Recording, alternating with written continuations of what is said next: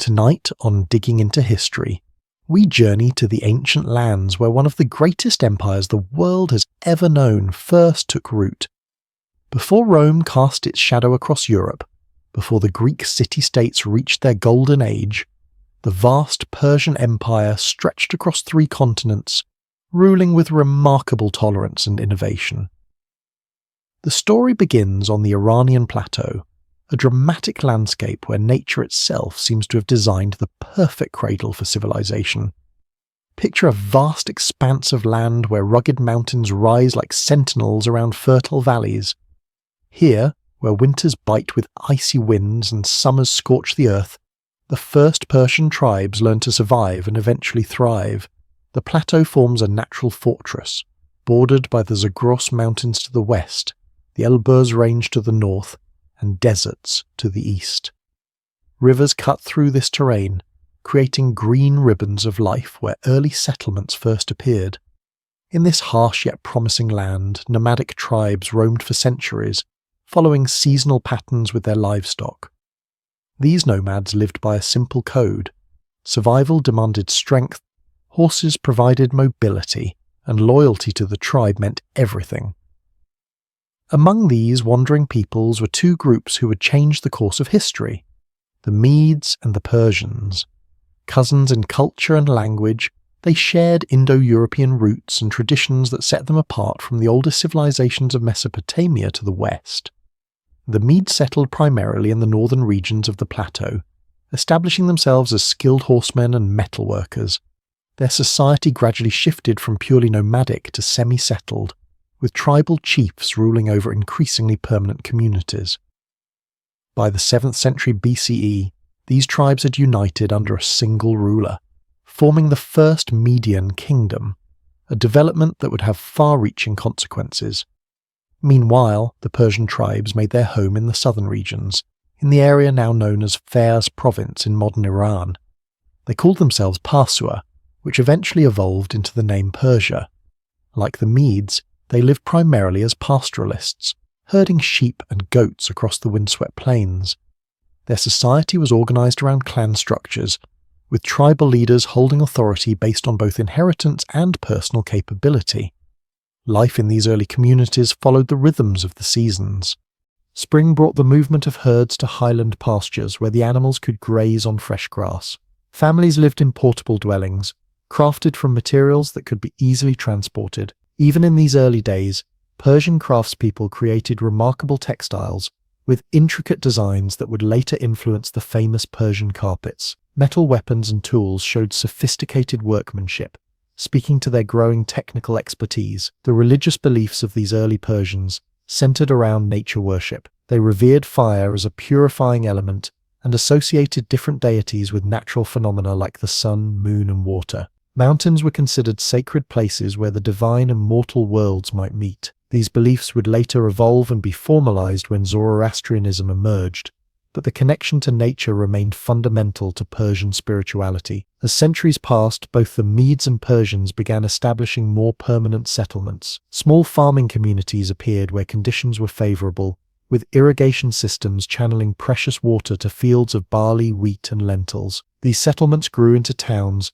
governed by local chieftains who collected tribute from the surrounding countryside. To the west of the Iranian plateau lay the ancient civilizations of Mesopotamia, particularly the powerful Assyrian Empire. The Assyrians, with their formidable military machine, cast covetous eyes on the lands of the Medes and Persians. For generations, Assyrian kings launched campaigns eastward, demanding tribute and attempting to incorporate these tribal territories into their empire. The Medes and Persians sometimes paid this tribute, sometimes resisted, but always maintained their core identity. The Median kingdom grew in strength and sophistication under the shadow of Assyria. By the late 7th century BCE, the Medes had built a capital at Ecbatana, modern Hamadan, a city described by later Greek historians as having 7 concentric walls, each painted a different color. While this description may be embellished, it speaks to the growing wealth and architectural ambition of the Median rulers. In 612 BCE, a momentous event shook the ancient world. The Medes allied with the Babylonians to overthrow the Assyrian Empire, destroying its capital at Nineveh. This victory transformed the political landscape. The Medes suddenly found themselves a major power, controlling vast territories from Central Asia to eastern Anatolia. The Persian tribes, though related to the Medes, found themselves in the position of vassals to their northern cousins. It was during this period that the Achaemenid dynasty began to take shape among the Persians. According to tradition, the dynasty traced its lineage to a chieftain named Achaemenes, who unified several Persian tribes around 700 BCE. His successors gradually consolidated power, establishing themselves as kings of Anshan, a region in southern Iran. These kings acknowledged Median overlordship while carefully building their own base of power. One of these Achaemenid kings was Cambyses V, who strengthened his position by marrying a Median princess. Their son would change history. Cyrus, later known as Cyrus the Great. Born around 600 BCE, Cyrus grew up in a world where Persian identity was flourishing, even as Median kings claimed authority over the region. From his earliest years, he would have learned the Persian traditions of horsemanship, archery, and the sacred importance of speaking truth. The young Cyrus witnessed a world in transition. To the west, Babylon had risen again as a major power. Egypt remained a wealthy kingdom protecting its ancient traditions. The Greek city-states were developing their unique political systems, and in the Persian homeland, changes were brewing as well. The once nomadic lifestyle was giving way to more settled agricultural communities. Trade routes were expanding, bringing new ideas and technologies. The Persians themselves were developing distinct cultural traits that would later define their empire. They placed high value on honesty and personal integrity. Education for noble youth emphasized physical training, riding, archery, and speaking truth. Unlike many contemporary civilizations, Persian society allowed a degree of social mobility based on merit and service. These values would later be reflected in the administrative systems of the empire. As he matured, Cyrus developed into a leader of remarkable capability. Stories tell of his charisma, intelligence, and strategic thinking. More importantly, he possessed a vision of governance that transcended the tribal mindset. Where other kings saw conquered peoples simply as subjects to be exploited, Cyrus recognized the value of respecting local customs and incorporating diverse talents into a unified system. By the mid-6th century BCE, tensions were growing between the Medes and their Persian vassals. The Median king Astyages, possibly concerned about the rising influence of his Persian grandson Cyrus, began to take actions that threatened the autonomy of the Persian territories. The stage was set for a dramatic shift in power that would reverberate across the ancient world.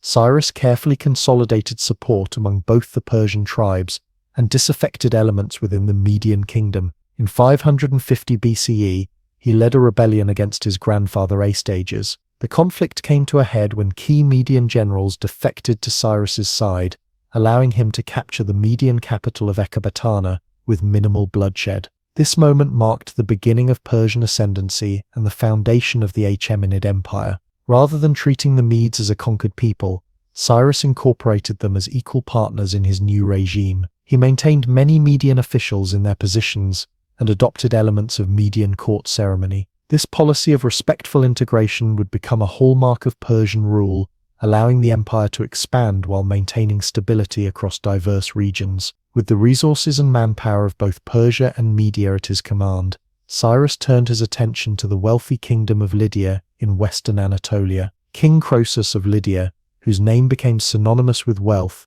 had expanded his territories eastward, bringing him into conflict with the newly united Persian Median kingdom. In 547 BCE, Cyrus moved against Lydia, defeating Croesus in a winter campaign that demonstrated the Persian leader's tactical brilliance. The fall of Lydia opened the western coastline of Anatolia to Persian rule, bringing the Greek cities of Ionia under Cyrus's authority. Again, his approach was pragmatic and tolerant. Local rulers were often maintained in position as long as they acknowledged Persian authority and paid required tribute. Religious practices were respected, and communities were generally allowed to maintain their traditional laws and customs. This emerging Persian empire was unlike anything the ancient world had seen before. Where previous empires ruled through fear and forced assimilation, Cyrus established a system that balanced central authority with local autonomy. The foundation was being laid for an imperial structure that would govern the known world for 2 centuries.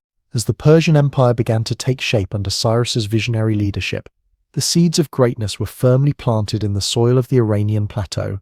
The nomadic tribes that had once wandered these harsh lands were transforming into the administrators of history's first truly global empire. The stage was set for Cyrus's greatest conquest, Babylon, and the establishment of principles that would define Persian rule for generations to come. Cyrus the Great stood at a pivotal moment in history. Having united the Persian and Median kingdoms and conquered Lydia, he now turned his attention to the greatest prize of all, Babylon. This ancient city was the jewel of Mesopotamia, a center of wealth, learning and power that had dominated the region for generations. The conquest of Babylon in 539 BCE would mark not just another military victory, but the true birth of the Persian Empire as a world power. The situation in Babylon had been deteriorating for years. King Nabonidus had proven to be an unpopular ruler, spending much of his reign away from the capital and neglecting important religious duties. He had offended the powerful priests of Marduk, the chief deity of Babylon, by favoring the moon god Sin.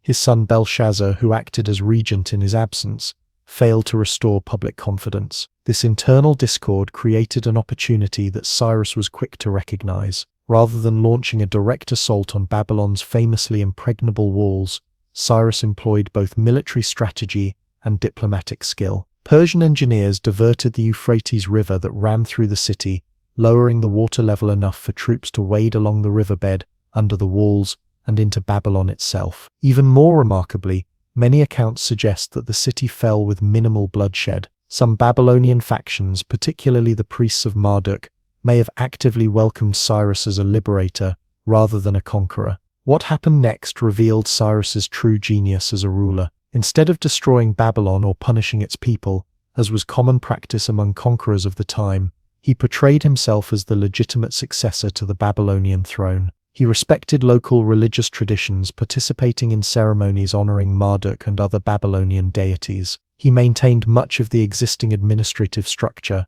and protected cultural institutions. This policy of tolerance and respect was formalized in the famous Cyrus cylinder, a clay barrel inscribed with a declaration of his intentions. Discovered by archaeologists in the 19th century, this remarkable document has been called the first charter of human rights. In it, Cyrus presented himself as chosen by Marduk to restore proper rule to Babylon. He proclaimed his commitment to peace, promised to allow displaced peoples to return to their homelands, and affirmed his respect for local customs and beliefs. Among the beneficiaries of this policy were the Jewish people.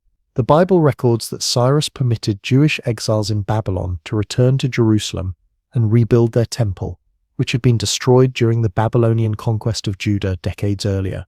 This act earned Cyrus unusual recognition in Jewish scripture, where he is described as a Messiah or anointed one, the only non-Jewish figure to receive this designation. The conquest of Babylon brought vast new territories under Persian control. The former Babylonian Empire had included Mesopotamia, Syria, and parts of the eastern Mediterranean coast. Combined with his previous conquests, Cyrus now ruled lands stretching from the Mediterranean Sea to the mountains of Central Asia, from the Black Sea to the Persian Gulf. This enormous realm encompassed diverse peoples, languages, religions, and cultural traditions. To govern this diverse empire, Cyrus established administrative principles that would be refined by his successors. He divided the realm into provinces or satrapies, each governed by a satrap who was usually a Persian nobleman loyal to the king. Local customs, laws, and religious practices were generally respected, as long as taxes were paid and Persian authority was acknowledged.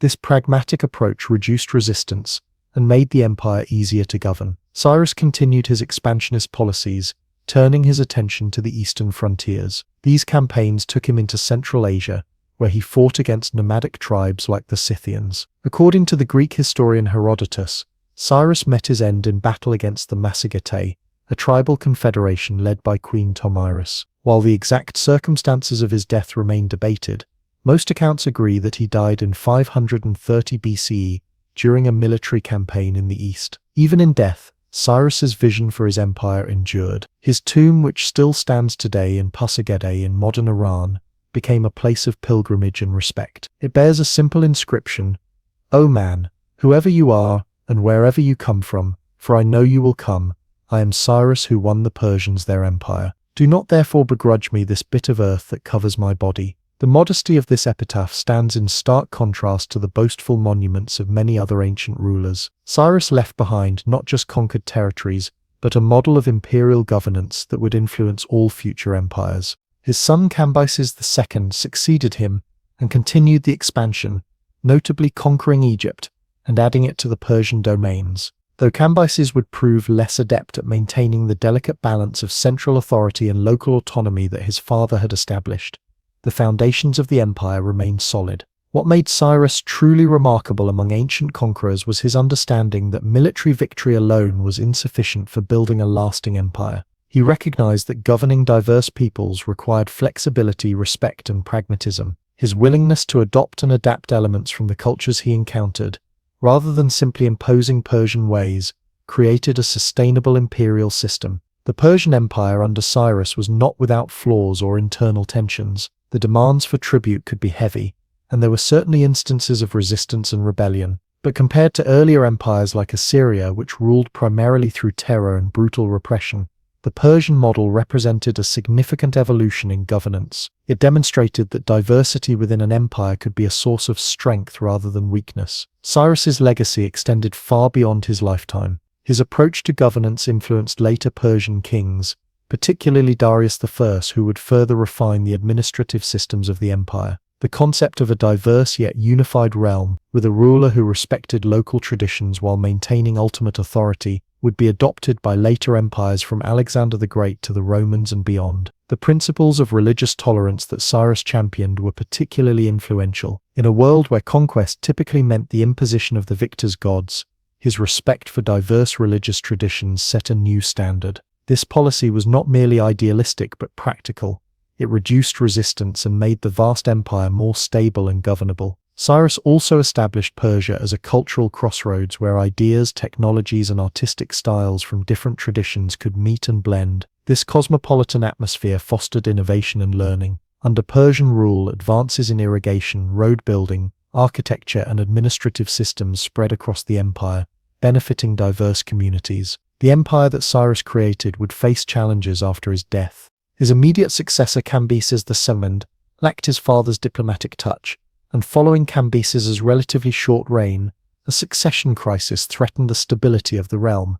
It would take the leadership of Darius I to fully consolidate and expand upon Cyrus's achievements. Yet even during these periods of transition and uncertainty, the fundamental vision remained intact. The Persian Empire continued to function as a network of interconnected provinces, each maintaining its cultural identity while acknowledging the authority of the King of Kings. Trade flowed across vast distances, ideas circulated freely, and a remarkable degree of stability prevailed across much of the known world. Perhaps Cyrus's greatest achievement was showing that empire building did not have to be synonymous with destruction and cultural erasure. He demonstrated that acknowledging and respecting the dignity of conquered peoples could lead to more stable and prosperous rule. This insight represents one of the most important political innovations of the ancient world. As Cambyses II took the throne following his father's death, he inherited not just territories but expectations. The precedent set by Cyrus of wise, measured, and respectful rule would serve as both an inspiration and a challenge to all who followed. The Persian Empire was now the dominant power in the ancient Near East, but maintaining and expanding it would require the same blend of military might and administrative wisdom that had characterized its founder. The systems of communication and transportation that would become hallmarks of Persian governance were already taking shape during Cyrus's reign. His successors would develop these further, creating the networks of roads, courier stations, and administrative centers that would bind together the far-flung provinces of the empire. These innovations would prove essential for managing the vast territories that now acknowledged Persian rule. The Persian Empire grew to an unprecedented size under the leadership of Cyrus the Great and his successors. As territories expanded from the shores of the Mediterranean to the mountains of Afghanistan, from Egypt to the steppes of Central Asia, a fundamental challenge emerged. How could a single ruler effectively govern lands so vast and diverse? The answer lay in one of the most remarkable achievements of ancient engineering and administration, the royal road and its sophisticated postal system. Imagine a highway stretching over 2,500 kilometers, connecting the far reaches of an empire across mountains, deserts, and rivers. This was the royal road, a marvel of ancient infrastructure, that served as the backbone of Persian imperial power. While portions of these routes existed before the Persian Empire, it was under Darius I that they were systematically expanded, maintained, and integrated into a cohesive network that transformed communication across the ancient world. The main artery of this network ran from Susa, one of the Persian capitals in modern-day Iran, to Sardis near the Aegean coast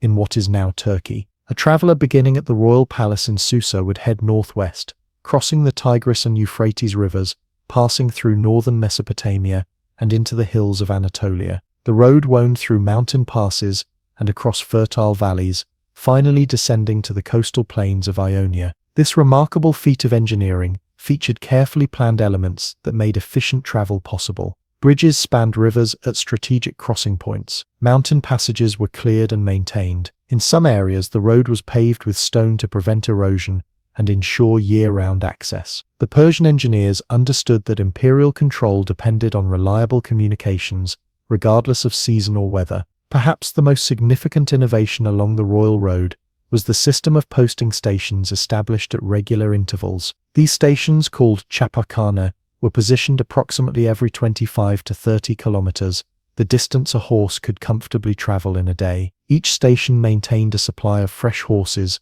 food for couriers, and accommodation for official travelers. This was the ancient equivalent of a high-speed transportation network, designed specifically for the rapid movement of information and imperial representatives. The Persian postal couriers, known as Piradarzik in Old Persian, were elite messengers renowned throughout the ancient world for their speed and reliability.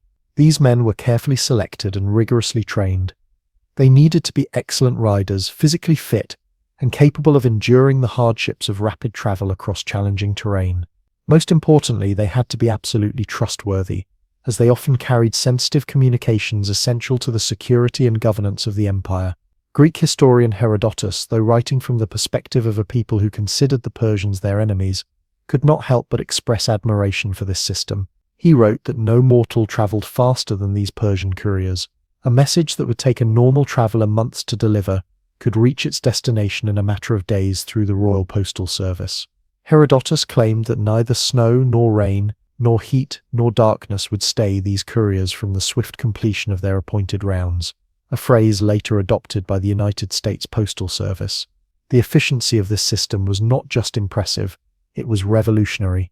For the first time in history, a ruler could send instructions to distant provinces and receive reports back within a reasonable time frame. A revolt in a far-flung province could be reported to the king quickly enough for an effective response to be organized. Trade regulations, tax policies, and royal decrees could be distributed across vast distances with unprecedented speed. This rapid communication system became essential to the Persian style of governance. The empire was divided into satrapies or provinces, each governed by a satrap who was usually a member of the Persian nobility appointed by the king. These satraps held considerable authority within their territories, collecting taxes, maintaining order, and administering justice. However, they were accountable to the central authority, and the king needed reliable ways to monitor their activities. To maintain control over these distant officials, Persian kings developed a system of inspectors known as the eyes and ears of the king. These trusted agents traveled throughout the empire, often using the royal road to observe conditions in the provinces and report back to the king.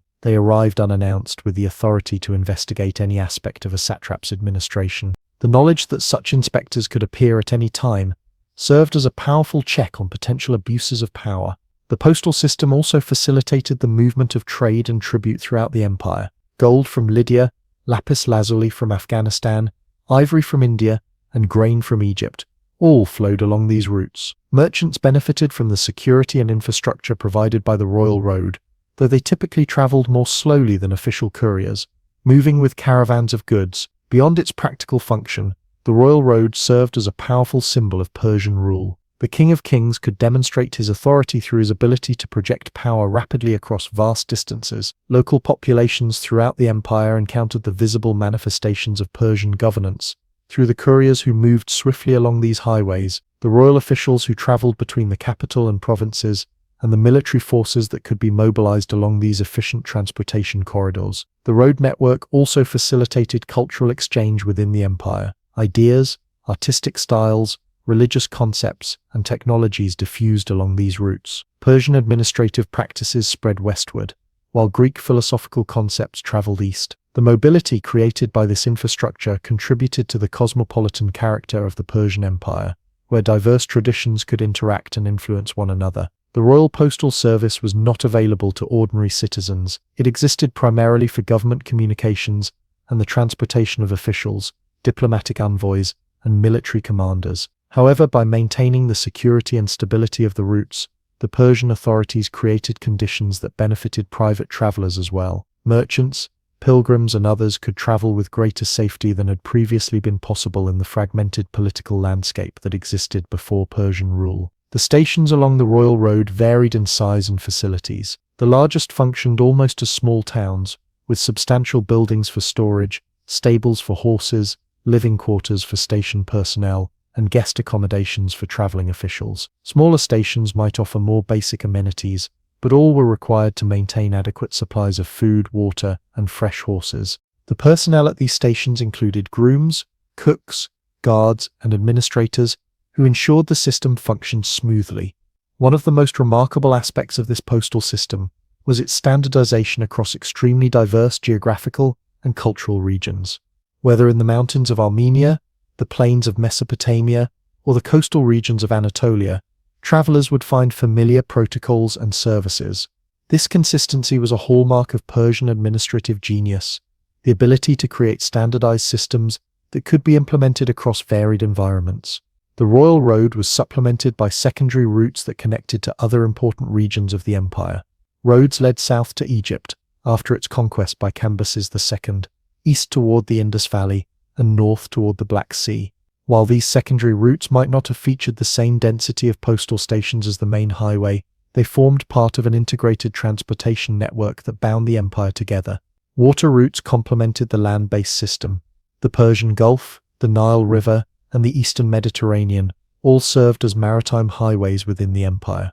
Specially designated ships carried royal messages along these waterways, integrating with the land-based postal system at key ports. This combination of land and sea routes created a communication network of unprecedented scope and efficiency. The protection of these vital communication lines was a high priority for Persian authorities. Garrisons were strategically positioned to secure key points along the routes, particularly at river crossings, mountain passes, and in regions known for banditry. Regular patrols helped maintain security for official couriers and other travelers. The effectiveness of these security measures contributed significantly to the stability and prosperity of the empire. For all its impressive engineering and organization, the Royal Road was fundamentally about human connections. It linked the king to his subjects, connected diverse populations within the empire, and facilitated the exchange of goods and ideas that made the Persian Empire more than just a political entity. It created a shared space where different cultures could encounter one another within the framework of Persian imperial rule. The legacy of the Royal Road extended far beyond the Persian period. When Alexander the Great conquered the Persian Empire in the late 4th century BCE, he made use of the existing road network to consolidate his control. The Romans, masters of road building in their own right, would later be influenced by Persian precedents when constructing their famous highway system.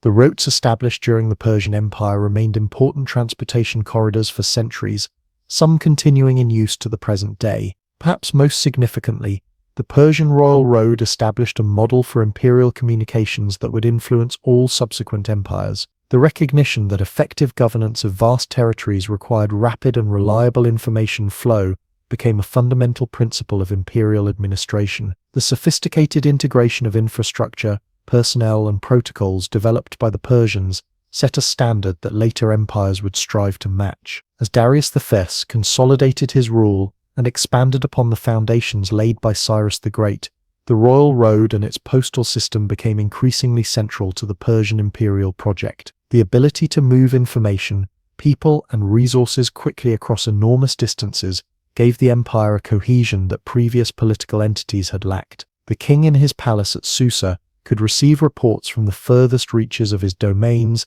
and dispatch orders that would be enacted within days rather than months. This unprecedented connectivity would be further enhanced under Darius through additional reforms and infrastructure projects. The man who had inherited and stabilized Cyrus's empire understood that maintaining control required not just military might, but sophisticated systems of administration. His vision would take the Persian Empire to new heights of organizational complexity and architectural grandeur, cementing its place as the most advanced political entity of its time. The Persian Empire faced a critical moment of uncertainty following the death of Cambyses II in 522 BCE. The son and successor of Cyrus the Great had expanded Persian territories to include Egypt, but his reign ended abruptly while returning from the African campaign. In the chaos that followed, a usurper claimed the throne, and the vast empire teetered on the edge of fragmentation. It was at this pivotal moment that a man stepped forward who would not only save the empire, but elevate it to unprecedented heights of organization, efficiency, and architectural splendor. His name was Darius, and history would remember him as Darius the Great. Darius came from a branch of the Achaemenid family, though not from the direct line of succession. He had served as a spear-bearer in the royal guard under Cambyses, a position of trust but not one that marked him as a future king. Yet when crisis struck, Darius demonstrated the decisive leadership that would characterize his entire reign. According to his own account, inscribed on the famous Behistun rock, Darius moved swiftly against the usurper, whom he identified as Gaumata, a Median magus pretending to be Bardia, the brother of Cambyses. With the support of 6 other Persian nobles, Darius eliminated the false king and claimed the throne for himself. The early years of his reign were consumed by the task of re-establishing authority throughout the empire. Revolts erupted in several provinces including Babylon, Media, and parts of Central Asia. These rebellions reflected both the disruption caused by the succession crisis and the inherent challenges of maintaining control over such a vast and diverse realm. Through a combination of military force and diplomatic skill, Darius methodically suppressed these uprisings, campaigning personally in many regions to demonstrate royal power and determination. By 518 BCE, having secured his position, Darius could turn his attention to the vital work of reorganization and reform. Where Cyrus had been the inspired founder and Cambyses the conqueror, Darius would prove to be the administrator and institution builder. He approached the governance of the empire with systematic thoroughness, establishing structures that would endure for centuries. The most significant of these reforms was the reorganization of the empire into formal administrative units called satrapies. While the satrapy system had begun under Cyrus, Darius standardized and codified it. He divided the empire into approximately 20 provinces, each governed by a satrap appointed directly by the king. These provincial governors held considerable authority within their territories, but operated within clear parameters set by the central government. To prevent satraps from accumulating too much power or harboring thoughts of independence, Darius implemented several checks and balances. Military commanders in each province reported directly to the king, creating a separation between civil and military authority. Royal secretaries served in each satrapal court, monitoring affairs and communicating regularly with the capital. And the eyes and ears of the king, imperial inspectors who traveled throughout the realm, ensured that royal policies were being properly implemented. The standardization extended to taxation as well. Darius established fixed tribute requirements for each province based on assessments of agricultural productivity, population, and resources. This predictable tax system replaced the more arbitrary extractions that had previously prevailed, providing greater stability for both the royal treasury and provincial subjects. Gold and silver flowed into the imperial coffers, along with specialized products from each region: horses from Media, cedar from Lebanon, ivory from Ethiopia, and countless other goods. Recognizing the importance of commerce for imperial prosperity, Darius took steps to facilitate trade throughout his domains. He standardized weights and measures, reducing the confusion that had hindered merchants operating across provincial boundaries. Royal coinage, including the famous gold daric, provided a reliable medium of exchange that was accepted throughout the empire and beyond. These gold and silver coins, bearing the image of the king as an archer, symbolized both the wealth and the power of the Persian state. Infrastructure development accelerated under Darius, building upon the foundations laid by his predecessors. The royal road network expanded, with improved surfaces and additional routes connecting newly incorporated territories. Bridges spanned major rivers, and caravanserais provided safe resting places for travelers and merchants. Perhaps most ambitiously, Darius ordered the completion of a canal linking the Nile River to the Red Sea, creating a direct water route between Egypt and the Persian Gulf. This ancient predecessor of the modern Suez Canal reflected the Persian vision of connecting diverse regions into an integrated economic sphere.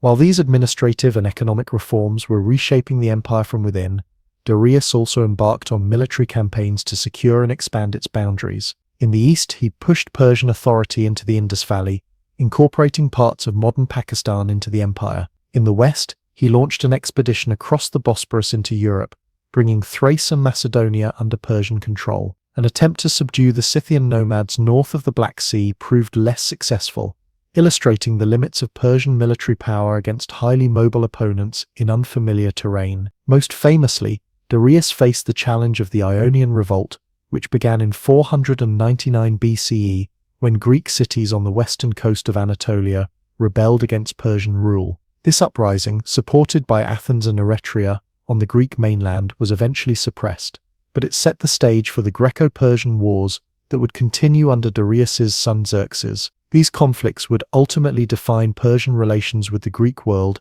and shape the historical narrative of Persian imperial power for centuries to come. Yet for all his military and administrative achievements, it is perhaps as a builder that Darius left his most visible mark on history. Under his direction, monumental construction projects transformed the landscape of the empire, creating spaces that proclaimed Persian power and sophistication to subjects and foreign visitors alike. These architectural works served not just practical functions but expressed the ideological foundations of Persian kingship, divine sanction, multicultural inclusion, and centralized authority. The most magnificent of these projects was undoubtedly Persepolis, a new ceremonial capital constructed in the heartland of Persia. Built on a massive platform at the foot of a mountain called Ku-Aramat, Mountain of Mercy, Persepolis was conceived as the ritual center of the empire, the place where representatives from all provinces would gather to present tribute and honor the king, particularly during the celebration of Nowruz, the Persian New Year.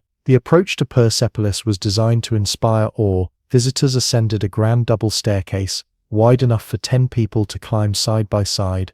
Unlike the intimidating stairs of earlier Mesopotamian ziggurats, these steps were shallow and comfortable, inviting rather than challenging the visitor. At the top of the staircase stood the Gate of All Nations, guarded by massive stone bulls with human heads, protective spirits drawn from Mesopotamian tradition, but executed in distinctly Persian style. Beyond this gate lay a complex of palaces, audience halls, treasuries, and administrative buildings. The centerpiece was the Apadana, or audience hall, supported by 72 columns, each 20 meters tall. The roof of cedars from Lebanon created a vast covered space where the king could receive dignitaries from across the empire. The walls of the stairways leading to the Apadana were decorated with relief sculptures showing representatives of 23 different nations bringing gifts to the king: Lydians, Babylonians, Egyptians, Indians, and many others, each depicted in their distinctive national dress and carrying characteristic products of their homelands. These reliefs encapsulated the Persian imperial ideology. Unlike earlier empires that glorified the brutal subjugation of conquered peoples, Persian art emphasized the voluntary participation of diverse nations in a harmonious imperial order. The tribute bearers are shown walking calmly, not in chains or poses of humiliation. This visual propaganda reinforced the Persian self-conception as benevolent rulers of a multicultural realm united under divine favor. The architecture of Persepolis combined elements from across the empire. From Egypt came expertise in stone cutting and monumental construction. From Mesopotamia came the use of glazed bricks and protective spiritual figures. From Greece came Ionic column designs. Yet the result was not a mere collection of borrowed styles but a uniquely Persian synthesis, an architectural language that expressed the empire's cosmopolitan character while asserting its distinctive identity. Darius built not just at Persepolis but throughout his domains. At Susa, an ancient city that became one of his preferred residences, he constructed a magnificent palace complex. At Ecbatana, modern Hamadan, the old Median capital, he maintained and expanded the royal facilities. Even in Egypt, he sponsored temple construction and renovation, demonstrating respect for local religious traditions while incorporating subtle Persian elements. These building projects served multiple purposes. They provided employment for thousands of workers and artisans, stimulating local economies. They created administrative centers where the business of empire could be conducted efficiently. They demonstrated the king's piety by including elements dedicated to Ahura Mazda, the supreme deity of Zoroastrianism, and other gods. Most importantly, they materialized Persian power in stone and cedar, creating tangible symbols of imperial authority that could be seen and experienced by subjects and visitors alike. The construction of these monumental works drew on resources from across the empire. Stone was quarried from sites specifically selected for quality and transported over great distances. Specialized craftsmen were brought from different provinces to apply their distinctive skills. Egyptians for stonework, Lydians for goldwork, Babylonians for brickwork. The projects themselves thus became exercises in imperial coordination, demonstrating the ability of the Persian administration to mobilize diverse resources and expertise toward common goals. Inscriptions at these sites, written in multiple languages including Old Persian, Elamite, and Babylonian, proclaimed Darius's achievements and the divine favor that supported his rule.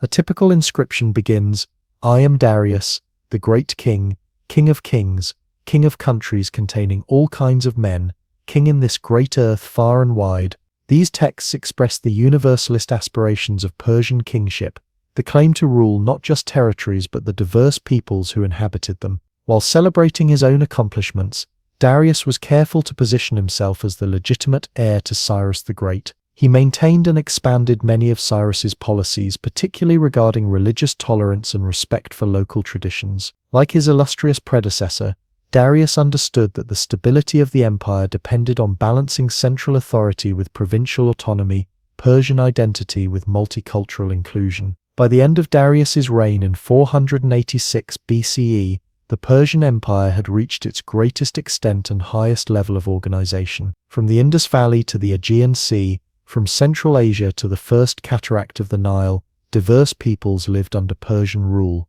The systems of governance, communication, and economic integration established by Darius had created unprecedented stability across this vast realm. His architectural legacy, particularly at Persepolis, stood as a physical manifestation of Persian power and sophistication. Yet challenges remained. The conflict with the Greek city-states, though temporarily contained, would flare up again under his successor Xerxes.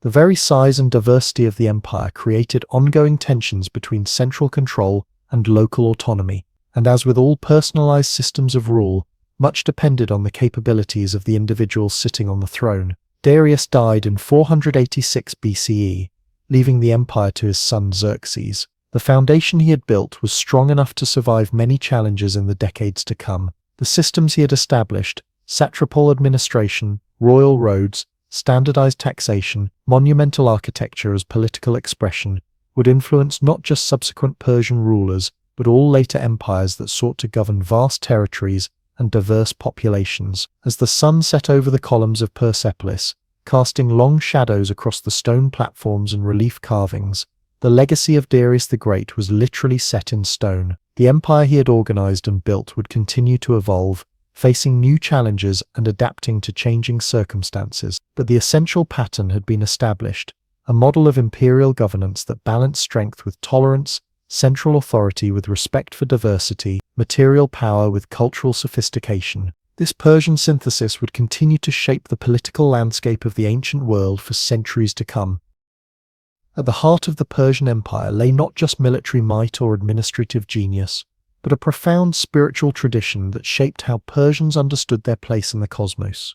As the empire expanded under Cyrus, Darius, and their successors, it encompassed numerous religious traditions, the polytheistic beliefs of Mesopotamia, the complex mythology of Egypt, the diverse practices of Central Asia, and many others. Yet within Persia itself, a distinctive religious vision was taking shape that would influence not only the empire, but the development of religious thought throughout the world. This tradition is known as Zoroastrianism, named after its founding prophet Zoroaster, or Zarathustra in his native tongue. The exact time when Zoroaster lived remains debated among scholars, with estimates ranging from 1500 BCE to 600 BCE. Most likely, he lived sometime around 1000 BCE in the northeastern regions of what is now Iran, possibly in Bactria or Sogdiana. What matters more than the precise dating is the revolutionary nature of his spiritual insights and their lasting impact on Persian culture and governance. Before Zoroaster, the ancient Iranians shared many religious concepts with their Indo-European cousins. They worshipped various deities associated with natural forces, the sky, sun, water, and fire. Ritual sacrifices, often involving the sacred drink Haoma, were performed to maintain cosmic order and secure divine favor. Priests called magi conducted these ceremonies and preserved religious knowledge through oral tradition. Into this world stepped Zoroaster, who experienced a series of visions that transformed his understanding of spiritual reality. According to tradition, the supreme deity Ahura Mazda, the wise lord, revealed himself to Zoroaster and commissioned him to spread a new message. This revelation challenged existing religious practices and offered a comprehensive vision of cosmic purpose, human responsibility, and ultimate destiny. At the core of Zoroastrianism lies a profound dualism, the recognition of two opposing forces in the universe. Ahura Mazda represents truth, order, and goodness, while Angra Mainyu, also called Ahriman, embodies falsehood, chaos, and evil. These are not equal powers. Zoroaster taught that Ahura Mazda is the uncreated creator, eternally good and wise, while Angra Mainyu is a destructive force that will ultimately be defeated. The cosmic struggle between these forces extends throughout creation, but it finds its most significant expression in human moral choices. Each person must choose whether to follow the path of Ashar, truth and righteousness, or Drug, falsehood and wrongdoing.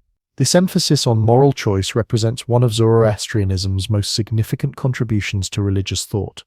The idea that humans are active participants in the cosmic struggle, not merely passive subjects of divine will. Zoroaster taught that good thoughts, good words, and good deeds are the means by which humans align themselves with Ahura Mazda and contribute to the ultimate triumph of good over evil.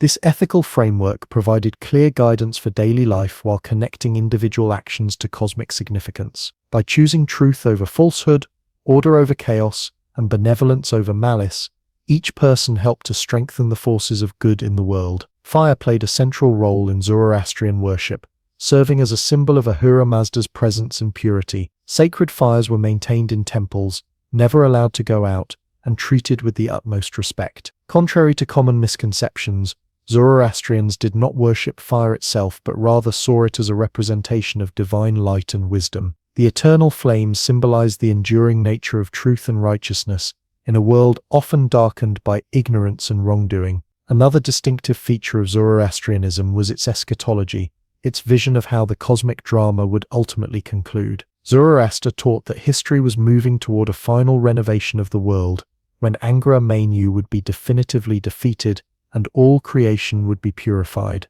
This teleological view of history, seeing time as moving purposefully toward a destined conclusion, would profoundly influence later religious traditions, particularly Judaism, Christianity, and Islam. The spread of Zoroastrian ideas throughout the Persian Empire was gradual and complex. Cyrus the Great, while respectful of Zoroastrian principles, maintained the policy of religious tolerance that characterized his rule, acknowledging and honoring the gods of conquered peoples. Darius more explicitly identified himself as a worshipper of Ahura Mazda in his inscriptions, though he too continued the practice of respecting diverse religious traditions within the empire. By the time of Darius and his successors, Zoroastrianism had become closely associated with Persian royal ideology. Kings claimed to rule by the grace of Ahura Mazda and portrayed their imperial mission as extending truth and order throughout the world. The cosmic dualism of Zoroastrian theology found political expression in the Persian worldview, which contrasted the ordered realm of the empire with the chaotic lands beyond its borders. At Persepolis and other royal sites, reliefs often showed the king in the presence of Ahura Mazda, represented by a winged figure similar to the Foravahar symbol that remains associated with Zoroastrianism today. These images reinforce the connection between divine order and royal authority, suggesting that the king served as an earthly representative of cosmic truth and justice. Yet even as Zoroastrianism became increasingly identified with Persian identity, the empire maintained remarkable religious diversity. Jews returned from exile in Babylon practiced their monotheistic faith in restored Jerusalem. Egyptians continued to worship their traditional pantheon in ancient temples along the Nile. Babylonians performed rituals to Marduk and other Mesopotamian deities. Greeks in Ammonia maintained their religious practices, as did countless other communities across the imperial domains. This religious pluralism reflected practical political wisdom. The Achaemenid kings recognized that forcing religious conformity would generate resistance and instability. Instead,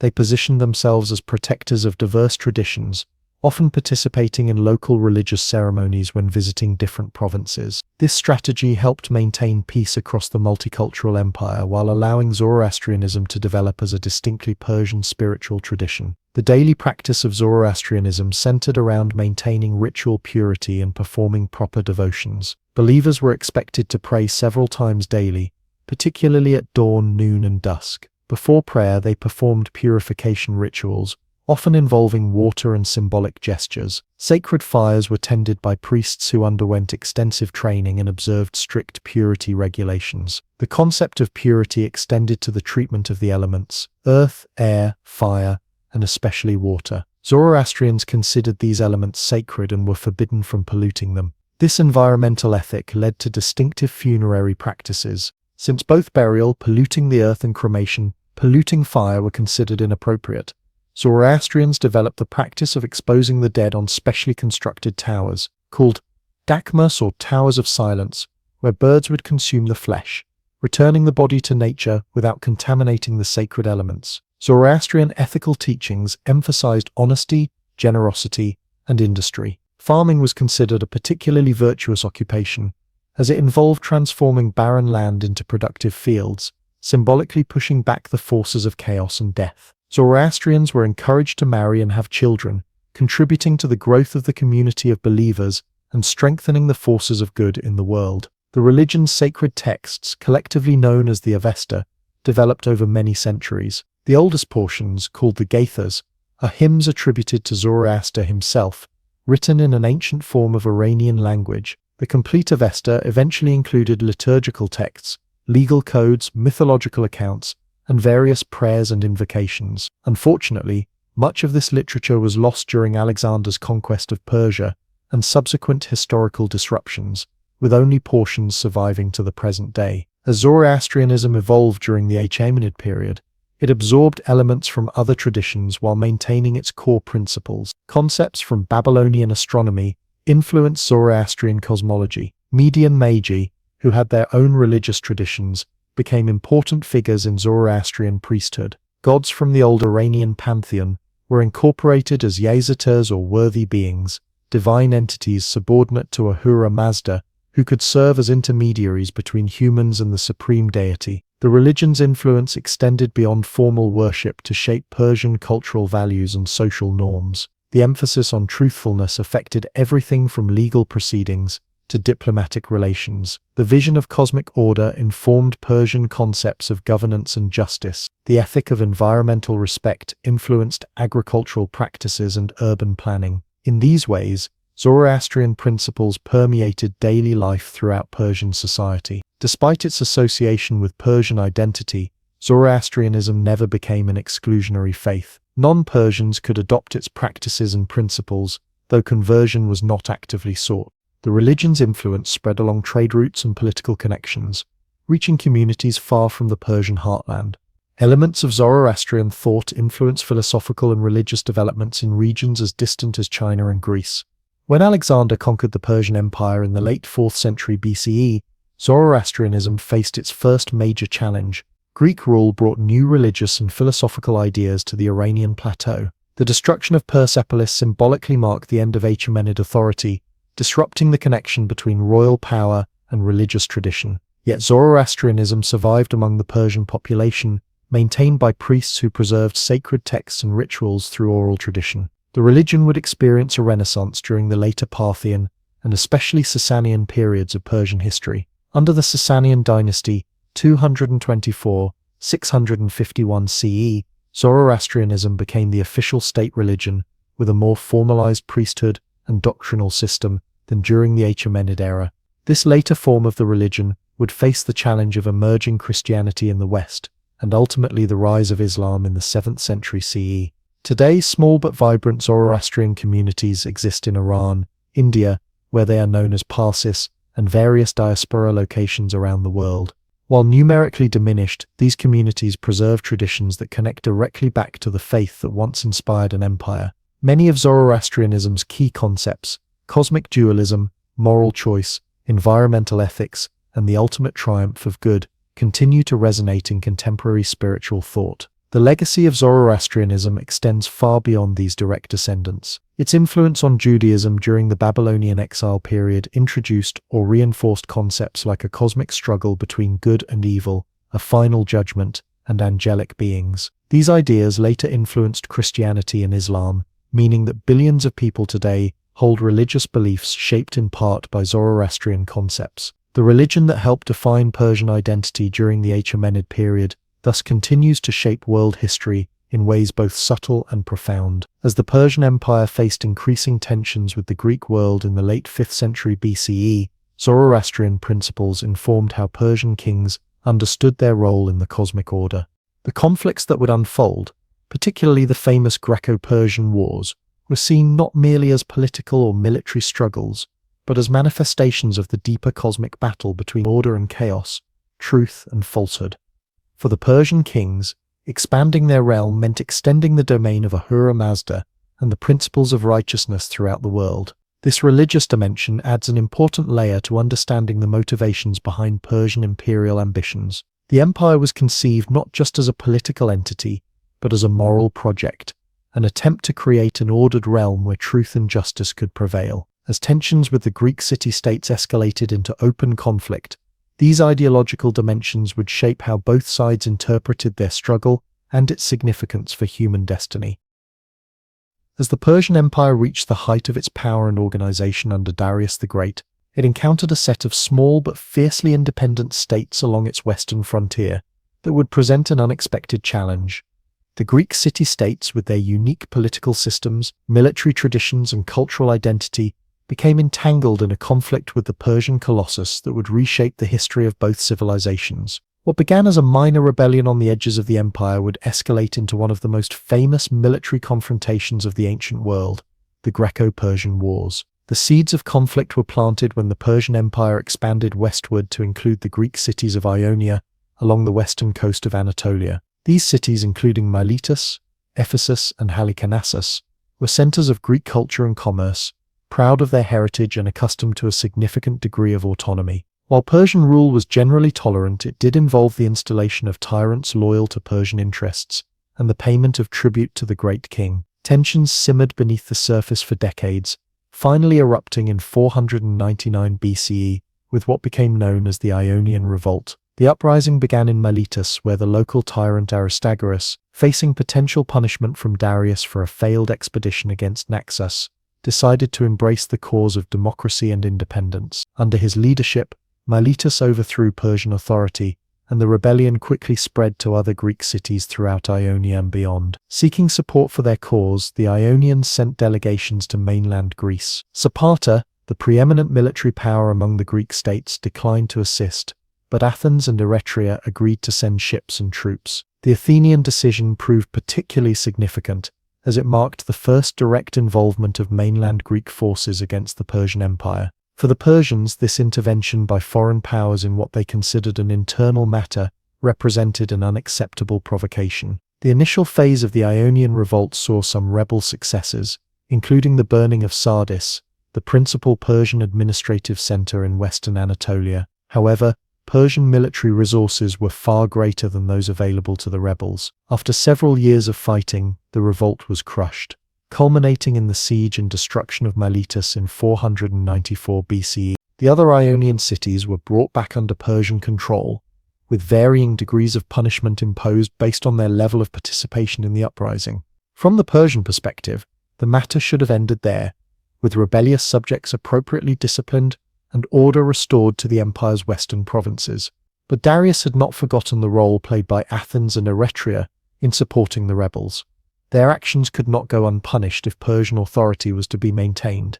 Moreover, Persian intelligence likely reported on the unstable and frequently hostile relations between the Greek city-states, suggesting that an expansion of imperial control to include the Greek mainland might prevent future interference in Persian affairs. In 492 BCE, Darius dispatched his son-in-law Mardonius to secure Persian interests in Thrace and Macedonia, territories that formed a natural bridge between Persian-controlled Anatolia and mainland Greece. This expedition achieved significant success, but was hampered by the loss of many ships in a storm while rounding Mount Athos. Nevertheless, it established a Persian presence in Europe and laid groundwork for further operations. 2 years later, in 490 BCE, Darius sent a naval expedition specifically targeting Athens and Eretria. This force first descended upon Eretria, which after a brief siege was betrayed from within, allowing the Persians to capture the city, burn its temples, and deport its population. With one target eliminated, the Persian fleet crossed the narrow strait to Attica and landed at the Bay of Marathon, approximately 26 miles from Athens itself. The Athenians faced a critical decision.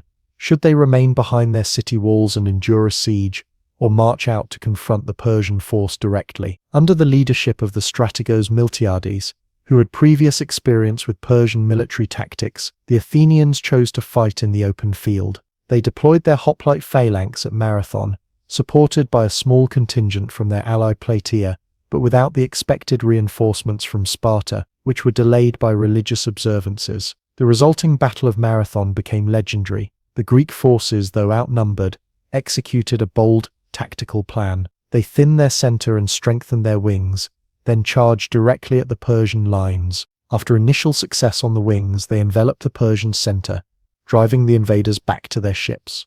Traditional accounts claim the Athenians lost 192 men, while killing approximately 6,400 Persians, though these figures may be exaggerated. A famous story relates how a messenger ran the entire distance from Marathon to Athens to announce the victory, collapsing and dying after delivering the news, the inspiration for the modern marathon race. While details of this story may be embellished, the Athenians certainly faced the urgent need to return to their city before the Persian fleet could execute a naval attack directly on Athens. They marched back swiftly, arriving in time to deter any Persian attempt on their undefended city. The Persian force withdrew from Greek waters, and Athens celebrated a victory that would become central to its civic identity. For the Persians, however, Marathon represented merely a setback, not an abandonment of their goals. Darius began preparations for a larger expedition, but his death in 486 BCE left this task to his son and successor, Xerxes. Xerxes approached the Greek campaign with characteristic Persian thoroughness and scale. Rather than risking another naval disaster around Mount Athos, he ordered the construction of a canal through the peninsula, an engineering feat that impressed even his enemies. He also built bridges of boats across the Hellespont, modern Dardanelles, linking Asia to Europe with a physical connection that symbolized Persian determination to extend imperial control westward. The expedition Xerxes launched in 480 BCE dwarfed all previous Persian military operations in the region. Ancient sources claim the Persian force numbered in the millions, though modern historians suggest a more realistic figure of perhaps 200,000 troops plus supporting personnel, still an enormous army for the ancient world. The Persian host included contingents from throughout the empire, showcasing the diversity of peoples under the great king's rule. Simultaneously, a substantial fleet moved along the coast to support the land forces and maintain supply lines. Meanwhile, the Greek response had evolved since Marathon. Under the leadership of Sparta, traditionally acknowledged as the premier military power among the Greek states, a coalition formed to resist the Persian advance. This Hellenic League included approximately 30 city-states, though notably not all Greek cities joined the alliance. Some remained neutral, while others, particularly in northern Greece, submitted to Persian demands for earth and water, symbolic tokens of submission. The Greek strategy recognized the impossibility of meeting the Persian army on open ground, where superior numbers would prevail. Instead, they sought to use the mountainous Greek terrain to their advantage, selecting narrow passes where smaller forces could effectively block larger ones. The first such position was at the Vale of Tempe in Thessaly, but this was abandoned when the Greeks learned it could be outflanked through mountain paths. The coalition then selected two positions to make their stand: the narrow coastal pass at Thermopylae and the nearby strait at Artemisium, where the Greek fleet could engage the Persian navy. The Spartan king Leonidas commanded the land forces at Thermopylae, while the Athenian Themistocles played a leading role in the naval operations. The Battle of Thermopylae has become one of history's most famous last stands. For several days, a Greek force of approximately 7,000, including the legendary 300 Spartans, plus their helots and allies, held the narrow pass against repeated Persian assaults. Xerxes is said to have watched in frustration as his numerical advantage proved ineffective in the confined space. Eventually, however, a local Greek named Ephialtes revealed to the Persians a mountain path that allowed them to outflank the Greek position. Learning that his position was compromised, Leonidas dismissed most of the allied contingents but remained with his Spartans and some Thespians and Thebans to cover the retreat. This final stand, though ending in the annihilation of the Spartan force, achieved its strategic purpose of allowing the bulk of the Greek army to withdraw safely. It also established a powerful example of sacrifice and resistance that would inspire the continuing Greek struggle. While the land battle raged at Thermopylae, the Greek and Persian fleets clashed at Artemisium. These naval engagements ended inconclusively, though the Greeks inflicted significant damage on the numerically superior Persian fleet. When news arrived of the defeat at Thermopylae, the Greek navy withdrew southward to regroup. With northern and central Greece now open to them, the Persian forces advanced to occupy Athens, which had been evacuated following a controversial but prescient decision championed by Themistocles. The Athenian population relocated to the nearby island of Salamis and other safe locations, while the Persian army entered the abandoned city. In a highly symbolic act, Xerxes ordered the burning of the Acropolis, including temples under construction that would later be rebuilt as the Parthenon and other iconic structures of classical Athens. The destruction of Athens achieved the primary goal of punishing the city for its involvement in the Ionian Revolt, but it did not break Greek resistance. The Allied fleet remained intact at Salamis, and the Peloponnesian states prepared to defend their territory at the Isthmus of Corinth. Xerxes needed a decisive naval victory to secure his position and extend Persian control throughout Greece. Themistocles, recognizing that the enclosed waters around Salamis would neutralize the Persian numerical advantage, orchestrated a brilliant stratagem to ensure the battle occurred on his terms. Through a pretended betrayal, he convinced Xerxes that the Greek fleet was preparing to flee. The Persian king ordered an immediate attack, sending his ships into the narrow strait where their numbers became a hindrance rather than an advantage. The resulting Battle of Salamis in late 480 BCE ended in a decisive Greek victory, with many Persian ships destroyed or captured. Though still commanding overwhelming land forces, Xerxes now faced difficult strategic decisions. The onset of winter would complicate supply lines,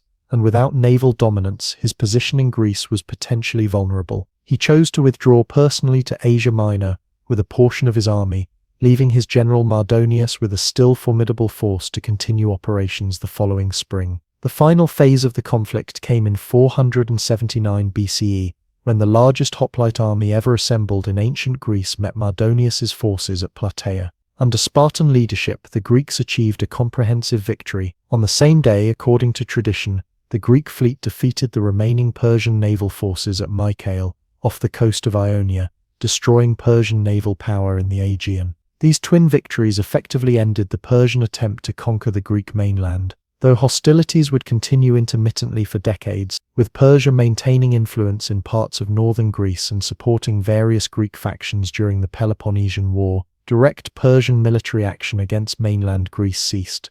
The Achaemenid Empire remained the dominant power in Asia, but its westward expansion had found its limit.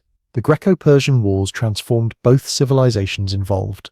For the Greeks, the experience of successful resistance against overwhelming odds reinforced their sense of cultural distinctiveness and superiority. Athens, in particular, entered a period of unprecedented cultural and political flourishing, using its leadership of the Delian League, originally formed to continue operations against Persia, to establish what amounted to an Athenian maritime empire. The confidence gained through victory contributed to the extraordinary achievements of Greek art, philosophy, drama, and political thought during the 5th century BCE, developments that would profoundly influence Western civilization. For Persia, the failure to subdue Greece represented a significant but not catastrophic setback. The empire remained vast and wealthy, controlling territories from the Indus to the Nile. Persian resources dwarfed those of the fractious Greek city-states, and Persian diplomacy proved adept at exploiting divisions among the Greeks in subsequent decades. Nevertheless, the myth of Persian invincibility had been shattered,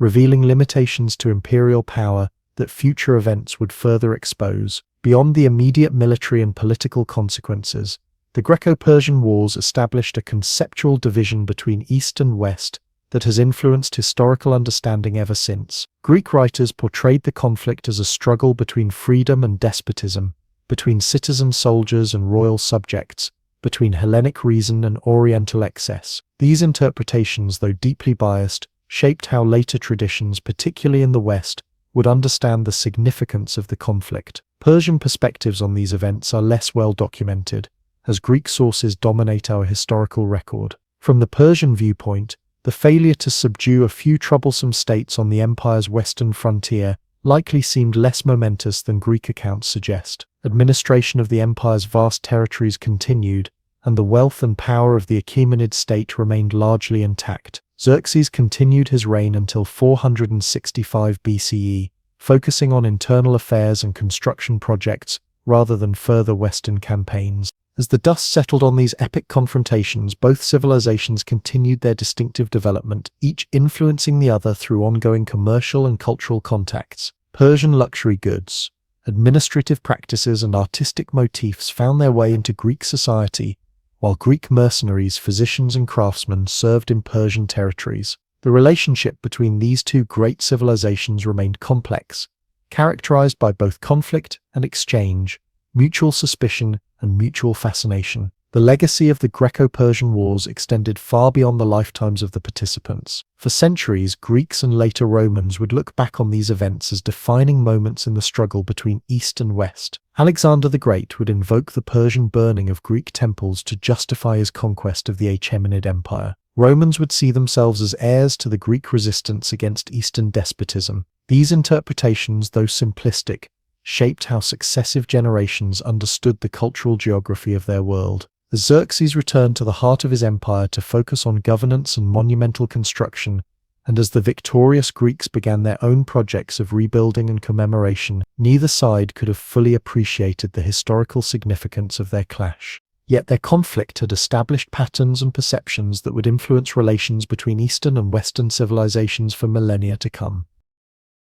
Beyond military campaigns and administrative systems, the Persian Empire expressed its power and identity through a distinctive visual language.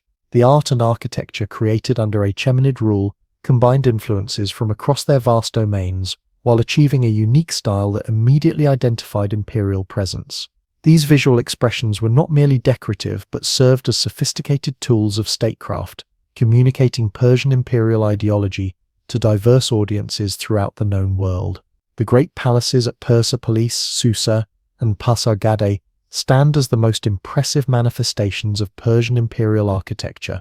These complexes were designed to inspire awe in visitors while functioning as administrative centers, ceremonial spaces, and physical embodiments of royal authority. Each element was carefully planned to reinforce the central messages of Persian kingship, divine favor, multicultural harmony under Persian leadership, and unparalleled royal majesty. Persepolis, the ceremonial heart of the empire, offers the most complete surviving example of Persian imperial architecture. Built on an immense artificial terrace at the foot of a mountain, the site required extensive preparation before construction could begin. Workers leveled the area and created a massive platform measuring approximately 450 by 300 meters, raised about 12 meters above the surrounding plain. This elevated position ensured that the complex would be visible from great distances, creating an immediate impression of grandeur. Access to Persepolis came via a monumental double staircase, designed with unusually shallow steps to create a dignified and comfortable ascent. Unlike earlier Near Eastern architectural traditions, which often used steep, intimidating staircases to emphasize the separation between rulers and subjects, the Persian approach invited visitors upward while still maintaining the symbolic elevation of royal space. This combination of welcoming access and clear hierarchical messaging characterized much of Persian architectural philosophy. At the top of the staircase stood the Gate of All Nations, a massive square hall supported by columns and flanked by colossal stone bulls with human heads, lamassu figures adapted from Mesopotamian tradition. These protective spirits guarded the entrance to the complex, their imposing presence announcing to visitors that they were entering a space where human and divine realms intersected. The gate was large enough to accommodate substantial numbers of visitors, appropriate for a site where representatives from across the empire gathered for royal audiences and celebrations. Beyond this entrance lay a complex of interconnected buildings serving various ceremonial and administrative functions. The Apadana, or audience hall, was the largest and most magnificent structure at Persepolis. 72 stone columns, each originally standing 20 meters tall, supported a cedar roof covering an area of approximately 1,000 square meters. The capitals of these columns took the form of bulls or lions, sometimes paired back to back, creating distinctive silhouettes against the sky. These animal figures symbolized royal strength while demonstrating the exquisite craftsmanship of Persian stoneworkers. The walls of the Apadana featured some of the most famous relief sculptures of ancient art. Along the northern and eastern stairways, carefully carved processions showed representatives from 23 nations bringing gifts to the Persian king during Nowruz New Year celebrations. Each delegation is depicted with careful attention to distinctive ethnic features, clothing, and characteristic products. Lydians bring metal vessels, Bactrians lead camels, Indians bring gold and cloth, Ethiopians offer ivory and exotic animals. The procession winds upward toward the central panel, where the enthroned king receives these tributes, surrounded by Persian and Median nobles. These reliefs communicate multiple messages simultaneously. To foreign visitors, they demonstrated the vast extent of Persian authority and the diversity of peoples acknowledging the great king. To Persian elites, they affirmed the empire's success in bringing order to the known world. To all viewers, they presented an idealized image of imperial harmony, diverse peoples united in peaceful recognition of Persian leadership, each maintaining their cultural distinctiveness while participating in a greater whole. The artistic style of these reliefs balances naturalism with formal dignity. Human figures are depicted with careful attention to ethnic features, clothing details, and the specific items they carry, yet they move with a measured grace, arranged in orderly rows rather than individualized poses. This approach creates a sense of timeless ceremony rather than specific historical events. These are not portraits of particular delegations but representations of an eternal imperial order. The throne hall, or Hall of 100 Columns, provided another impressive ceremonial space at Persepolis. As its name suggests, it featured 100 columns supporting its roof, though these were smaller than those of the Apadana. The walls featured relief carvings of royal guards, and the king's throne was positioned against the back wall. Here, the great king would conduct more routine business with officials and visitors, the architectural grandeur reinforcing his authority in even ordinary administrative matters. The treasury at Persepolis stored the wealth of the empire, including tribute from the provinces and precious items accumulated by Persian kings. The residential palaces provided living quarters for the royal family and highest officials when in residence. While less monumental than the public buildings, these structures featured elegant proportions and high-quality materials, reflecting the refinement of Persian court life. Throughout these structures, Persian architects demonstrated their mastery of space and materials. They created interior environments that felt both grand and harmonious, with carefully calculated proportions and lighting. Columns were spaced to create a sense of openness while maintaining structural stability. Doorways and windows were positioned to control light and airflow, making these massive buildings comfortable in the varied climate of the Iranian plateau. The materials used at Persepolis and other royal sites came from throughout the empire, demonstrating both Persian resources and technological expertise. Stone was quarried in distant locations and transported to construction sites with impressive logistical coordination. Cedar for roofing beams came from Lebanon, lapis lazuli from Afghanistan, gold from Lydia and India, ivory from Ethiopia. The assembly of these diverse materials and unified architectural compositions symbolized how the empire itself unified diverse peoples under Persian leadership. Color played an important role in Persian architecture, though little evidence of original pigmentation survives today. Ancient accounts and traces of paint indicate that columns, reliefs, and walls were brightly colored, with blues, reds, yellows, and gold leaf, creating a vibrant environment very different from the monochromatic stone ruins visible today. These colors not only enhanced the visual impact of the buildings, but carried symbolic meanings associated with cosmic and royal power. Beyond Persepolis, other sites demonstrated similar architectural principles. At Pasargadae, the earliest Persian capital established by Cyrus the Great, structures show a transitional style incorporating elements from Median, Lydian, Babylonian, and Egyptian traditions.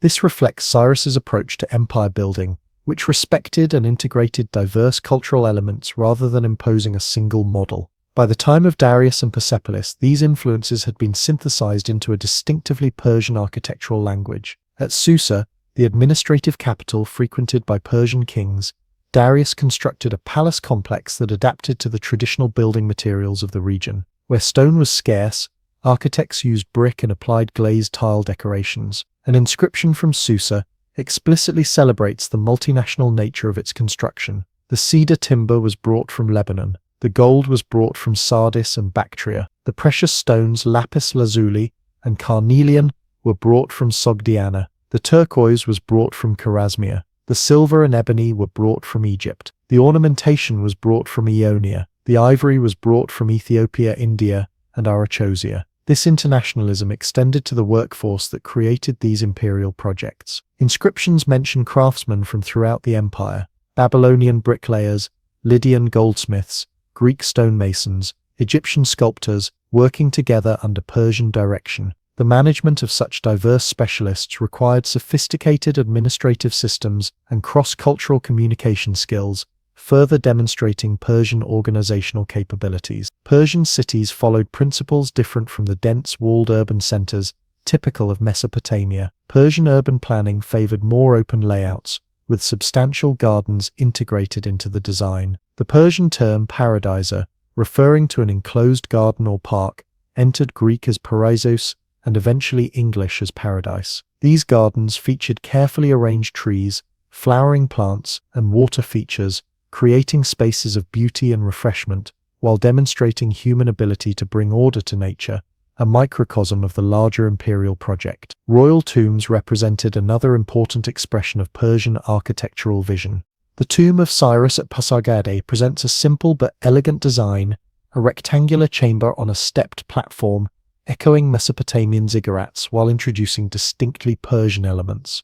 Later kings, including Darius and his successors, created more elaborate tomb facades cut into the cliff face at Nakshi-Rustam, near Persepolis. These facades resemble the fronts of palaces, with columns and relief sculptures showing the king performing rituals before a fire altar, supported by representatives of the nations of the empire. Beyond architecture, Persian artisans excelled in numerous media that displayed imperial wealth and sophistication. Metalwork represented a particular area of Persian expertise. Gold and silver vessels produced for the court feature exquisite repoussé designs showing animals, hunting scenes, and ritual activities. These precious objects served practical functions at royal banquets while demonstrating the king's access to rare materials and skilled craftsmen. The Persian appetite for luxury goods stimulated production throughout the empire. Carpet weaving, already an ancient tradition in the region, developed new patterns and techniques under Achaemenid patronage. Jewelry combined gold,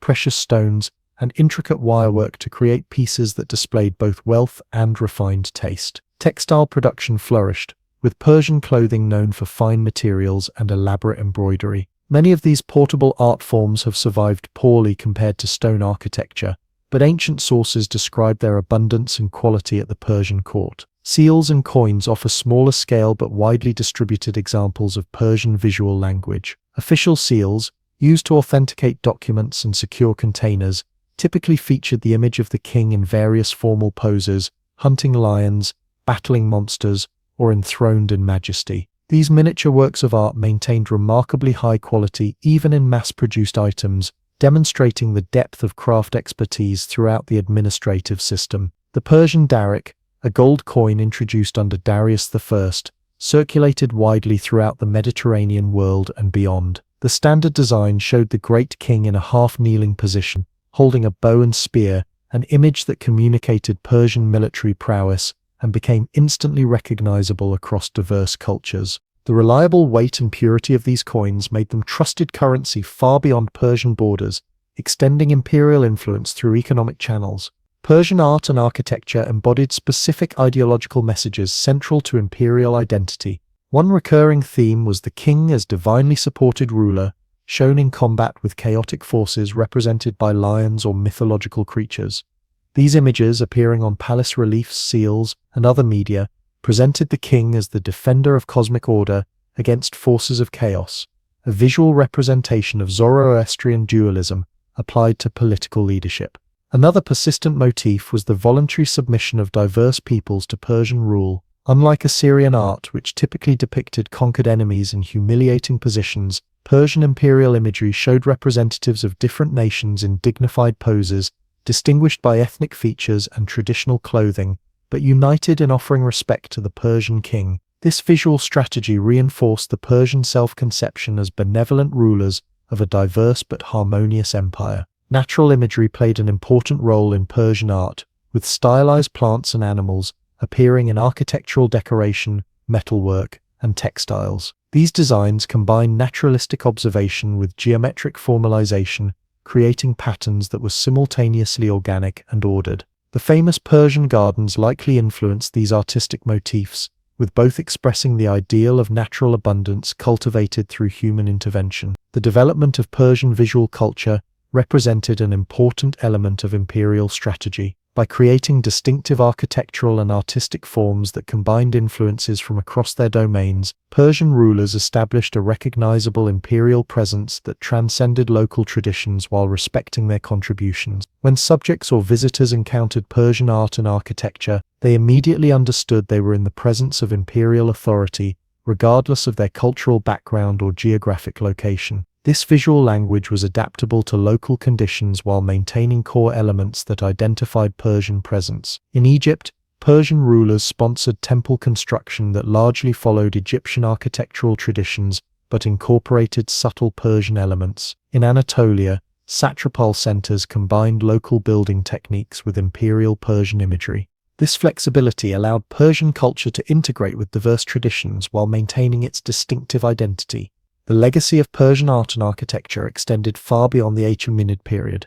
Alexander the Great and his successors adopted elements of Persian court ceremonial and architectural display. Parthian and Sasanian rulers drew upon Achaemenid precedents while developing their own artistic traditions. Islamic art incorporated numerous Persian motifs and techniques, particularly in architecture, metalwork, and carpet design. The gardens of Persia inspired landscape design throughout Asia, the Middle East, and eventually Europe. As the Persian Empire continued to evolve under successive kings, its visual expression maintained remarkable consistency while adapting to new circumstances and influences. The core principles established under Cyrus, Darius, and Xerxes, monumental scale, multicultural integration, refined craftsmanship, and clear imperial symbolism, remained central to how Persia presented itself to its subjects and to the wider world. The art and architecture created under Achaemenid rule thus served not merely as displays of wealth and power, but as sophisticated tools of governance. They communicated Persian imperial ideology in forms that could be understood across linguistic and cultural boundaries. They created spaces where diverse peoples could interact within a shared framework of imperial order.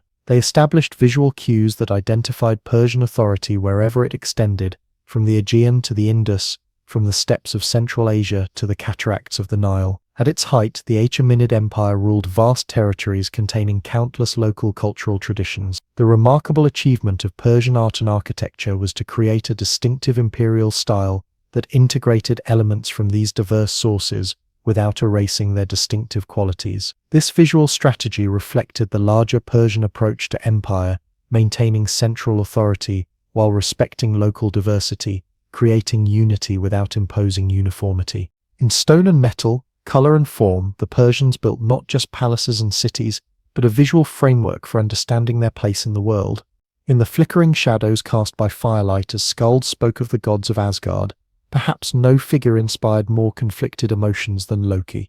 Neither fully god nor giant, but something uniquely in between, Loki moved through the 9 realms like Quicksilver, changing shape, shifting loyalties, creating and solving problems with equal skill. If Thor represented the protective strength the Norse people relied upon, Loki embodied the unpredictable changes they had to adapt to in their harsh northern world. Unlike most figures in the Norse pantheon, Loki had no temples built in his name, no festivals dedicated to him, no evidence of direct worship, yet he appears in more myths than almost any other character, playing crucial roles in tales that range from light-hearted comedy to cosmic tragedy. He was not a god to be worshipped, but a force to be reckoned with, the embodiment of fire's dual nature as both essential tool and destructive power. Loki's origins set him apart from the start. Born to giants rather than gods, he was the son of Pharaoh Boti, whose name means cruel striker, and may refer to lightning, and Laufey, whose name connects to leaves or forests. This mixed heritage placed him outside the established order,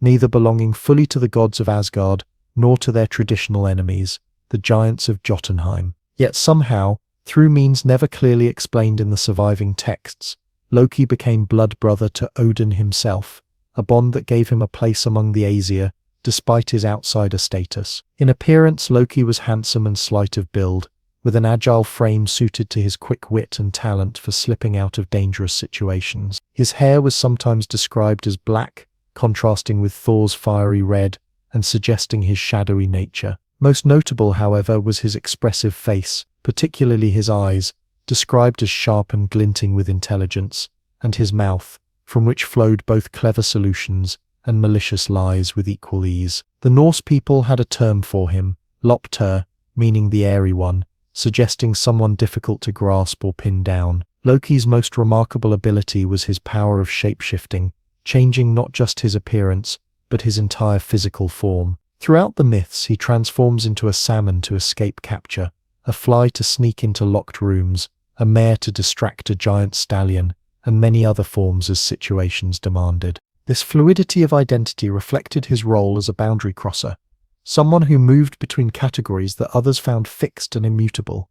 As the trickster of Norse mythology, Loki served multiple functions within the stories and within the society that told them. His escapades taught valuable lessons about the dangers of excess pride, the importance of adaptation, and the inevitable consequences of breaking social bonds. He challenged the status quo, forcing gods and humans alike to question their assumptions and find new solutions to problems. When the gods grew too comfortable or rigid, Loki was there to shake things up, creating chaos but often spurring necessary growth. The tales of Loki generally fall into three phases that track his gradual transformation from helpful trickster to malicious destroyer. In the earliest stories, he appears as a mischievous but ultimately constructive figure who uses his cunning to help the gods out of difficult situations, many of which he created himself. In the middle phase, his pranks become more dangerous and self-serving, though he still makes amends when forced to. In the final phase, following the death of Balder, which Loki engineers, he becomes an outright enemy of the gods, destined to lead the forces of chaos against them at Ragnarok. One of the earliest tales shows Loki in his more positive aspect. When the gods needed walls built around Asgard for protection, a giant stonemason offered to complete the job in 3 seasons, in exchange for the sun, the moon, and the goddess Freya. At Loki's suggestion, the gods agreed but imposed an impossible deadline. The work had to be finished in a single winter, with no man's help. To their alarm, the mason and his powerful stallion Svadilfari worked with such incredible speed that it seemed he would finish on time. Desperate to avoid paying the devastating price, the gods threatened Loki, holding him responsible for finding a solution. Transforming himself into a mare, Loki lured away Svadilfari, preventing the mason from completing his work. The giant, revealing his true nature in his rage, was then killed by Thor. From Loki's time as a mare came one of his strangest offspring, the 8-legged horse Sleipnir, who became Odin's personal mount, the finest steed in all the 9 realms. This story establishes several key aspects of Loki's character: his ability to create clever solutions to dangerous problems, his willingness to transform himself in extreme ways to achieve his goals, and the unusual consequences that often resulted from his schemes. It also shows the gods' ambivalent relationship with him. They rely on his quick thinking but are quick to blame him when things go wrong. Another famous tale reveals how Loki's mischief could lead both to problems and to invaluable treasures. When he cut off the golden hair of Thor's wife Sif as a prank, Thor threatened to break every bone in his body unless the damage was repaired. Loki then ventured to the realm of the dwarves, persuading the sons of Iveldi to forge new hair for Sif from actual gold, so perfect it would grow like real hair. While there, he also commissioned 2 other treasures: Skidbladnir, a ship that could fold up into a pocket but expand to carry all the gods, and Gungnir, a spear that would never miss its mark. Not content with these 3 treasures, Loki then challenged 2 dwarf brothers, Brokra and Sindri, claiming they could not forge items of equal quality. The stakes were Loki's own head. As the brothers worked, Loki transformed into a fly and bit them repeatedly, trying to spoil their work. Despite this sabotage, they created 3 more marvels: a living boar with golden bristles, a gold ring called Drupnir that would drop 8 identical rings every 9th night, and a hammer, Megilnir, that would never miss its target and always return to its wielder. When the gods judged the dwarves' work superior, Loki fled but was captured by Thor. The dwarves came to claim his head, but Loki pointed out that they could take his head but not his neck. Frustrated by this technicality, the dwarves settled for sewing Loki's lips shut, a temporary punishment for his silver tongue. This myth shows how Loki's troublemaking often resulted in benefits for the gods, even as it caused short-term suffering for Loki himself. All 6 treasures became essential tools for the Aesir, especially Thor's hammer Megilnir. Without Loki's initial mischief and subsequent challenges, these items would never have been created. This pattern, where Loki causes problems that ultimately lead to positive outcomes, appears repeatedly in the earlier myths. Loki's family life was as complex and unconventional as his relationship with the gods. With his wife Sigyn, he had 2 sons, Narfi and Vali, who appear to have been normal by godly standards. However, with the giantess Angrboda, he fathered 3 monstrous children who would play crucial roles in the coming doom of the gods. Hel, a being half alive and half corpse, who became ruler of the realm of the dead. Jörmungandr, the world serpent so large it encircled Midgard, and Fenrir the wolf whose strength was so great that only magic could bind him, and who was destined to kill Odin during Ragnarok. These children represented the chaos and destruction inherent in Loki's nature, the dangerous potential that lurked beneath his charming exterior. The gods, recognizing the threat they posed, took action, banishing Hel to the underworld, throwing Jörmungandr into the ocean, and binding Fenrir with a magical ribbon. These actions, while seemingly prudent, created enemies who would later return to destroy them, illustrating the Norse fatalism about whether dangers should be confronted or avoided. As the myths progress, Loki's schemes become increasingly harmful. In one telling episode, he accompanied Thor and the human servant Thialfi to the hall of the giant Utgarda Loki. There, the 3 visitors faced a series of rigged contests designed to humiliate them. Loki, competing in an eating contest against someone named Loki, was utterly defeated. His opponent consumed not just the meat but the bones and even the trough they ate from. Only later did they learn that Loki was actually fire itself, explaining Loki's defeat by his elemental counterpart. The turning point in Loki's story, and indeed in the entire Norse mythological cycle, came with the death of Balder, the most beloved of all the gods. Balder was beautiful, kind, and radiant, the embodiment of light and joy in the divine realm. After Balder began having dreams foretelling his death, his mother Frigg extracted promises from everything in all the realms: fire and water, stones and metals, plants and animals, diseases and poisons, that they would never harm her son. The gods even made a game of throwing weapons at Balder, delighting in how everything bounced off him without causing injury. Loki, disguised as an old woman, visited Frigg and learned that she had overlooked just one thing: the humble mistletoe, which she thought too young and harmless to bother with. Fashioning a dart from mistletoe,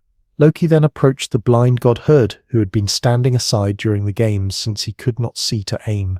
Loki offered to guide Herder's hand so he could participate in the fun, directing the mistletoe dart straight at Balder.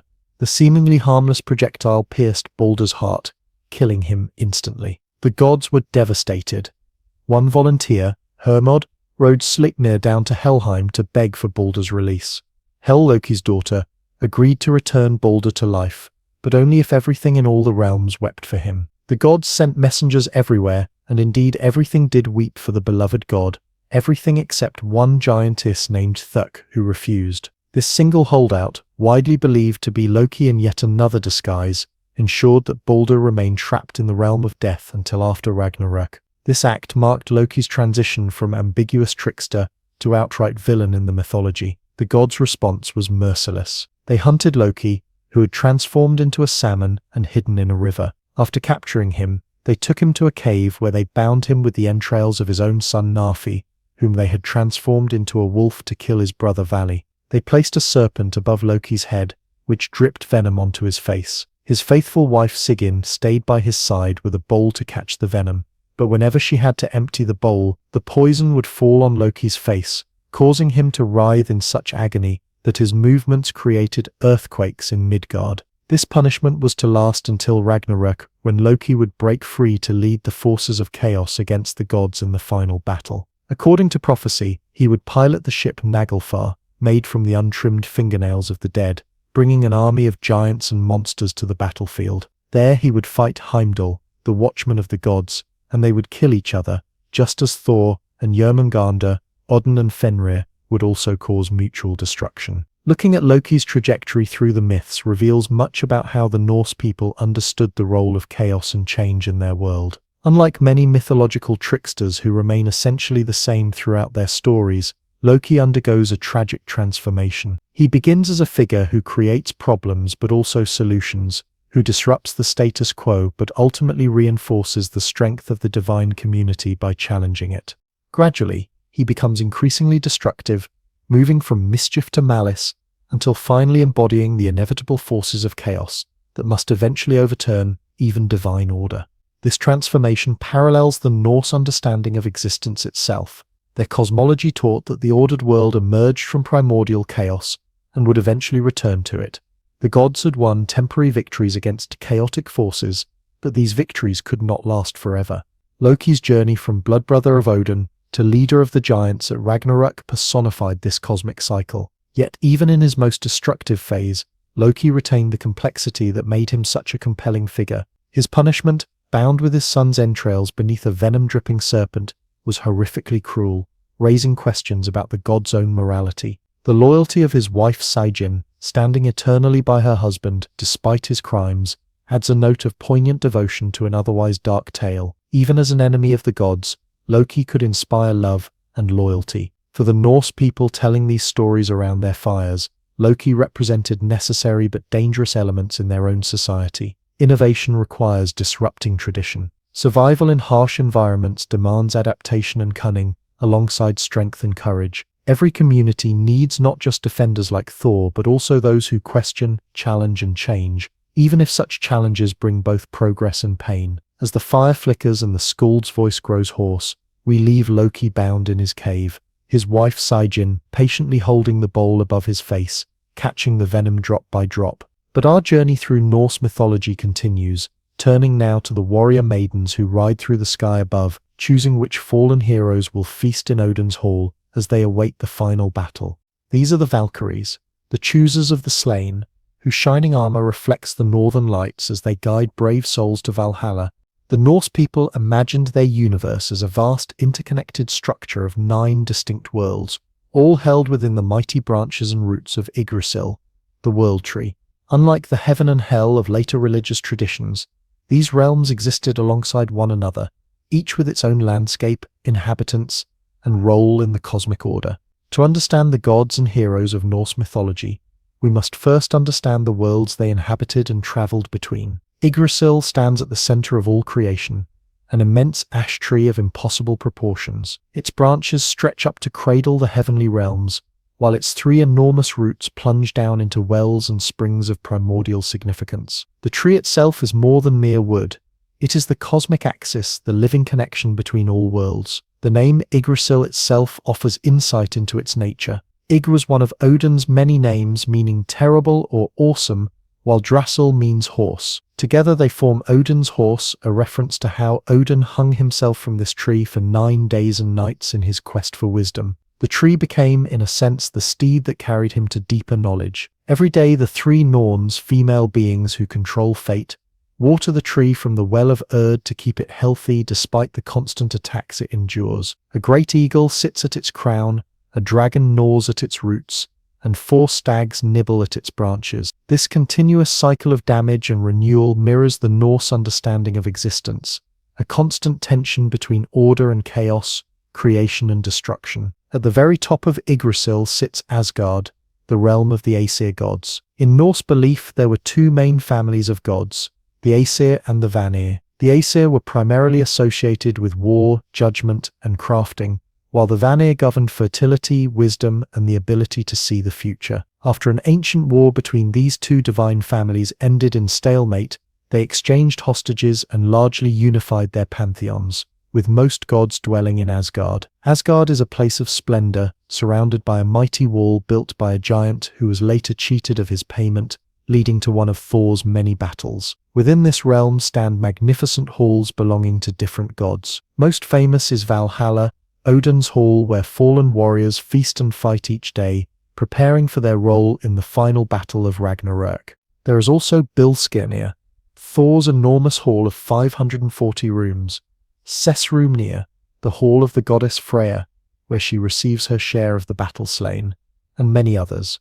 Asgard is connected to the human realm by Bifrost, the rainbow bridge guarded by the god Heimdall. With his extraordinary senses, including the ability to hear grass growing and see 100 miles in all directions, Heimdall keeps watch for giants or other enemies who might threaten the gods. Below Asgard lies Midgard, the realm of humans. This middle world, hence the name, was created by the gods from the body of the slain giant Ymir at the beginning of time. The gods fashioned Ymir's flesh into the earth, his blood into the seas, his bones into mountains, and his skull into the sky. To protect humans from the chaotic forces outside, they used Ymir's eyebrows to build a wall around Midgard. Midgard is encircled by a vast ocean where the great serpent Jörmungand, one of Loki's monstrous children, lies coiled around the world, gripping its own tail. Thor has several encounters with this massive creature, including one famous fishing trip, where he nearly pulls it from the sea before his giant companion cuts the line in fear. Connected to Midgard,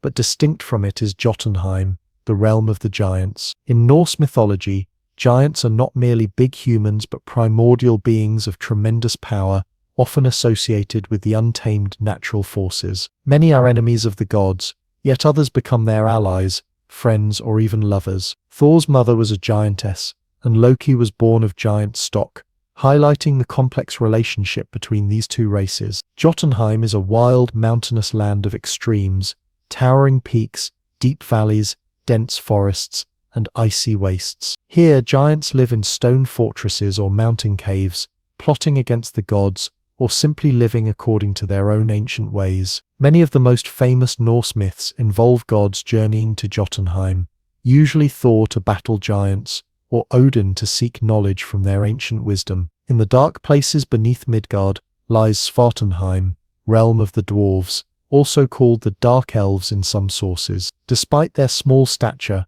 dwarves play crucial roles in many myths. Master craftsmen without equal, they created some of the most powerful objects in Norse mythology: Thor's hammer Mjolnir, Odin's spear Gungnir, and the magical golden ring, Dropnir. Dwarves live underground, mining precious metals and gems, forging magical items, and guarding ancient secrets. They are often portrayed as greedy but bound by their word. Once they promise to craft something, they must deliver, though they might seek to trick or cheat their way out of unfavorable bargains. Their realm is one of forge fires and hammerfall, glittering treasures and deep mountain halls. Above Midgard lies Alfheim, home of the Light Elves. Unlike the dwarves, the elves are beautiful, luminous beings associated with fertility and light. The god Freya, originally of the Vanir family, was given lordship over Alfheim as a teething present, showing the close connection between the Vanir gods and these fair creatures. While less prominent in the myths than dwarves or giants, elves were important in daily Norse religious practice. Offerings were made to them for health and good harvests, and they were thought to interact with humans more frequently than the gods themselves. Their realm is depicted as a place of ethereal beauty, with fields of flowers and forests of silver-leaf trees beneath an ever-bright sky. Opposite to the light of Alfheim is the primordial darkness of Niflheim, a realm of ice, mist, and cold that existed even before the gods. One of the two primeval realms, along with fiery Muspelheim, Niflheim was a place of freezing fog and ancient darkness. Here the 11 venomous rivers known as the Elevagar originated,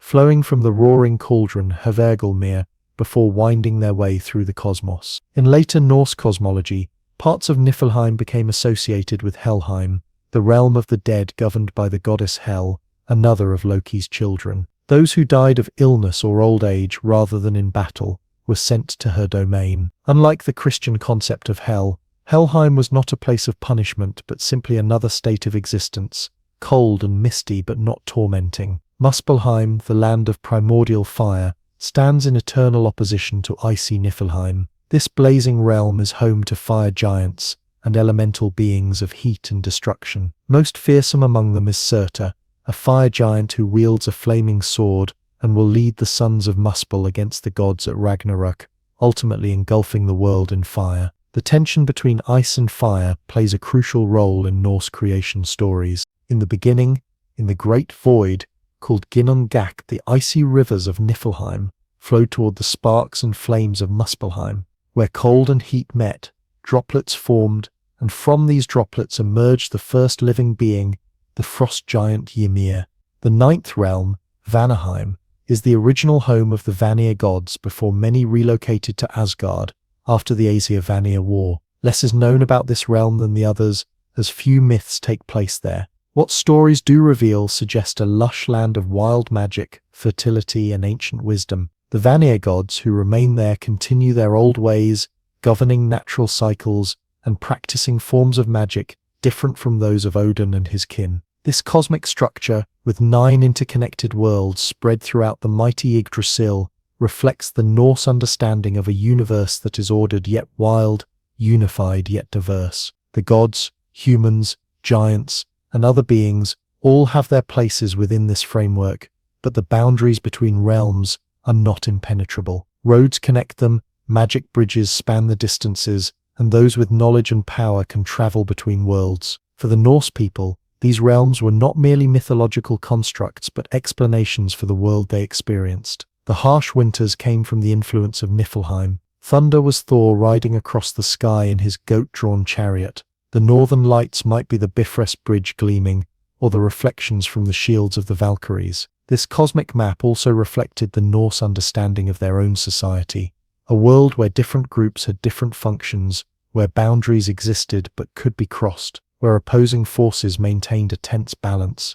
Just as the realms were connected by Yggdrasil, Norse communities were connected by ties of kinship, oath, and shared stories. To navigate these 9 realms required wisdom, courage, and often cunning, qualities embodied most fully in Odin, the All-Father. As chief of the Aesir gods, his power extended throughout the cosmos, yet even he was subject to its underlying laws and the decrees of fate. His endless quest for knowledge took him to every corner of the 9 realms, from the highest branches of Yggdrasil to its deepest roots. Odin understood, perhaps better than any other being, that knowledge itself was the greatest power in the 9 realms. His wisdom came at terrible personal cost, the sacrifice of his eye to drink from Mimir's well of knowledge, the 9 days hanging wounded from Yggdrasil to learn the secrets of the runes, the countless disguised wanderings among giants and humans seeking hidden truths.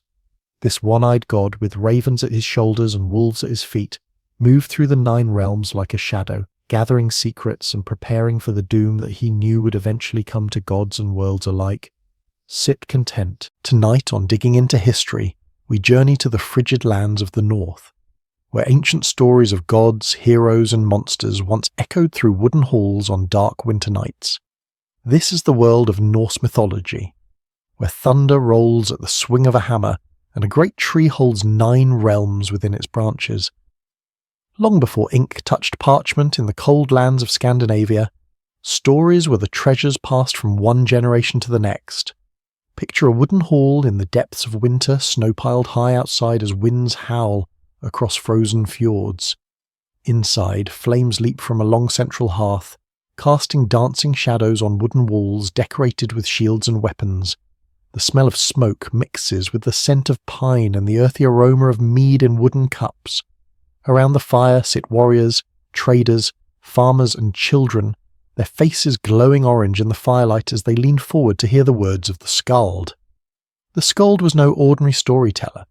These master poets were the keepers of history, the weavers of legend, and the voice of cultural memory for the Norse people. Many skalds travelled from settlement to settlement, welcomed in every hall for the stories they carried. Others served in the courts of powerful jarls and kings, composing poems that praised their patrons and preserved their deeds for future generations. Their poetry followed strict patterns, using complex systems of alliteration and rhythm that made the stories easier to remember and recite. This carefully crafted form helped ensure that tales remained consistent as they passed from one teller to the next, like a verbal chain linking back through time to the oldest memories of the people. When a skald began to speak, the hall would grow silent.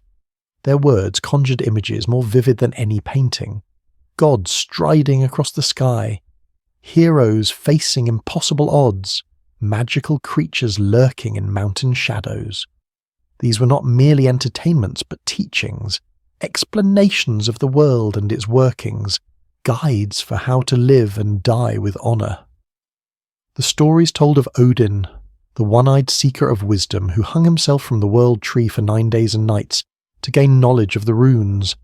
They spoke of Thor, whose mighty hammer Mjolnir created thunder when it struck, and whose strength protected both gods and humans from the chaotic forces that threatened their worlds. The Skald might recount the clever schemes of Loki, a shape-shifting trickster whose wit brought both wonders and disasters to the gods. These tales were not simply repeated. They lived and breathed, changing subtly with each telling while maintaining their core truths.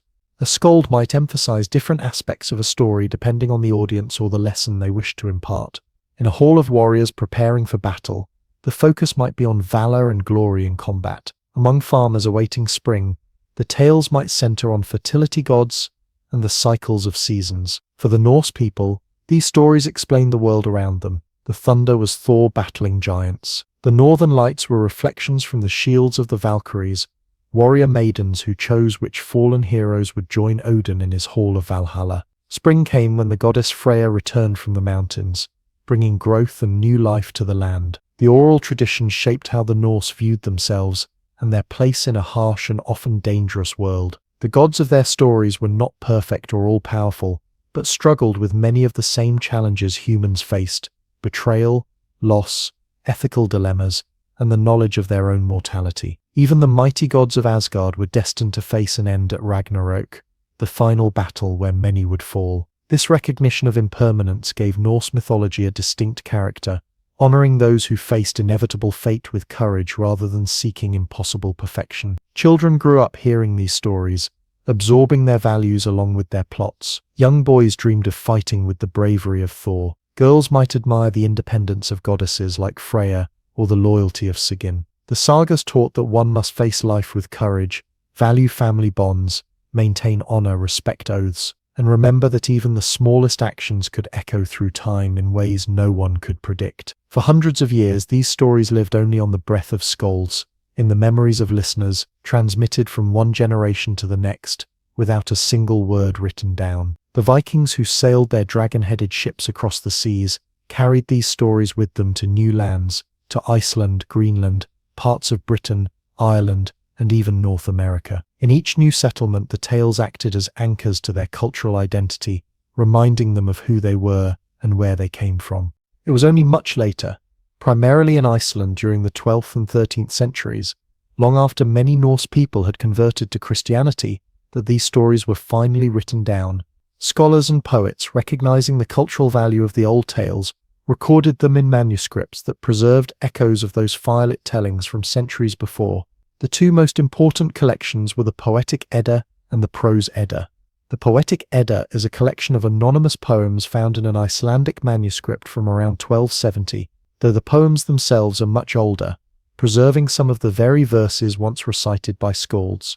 The Prose Edda was written by the Icelandic scholar and politician Snorri Sturluson around 1220 as a handbook for poets, explaining the references and stories needed to understand traditional Norse poetry. Without these written records, the rich mythological tradition of the Norse people might have faded entirely from memory, yet even in written form, the tales maintain something of their oral character. They sometimes contradict each other, offer multiple versions of events, or leave gaps that hint at stories that were once known, but eventually lost to time. The world described in these tales is complex and fascinating, organized around a cosmic structure unlike any other. At the center stands Yggdrasil, the immense ash tree whose branches and roots connect 9 distinct realms, each with its own inhabitants and character. The gods dwell in Asgard, humans in Midgard, giants in Jotunheim, and the dead in the misty depths of Helheim. Other realms house elves, dwarves, and creatures of fire and ice. This tree, this connection between worlds, forms the backbone of Norse cosmology. Its branches reach to the highest heavens while its 3 great roots extend to 3 different springs. The Well of Urd, where the Norns weave the fates of all living things. Mimi's Brunn, the Well of Wisdom, guarded by the severed head of the wise being Mimir, and Hövergölmir, the roaring cauldron in Niflheim, from which many rivers flow. The tree itself is under constant attack. A great dragon named Nidhogg gnaws at its roots, and 4 stags nibble at its branches, yet it endures, maintained by the 3 Norns who sprinkle it daily with water from the well of Erd. This constant tension between creation and destruction, order and chaos, runs throughout Norse mythology, reflecting the harsh realities of life in the northern lands. These 9 realms remain mysterious to us today, glimpsed only through stories that have survived centuries of retelling. Even in the written accounts, there are variations in how the realms are described and which beings inhabit them. This uncertainty feels appropriate for a mythology that was never standardized, controlled by any central religious authority, but instead evolved organically through countless tellings around countless fires. The complexity of this cosmic structure hints at the depth of Norse religious thought. This was no simple religion, but a sophisticated understanding of the universe that acknowledged its mysteries and contradictions, rather than attempting to explain them away. The gods themselves embodied these complexities, wise yet flawed, powerful yet vulnerable, worthy of respect yet capable of terrible mistakes. As we explore these myths in the coming chapters, we will move through these 9 realms, meeting their inhabitants and unraveling their stories. We begin with the most powerful and complex figure in the entire pantheon, Odin, the All-Father, who sacrificed his eye for wisdom and himself for knowledge. The one-eyed wanderer whose ravens bring him news from across all worlds, and whose endless quest for understanding drives many of the most important events in Norse mythology. Among all the gods of the Norse pantheon, none commands more fascination, fear, and respect than Odin. A god of contradictions and complexities, Odin walks through the 9 realms as both a majestic king and a mysterious wanderer, a generous giver of gifts and a demanding taker of lives, a seeker of wisdom willing to suffer any pain for knowledge. To understand Odin is to grasp the very heart of Norse mythology and the Viking worldview. When the Norse people look to the sky during storms, they might glimpse a tall figure on an 8-legged horse, racing through the clouds with a broad-brimmed hat shadowing his face. This was Odin on his steed Sleipnir, surveying the 9 realms he helped create. The wind of his passage stirred the branches of Yggdrasil, and the single eye gleaming from beneath his hat missed nothing of importance in the worlds below. Odin earned his title as All-Father by helping to create the world and humans. According to the myths, Odin and his brothers Vili and Ve discovered 2 tree trunks on the shore where the primordial realms of ice and fire had merged. From these simple pieces of wood, they crafted the first humans, Ask and Embla. Odin gave them breath and spirit, Vili provided intelligence and emotion, and Ve bestowed upon them the senses and physical appearance. Through this act of creation, Odin became father to the human race, watching over them with both benevolence and stern judgment. His appearance reflected his complex nature. Tall and strong despite his apparent age, Odin typically appeared as an older man with a long grey beard, but his bearing remained powerful and commanding. Where his right eye should be, there was only an empty socket or a scar, the price he willingly paid for wisdom. He often travelled disguised in a blue cloak with a wide-brimmed hat pulled low to hide his missing eye, calling himself by one of his many names to conceal his true identity. For Odin possessed more names than any other being in Norse mythology, hundreds of them, each reflecting a different aspect of his power or personality. He was called Grimnir, the Masked One, Harbar the Greybeard, Gangleri, the Wanderer, Sigdir, God of Victory, Hangatyr, God of the Hanged, Alfurther, Allfather, Valfurther, Father of the Slain, and countless others. Each name was a fragment of his true self, and no single name could capture his entirety. At his shoulders perched 2 ravens, Hugin and Munin, Thought and Memory, who flew out each dawn across all 9 realms, and returned at evening to whisper in his ears all they had seen and heard. When the Norse people noticed ravens circling a battlefield, or perched on a rooftop, they wondered if Odin's eyes were upon them, gathering intelligence for purposes only the god himself might know. At his feet lay 2 wolves, Jerry and Freki, both names meaning the ravenous one, whom Odin fed from his table. He himself consumed nothing but mead or wine, sustaining himself entirely on drink while giving all his food to his wolf companions. Like the wolves they kept, Norse warriors who dedicated themselves to Odin cultivated a ferocious hunger for battle and victory. Odin's hall in Asgard was Valhalla, a majestic building roofed with golden shields, so large it contained 540 doors, each wide enough for 800 warriors to march through side by side. Here Odin hosted the Einherjar, warriors who had died courageously in battle and been selected by the Valkyries to join his eternal army. Every day these chosen warriors would fight each other in practice combat, falling only to rise again whole for the evening feast. They ate the meat of a magical boar that restored itself each night and drank endless mead served by the Valkyries. This was no mere paradise of pleasure. Odin gathered these warriors for a purpose to fight beside him at Ragnarök, the fated final battle where gods and giants would clash in mutual destruction. Odin, with all his wisdom and foresight, knew he was doomed to die in that conflict, swallowed by the great wolf Fenrir. His collection of elite warriors represented his attempt to change, or at least challenge, a fate he knew could not be avoided. For unlike many other divine figures in world mythology, Odin and the Norse gods were not immortal in the strict sense. They lived extraordinarily long lives and had access to magical means of preserving their youth, like the golden apples kept by the goddess Idun, but they could be killed, and many were fated to die when Ragnarök arrived. This knowledge of their own mortality added a poignant dimension to Norse mythology and shaped Odin's character profoundly. Perhaps it was this awareness of his ultimate fate that drove Odin's relentless pursuit of wisdom. No god in any mythology has sacrificed more for knowledge than Odin. His most famous sacrifice came at the foot of Yggdrasil, where he gave up his eye to drink from Mimir's well, a source of profound wisdom and foresight. The image of the one-eyed god reflects the Norse understanding that true wisdom always comes at a cost.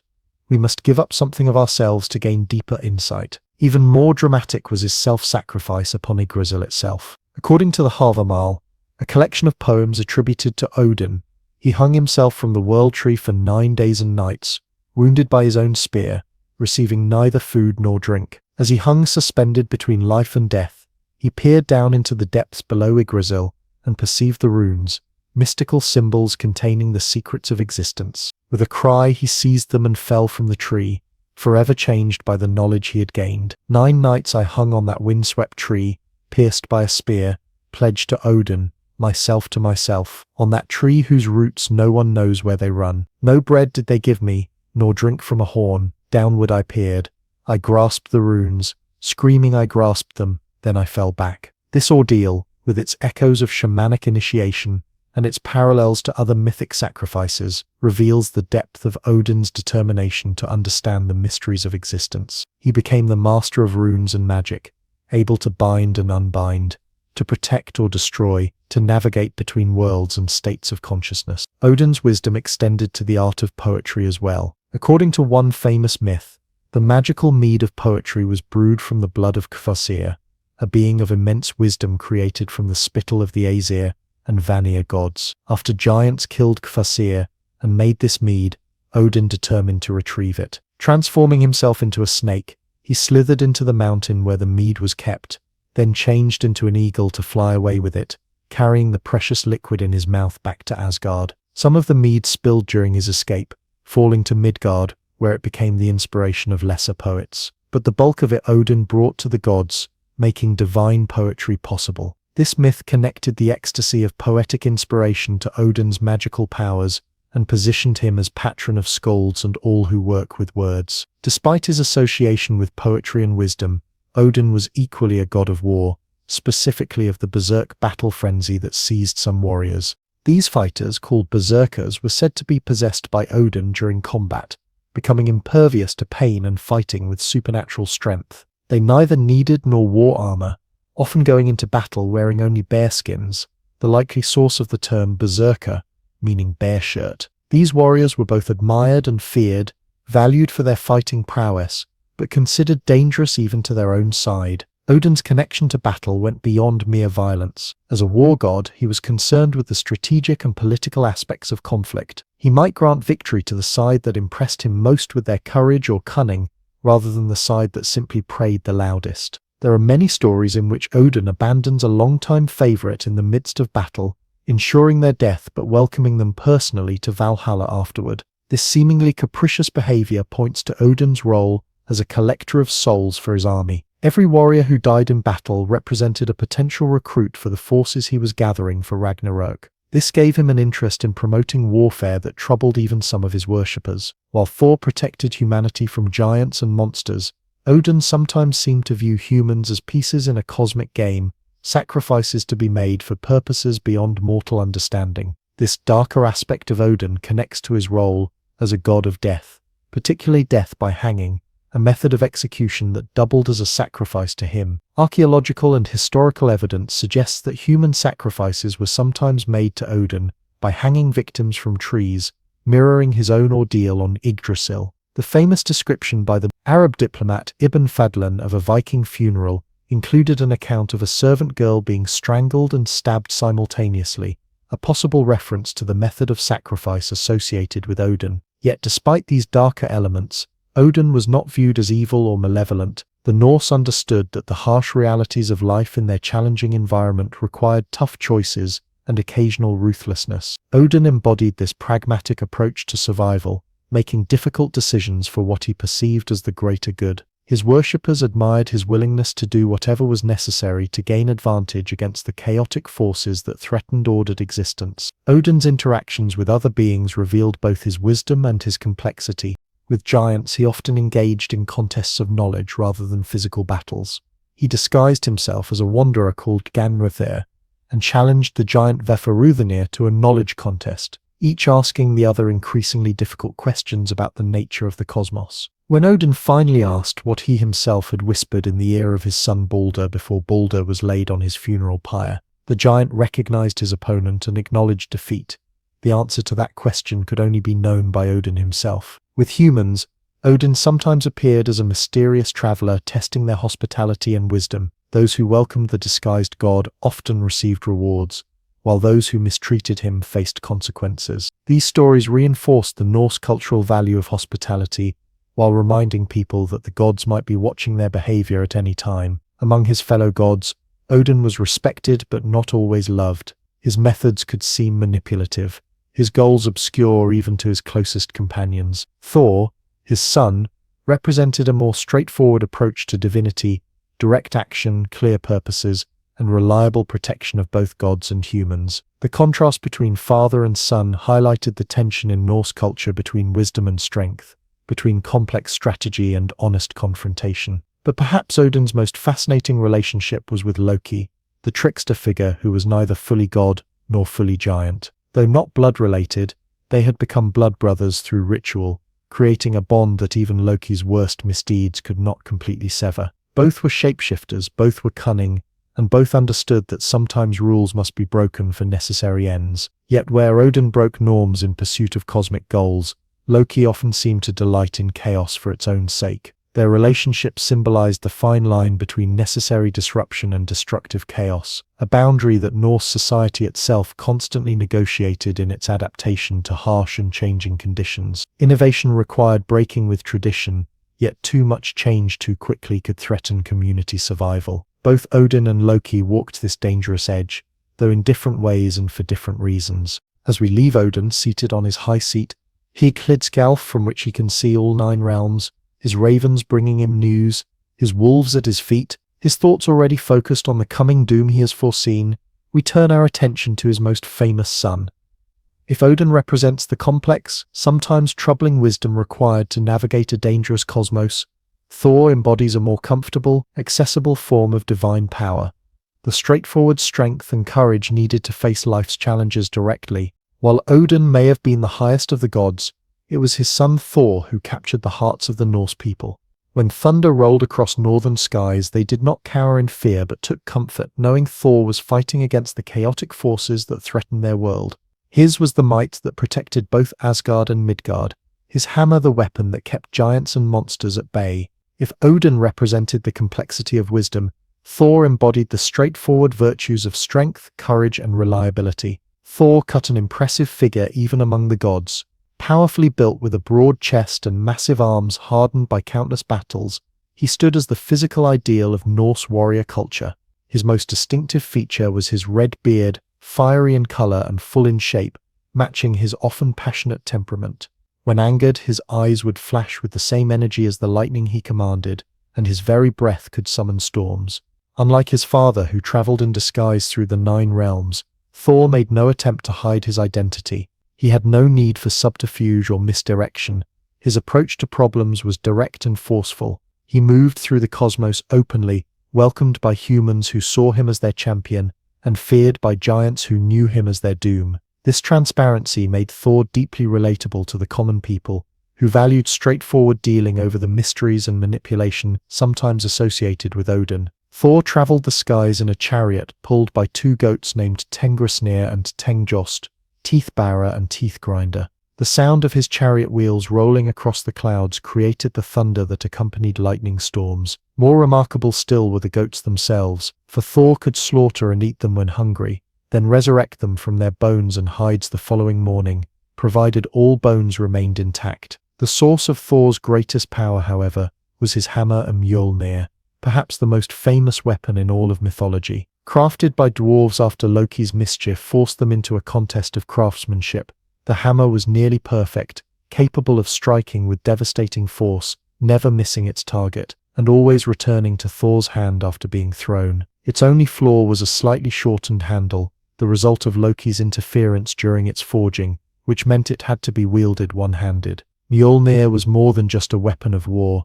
It was a sacred instrument with multiple functions in Norse religious practice and mythology.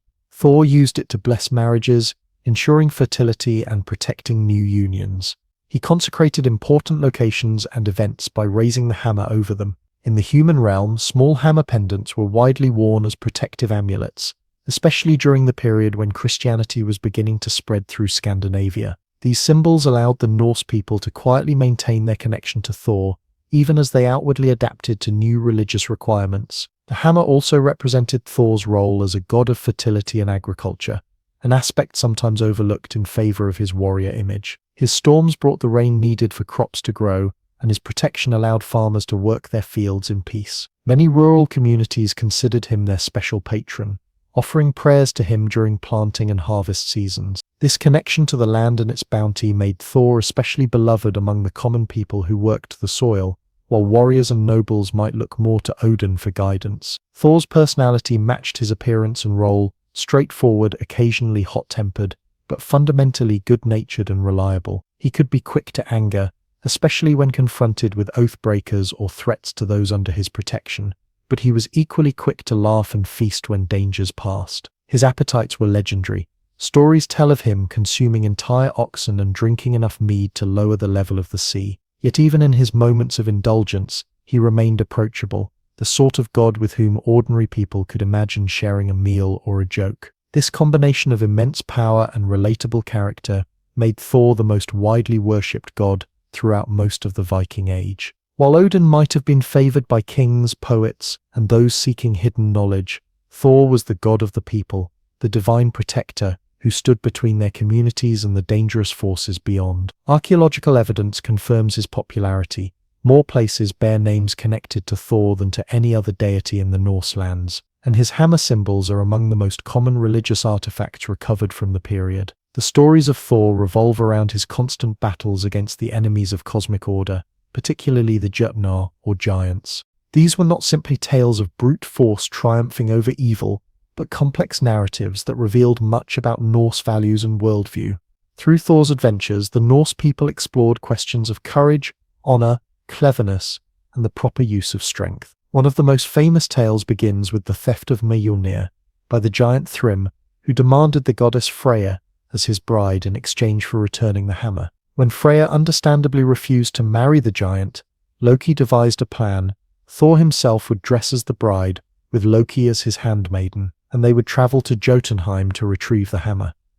Though initially reluctant to don women's clothing, Thor recognized the necessity of recovering his weapon. At the wedding feast, Thrym became increasingly confused by his bride's behavior, particularly her enormous appetite, as Thor consumed an entire ox, ate salmon, and vast quantities of mead. Loki quickly explained that Freyja had been so excited about the wedding that she had not eaten for 8 days. When Thrym attempted to kiss his bride, he was startled by the fierce glare in Thor's eyes, but again Loki intervened, claiming that Freyja had not slept for 8 nights due to anticipation. Finally, Thrym ordered that the hammer be brought in to bless the union, as was customary. The moment Mjolnir was placed in Thor's lap, he grabbed it, cast off his disguise, and slaughtered Thrym and all the giants present at the feast. This story, while humorous, highlights the lengths to which Thor would go to fulfill his duty as protector, even at the cost of his own pride. It also reveals the Norse appreciation for cleverness alongside strength. Thor's might alone was not enough to solve this problem. Loki's trickery was equally necessary. Another famous adventure took Thor and Loki to the castle of the giant king, Loki, who subjected them to a series of seemingly impossible challenges. Thor was challenged to lift a cat, wrestle an old woman, and drink from a horn. To his shock and humiliation, he failed at each task, barely raising the cat's paw off the ground, getting forced to one knee by the old woman, and only managing to lower the level in the drinking horn slightly. Only after they departed did Loki reveal the truth. The cat was actually the Midgard serpent, Jörmungandr, which encircles the entire world.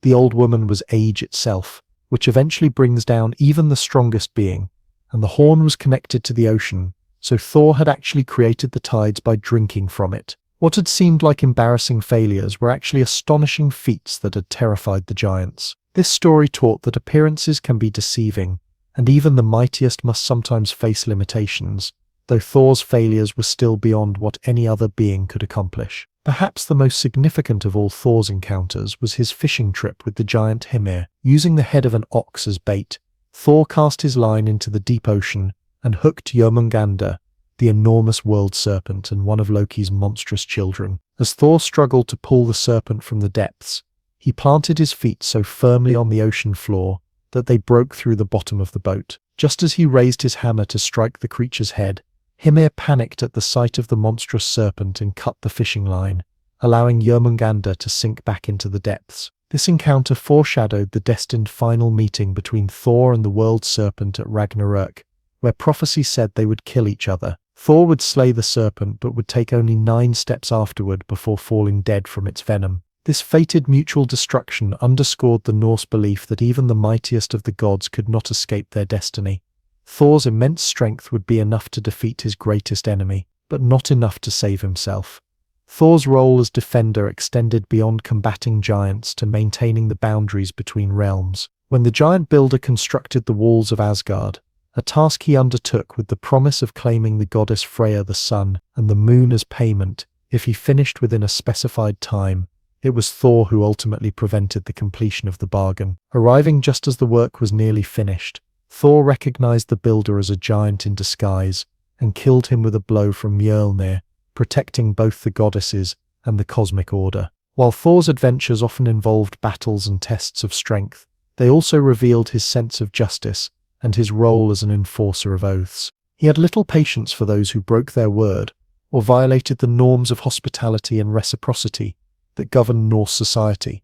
In this, he differed from his father Odin, who might value cleverness and advantage over strict adherence to promises. Thor represented a more straightforward moral code, one centered on protecting the weak, fulfilling obligations, and meeting threats with appropriate force. Thor's family relationships added further dimensions to his character. His wife was Sif, a goddess associated with fertility and whose golden hair symbolized fields of wheat. The story of how Loki cut her hair while she slept, and was then forced by Thor to replace it with hair of actual gold crafted by dwarves, reveals Thor's devotion to his wife and his unwillingness to tolerate insults to his family. Thor also had a giantess lover named Jaun Saxa, with whom he fathered Magni, a son who would be strong enough to lift Mjolnir when he was just 3 days old. Thor's relationship with Loki was particularly complex.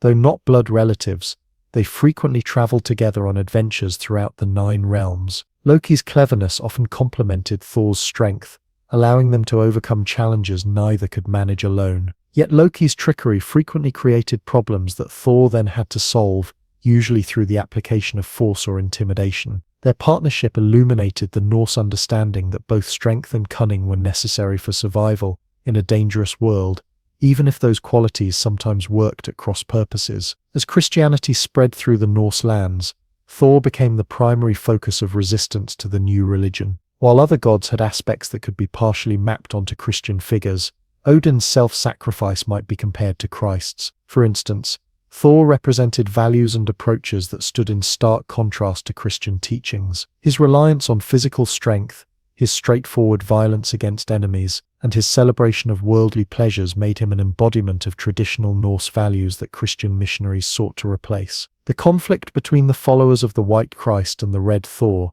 as they were sometimes known, played out over generations. In Iceland, when the Althing, the legislative assembly, voted to adopt Christianity in the year 1000 CE, a special exemption was made, allowing people to continue making private sacrifices to Thor and the old gods, though public worship was to follow Christian practices.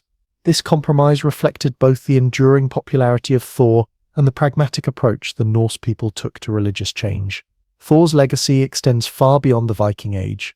His name lives on in the English weekday Thursday, Thor's Day, and his hammer remains one of the most recognizable symbols of Norse heritage. In modern popular culture, from comics to films to literature, Thor continues to embody the archetype of the powerful protector, the straightforward hero whose strength serves a moral purpose. Yet the Thor of ancient Norse belief was more nuanced than many modern portrayals suggest. He was not simply a warrior god, but a complex figure who embodied the ideal balance of strength, courage, and moral purpose that the Norse people aspired to achieve. His protection extended to all who lived honorably and kept their oaths, from the highest jarl to the humblest farmer.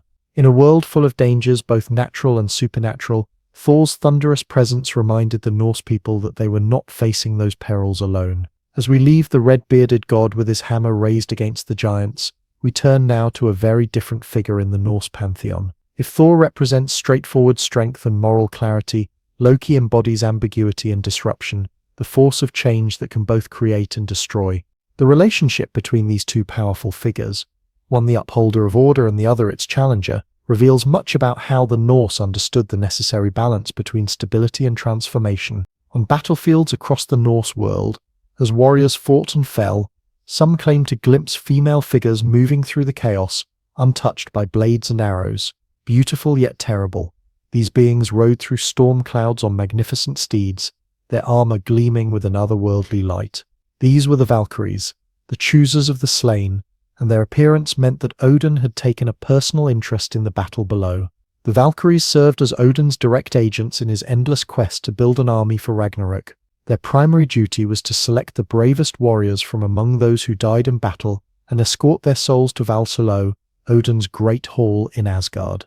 Not every fallen fighter earned this honor, only those who had demonstrated exceptional courage and skill.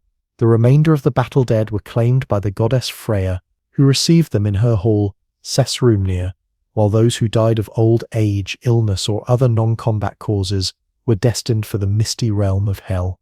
The name Valkyrie itself tells us much about their role. It comes from the Old Norse Valkyria, combining Valsa slain with Kurja chooser. They were literally choosers of the slain, deciding which warriors would be elevated to the ranks of the Einherjar, the elite fighters who would stand with Odin at the end of days. This selective process reflected the competitive values of Norse warrior culture, where how one died mattered as much as how one lived. In their appearance, the Valkyries embodied a blend of beauty and terror appropriate to their function. They were typically described as tall, fair women with flowing hair, often blonde or golden, wearing gleaming armor, and sometimes carrying spears or shields. They rode through the sky on magnificent horses, and some sources suggest their armor was what caused the atmospheric phenomenon, now known as the aurora borealis or northern lights, the night sky, illuminated by reflections from their breastplates and helmets. The number of Valkyries varied in different accounts. Some sources mention only a handful,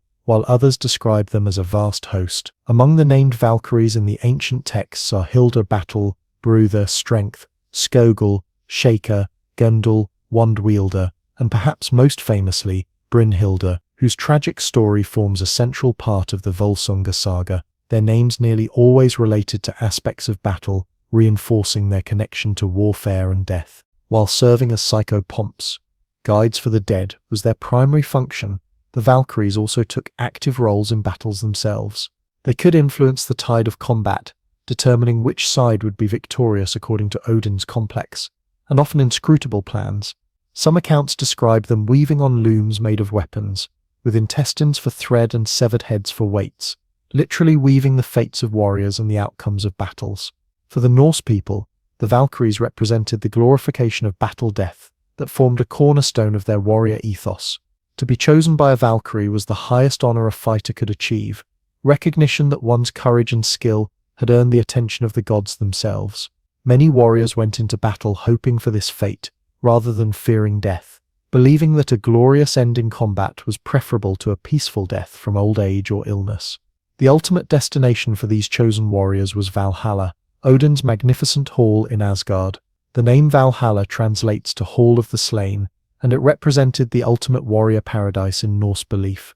More than merely an afterlife of pleasure, it was a place of purpose where the bravest fighters from throughout history prepared for their crucial role in the final battle of Ragnarok.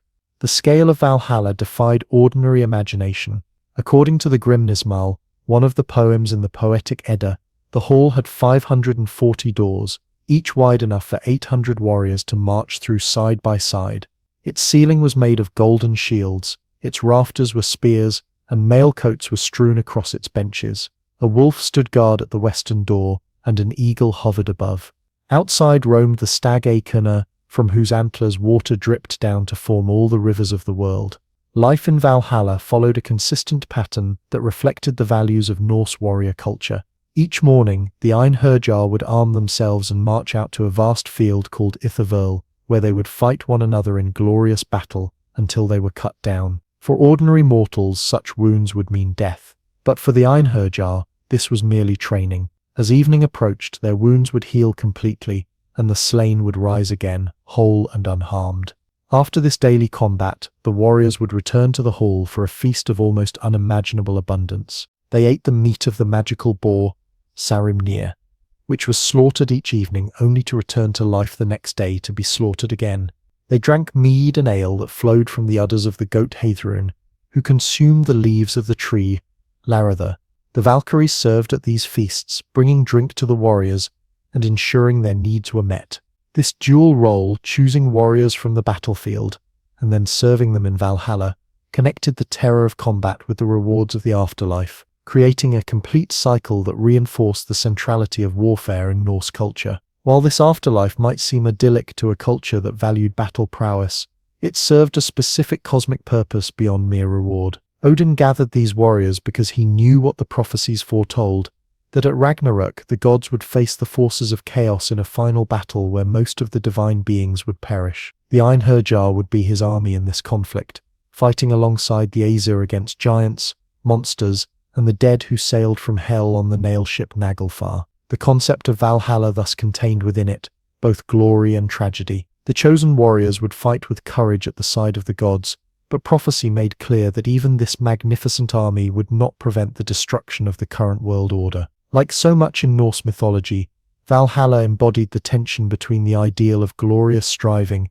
and the fatalistic acceptance that all things, even the gods themselves, must eventually end. For ordinary Norse people, the stories of the Valkyries and Valhalla provided a framework for understanding warfare and death. The prospect of being chosen to join Odin's elite warriors offered comfort to those facing battle and to families who lost loved ones in combat. It transformed the tragedy of death into a potential honor and gave cosmic significance to the violence that was often an inescapable part of life in the medieval North. As our journey through Norse mythology continues, we move from the glorious Hall of Fallen Heroes to the very beginning and end of the Norse cosmos, how the 9 realms came to be, and how they are fated to perish in ice and fire before a new world rises from the destruction. Discontent. Tonight on Digging into History, we journey to the misty beginnings of one of humanity's oldest continuous civilizations, a tale of rivers and oracle bones, of bronze and jade, of farmers who became emperors. This is the dawn of Chinese civilization. Long before written records, before emperors ruled from golden thrones, before the Great Wall stretched across mountains like a stone dragon, there was the Yellow River. Flowing down from the Tibetan plateau, it carved a path through the heart of what would become China, depositing rich, yellow-brown, low soil along its banks. This fertile gift would nurture the first seeds of Chinese civilization. Around 8,000 years ago, as the last ice age retreated, small bands of people began to settle along this river valley.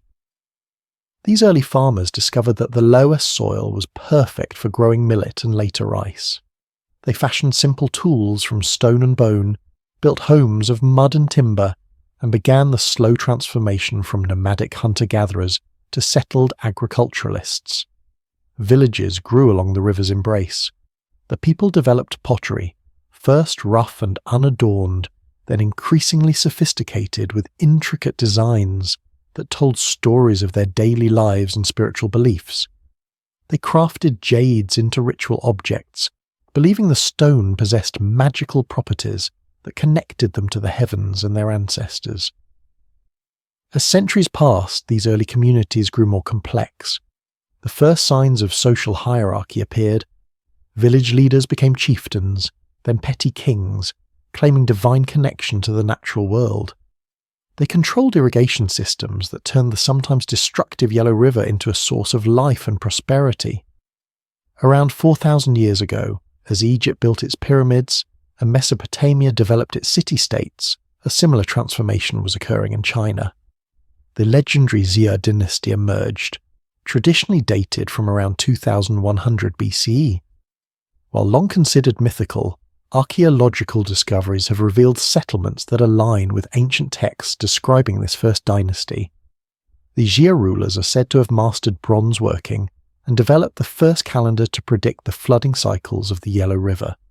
The most famous legend tells of Yu the Great, who spent 13 years channeling the Yellow River's floodwaters into a system of canals and dikes.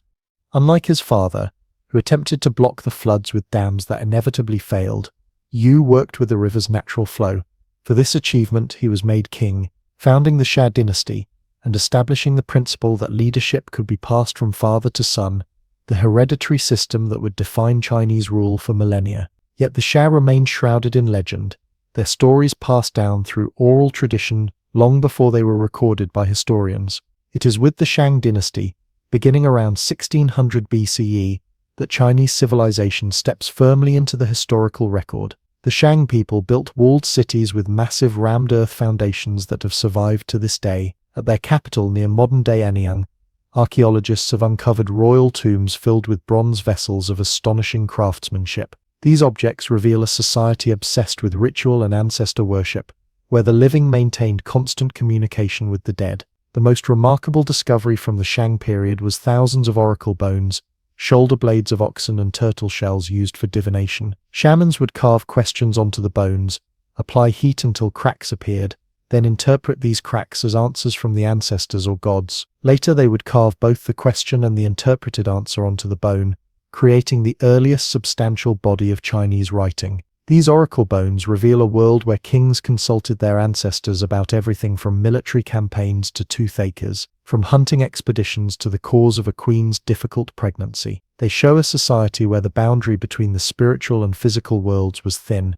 where rulers drew their legitimacy from their ability to communicate with the divine. The Shang dynasty fell around 1046 BCE to the Zhou, a western state that had once been their vassals. The Zhou would rule, at least in name, for an extraordinary 8 centuries, making them the longest-lasting dynasty in Chinese history. They expanded the boundaries of Chinese civilization, pushing south toward the Yangtze River, and establishing a proto-feudal system where the king granted territories to relatives and loyal nobles. The early Zhou period was marked by relative stability and cultural flourishing. The Zhou rulers claimed they had overthrown the Shang because the last Shang king had been corrupt and tyrannical. To justify their conquest, they developed the concept of the mandate of heaven, the idea that heaven grants the right to rule to those who govern with virtue and withdraws it from those who become corrupt.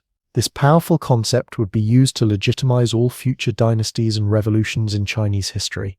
Under the Zhou, Chinese philosophy began to take shape. The earliest poems of the Book of Songs were composed celebrating love, war, agriculture, and the rhythms of court life. Bronze working reached its artistic peak, with ritual vessels displaying intricate patterns and Taoti masks, stylized animal faces that seemed to stare out from the bronze surface with ancient, knowing eyes. Yet the Zhou kings gradually lost power to their feudal lords. In 771 BCE, barbarians from the west sacked the Zhou capital, killing the king. The dynasty survived by moving its capital east to Luoyang, but central authority was weakened. The Eastern Zhou period saw the gradual dissolution of the feudal system, as powerful states began to assert their independence. The landscape of ancient China was changing. Iron tools allowed farmers to clear more land. Trade between states increased. Cities grew larger and more complex. Writings spread beyond the royal court, and educated men began to question traditional beliefs. It was during this period of political fragmentation that Chinese culture would reach its first intellectual golden age. As the sun set on the unified feudal system, it also marked the beginning of a new dawn. The weakening of central authority created space for intellectual experimentation and philosophical debate. The stage was being set for the 100 schools of thought, a period when competing philosophies would offer different solutions to the problem of how to restore order to a fractured world. From the humble beginnings of river valley farmers to the complexity of warring states, Chinese civilization had transformed. Yet through all these changes, certain continuities remained: reverence for ancestors, belief in the connection between human virtue and cosmic harmony, and the central importance of agriculture to Chinese identity. The foundations had been laid for everything that would follow: the unification under the Qin, the glories of the Han, the poetry of the Tang, the innovations of the Song, and beyond. Like the Great Yellow River itself, Chinese civilization had begun its long journey through history, gathering strength with each tributary that joined its flow. The map of China, fragmented like a shattered mirror, where once the Zhou kings had maintained at least a ceremonial unity, now 7 powerful states engaged in a deadly dance of alliances, betrayals, and brutal warfare. This was the Warring States period, an era of unprecedented violence and bloodshed that lasted from around 475 BCE until 221 BCE. Yet from this chaos emerged some of the most profound philosophical thinking the world has ever known. As the authority of the Zhou kings weakened, regional lords consolidated their territories into larger and more powerful states. By the mid-5th century BCE, 7 major powers dominated the landscape: Qin, Chu, Yan, Han, Jia, Wei, and Qi. These states no longer paid even lip service to Zhou authority. They called themselves kingdoms, and their rulers took the title of king rather than duke or lord. Warfare transformed dramatically during this period. Earlier battles had been ritualized affairs fought between aristocratic warriors who followed codes of honor. Now massive armies of infantry, armed with crossbows and iron weapons, fought in campaigns that could last years. Military leaders developed sophisticated strategies and tactics, no longer bound by traditional rules of engagement. The famous military strategist Sun Tzu wrote his classic text, The Art of War, during this time, advocating for psychological warfare, deception, and intelligence gathering. His work reflected the increasingly ruthless nature of conflict, where victory was the only measure of success, regardless of the methods used. The scale of these conflicts dwarfed anything seen before in Chinese history. Historical records tell of battles involving hundreds of thousands of soldiers, with casualties in the tens of thousands. The state of Jia reportedly lost 400,000 men when the Qin army surrounded and starved their forces at the Battle of Changping in 260 BCE. In this harsh environment, statecraft evolved from the feudal arrangements of the early Zhou to more centralized systems of governance. Rulers could no longer rely on personal bonds of loyalty from aristocratic families. Instead, they developed bureaucracies staffed by educated men, chosen for their abilities rather than their bloodlines. Taxation systems became more sophisticated, enabling states to support standing armies and ambitious building projects. Agricultural productivity increased through large-scale irrigation works, often mobilizing tens of thousands of laborers. The state of Qin was particularly effective at harnessing its population for both military and civil engineering projects. Commerce flourished despite the warfare, or perhaps because of it. Iron tools became widely available, increasing agricultural productivity. Coins replaced barter in many regions, facilitating trade. Cities grew larger and more complex, with specialized neighborhoods for craftsmen, merchants, and scholars. Social mobility increased as the old aristocratic order weakened. Men of humble birth could rise to positions of influence through military prowess, administrative skill, or scholarly achievement. The state of Qi even established an academy called the Jixia, where thinkers from various schools gathered to debate and develop their ideas, supported by state patronage. It was in this turbulent environment, where old certainties had crumbled and new social orders were emerging, that Chinese philosophy flowered in extraordinary ways. Historians later called this intellectual flourishing the 100 schools of thought, as numerous philosophical traditions competed to provide solutions to the pressing problems of the age. The oldest and most influential of these schools was Confucianism, founded by Kong-Fuzi Confucius, who had lived during the early spring and autumn period, roughly 551–479 BCE, just before the Warring States began.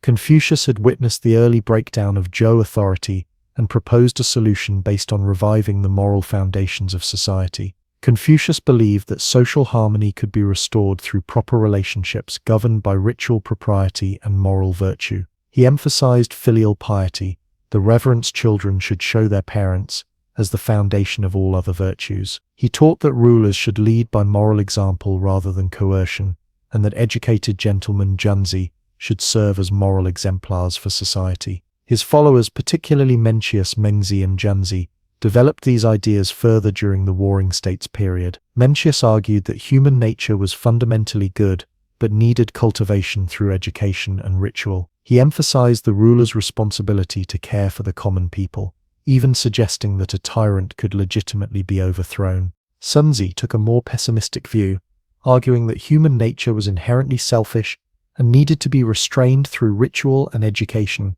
Despite this difference, both thinkers agreed on the importance of moral self-cultivation and proper social relationships as the basis for political order. In stark contrast to the Confucians, another school called legalism emerged, advocating for a harsh, pragmatic approach to statecraft. Legalist thinkers like Han Feizi and Shang Yang argued that human beings were motivated primarily by self-interest and fear of punishment. They proposed systems of strict laws with severe penalties, combined with agricultural policies and military organization that would strengthen the state. The state of Qin adopted many legalist reforms under the guidance of Shang Yang, transforming itself from a semi-barbaric frontier state into the most powerful kingdom in China. Qin rulers replaced the old aristocracy with a merit-based bureaucracy, standardized weights and measures, and mobilized the entire population for military service and public works. While Confucians looked to the past for inspiration and emphasized moral virtue, legalists focused on practical results and had no reverence for tradition. This fundamental difference reflected the tension in Chinese thought between moral idealism and pragmatic realism, a tension that would continue throughout Chinese history. A third major school that emerged during this period was Taoism, traditionally associated with the mysterious figure Laozi and his classic text, the Tao Te Ching, Tao Te Ching. Where Confucians emphasized social engagement and moral action, Taoists advocated a withdrawal from the artificial structures of society to live in harmony with the natural way Tao of the universe. The Taoist sage Zhuangzi wrote parables and paradoxes questioning conventional distinctions and values. He suggested that the pursuit of knowledge and social status was ultimately pointless, and true wisdom came from accepting the limitations of human understanding and flowing with the natural processes of life and death. In many ways, Taoism developed as a critique of Confucian activism. While Confucians sought to reform society through moral effort, Taoists suggested that such efforts often made things worse. They advocated non-action wu wei, not as laziness or passivity, but as a form of effortless action in harmony with natural processes. Beyond these three major schools, numerous other thinkers proposed solutions to the chaos of the warring states. Mozi, founder of Mohism, advocated universal love and impartial caring as an alternative to Confucian emphasis on graduated love based on family relationships. He also promoted meritocracy and criticized wasteful expenditure on rituals and music. The School of Names, including thinkers like Gongsun Long and Hui Shi, explored logical paradoxes and the relationship between language and reality. Their famous puzzles, like a white horse is not a horse, challenged conventional thinking and developed logical analysis in ways reminiscent of Greek sophists. The Yin-Yang School, associated with Zhu Yan, developed theories about the five elements: wood, fire, earth, metal, water, and their cyclical interactions, creating a framework for understanding everything from seasonal changes to dynastic succession. These ideas would later be incorporated into Chinese medicine, astronomy, and geomancy. Despite their differences, all these schools were responding to the same crisis: the collapse of the old feudal order and the extreme violence of the warring states period. They all sought, in different ways, to understand how harmony could be restored to a fractured world. The diversity of Chinese philosophy during this period created an intellectual foundation that would influence Chinese culture for millennia. Later dynasties would draw selectively from these traditions, often combining elements from different schools to create syncretic approaches to governance and ethics. As the Warring States period progressed, the competition between states became increasingly deadly. Smaller states were absorbed by larger ones. Military technology and organization continued to advance. The state of Qin, implementing legalist reforms with ruthless efficiency, gradually gained the upper hand. Under King Zheng, who would later proclaim himself Qin Shi Huang, first emperor of Qin, the Qin armies conquered one state after another. By 221 BCE, the last independent state fell, and China was unified under a single ruler for the first time. The Warring States period had ended, but the philosophical legacy it produced would endure. The competing schools of thought developed during this time of crisis continued to shape Chinese culture through all the dynasties that followed. The tension between Confucian moralism and legalist pragmatism would influence governmental approaches for centuries. Taoist perspectives would provide a counterbalance to Confucian activism and inspire artistic and spiritual traditions. In the crucible of war and social upheaval, Chinese civilization had forged intellectual tools for understanding politics, ethics, and human nature that remain relevant to this day. The great thinkers of the Warring States period demonstrated how periods of crisis can stimulate intellectual creativity as people struggle to make sense of a world in transition. As the dust settled on the battlefields and the banners of the seven states were replaced by the singular standard of Qin, a new era was beginning. The philosophical debates would continue, but now within the context of a unified empire. The first emperor would attempt to impose a single vision on the diverse intellectual landscape, creating new tensions between state power and freedom of thought that would shape the next chapter in Chinese history. From the ashes of the Qin emerged a new dynasty that would become synonymous with Chinese civilization itself. Founded by Liu Bang, a man of humble origins who rose to become a military leader during the rebellions against Qin, the Han dynasty would rule China for over 4 centuries, from 206 BCE to 220 CE. So profound was its impact that even today the majority ethnic group in China calls itself the Han people, and the written Chinese language is referred to as Han characters. Liu Bang, who took the imperial title of Emperor Gaozu, was a pragmatic ruler who learned from the mistakes of his predecessor. Where the first emperor of Qin had ruled with unbending harshness, Gaozu adopted a more moderate approach. He retained the centralized administrative structure established by the Qin, but reduced taxes and softened the legal code. He famously told his followers that he had won the empire from horseback, but he knew he could not govern it from horseback. Effective administration required a different set of skills than military conquest. The early Han emperors maintained elements of various philosophical schools in their governance. Legalist methods provided administrative efficiency, while Darius principles of minimal interference allowed the population to recover from the harsh Qin policies. Gradually, however, Confucianism gained influence at court. Emperor Wen and Emperor Jing, who ruled during the middle of the 2nd century BCE, were particularly known for their Confucian virtues of frugality and benevolence. The Han dynasty reached its peak under Emperor Wu,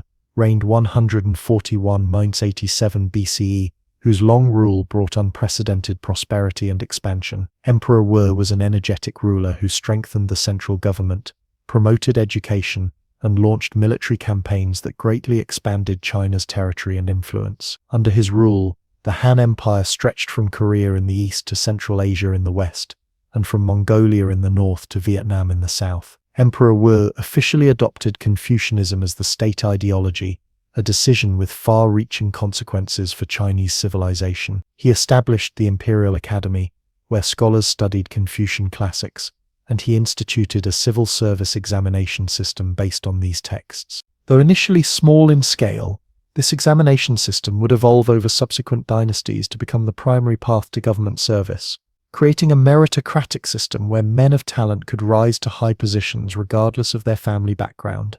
The elevation of Confucianism did not mean an immediate rejection of other philosophical traditions. Rather, a syncretic approach developed, incorporating elements of legalism in administrative practice while cloaking them in Confucian language about virtue and moral governance. Taoism continued to influence art, poetry, and private life, even as Confucianism dominated public discourse and political theory. Han society was hierarchical but offered pathways for advancement. At the top stood the emperor and the imperial family, Below them were the scholar officials who staffed the bureaucracy, followed by farmers who were considered the productive foundation of society. Artisans and merchants occupied lower positions in the social hierarchy, though in practice, wealthy merchants could live in great luxury and influence government through indirect means. Agriculture formed the economic foundation of the Han Empire. Technical improvements such as iron plows, irrigation systems, and crop rotation increased productivity. The government maintained grain reserves to stabilize prices and provide relief during famines. The land tax was the government's primary source of revenue, reflecting the central importance of agriculture in the economy. While farmers tilled the fields, urban areas flourished with trade and craft production. Cities like Chang'an,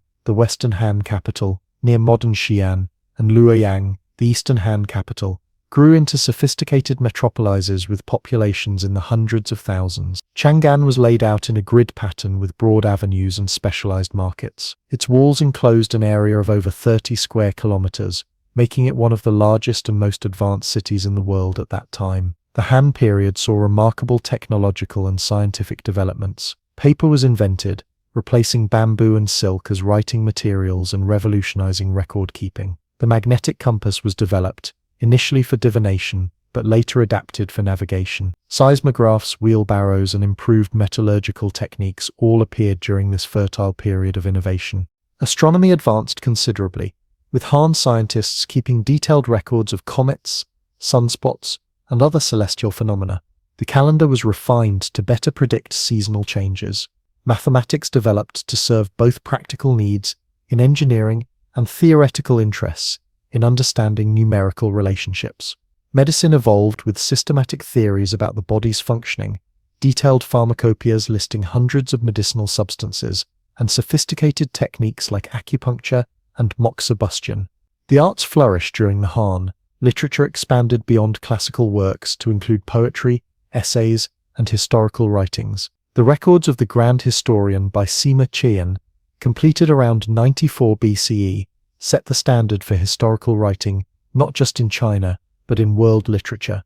Covering over 2,000 years from the legendary Jia dynasty to his own time, Sima Qian combined rigorous research with vivid biographical portraits, creating a comprehensive view of Chinese civilization. Music was considered essential for moral cultivation, with the imperial court maintaining orchestras that performed ritual music on bronze bells, stone chimes, stringed instruments, and drums. Painting and calligraphy developed as elite art forms, though few examples survive from this period. Sculpture and ceramic arts produced works of remarkable naturalism and technical sophistication. Perhaps the most significant development of the Han period was the opening of trade routes connecting China with Central Asia, the Middle East, and eventually the Roman Empire. These routes, later called the Silk Road by European historians, began with the diplomatic and military expeditions of Emperor Wu. Concerned about the threat posed by nomadic Shannu Confederation on China's northern border,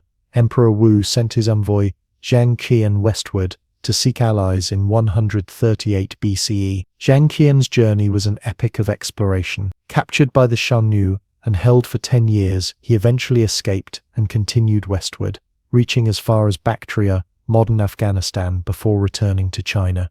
Though he failed to secure military allies, he brought back invaluable information about the lands and peoples beyond China's western borders, including the powerful Parthian Empire and the prosperous Fergana Valley, with its prized heavenly horses. Emperor Wu was particularly interested in these horses, larger and stronger than Chinese breeds, which could give his armies an advantage against the Xiongnu cavalry. He sent expeditions to acquire these horses, establishing the first regular contact between China and Central Asia. These initial military and diplomatic missions soon developed into trade relationships that would flourish for centuries. The Silk Road was not a single path but a network of routes connecting east and west.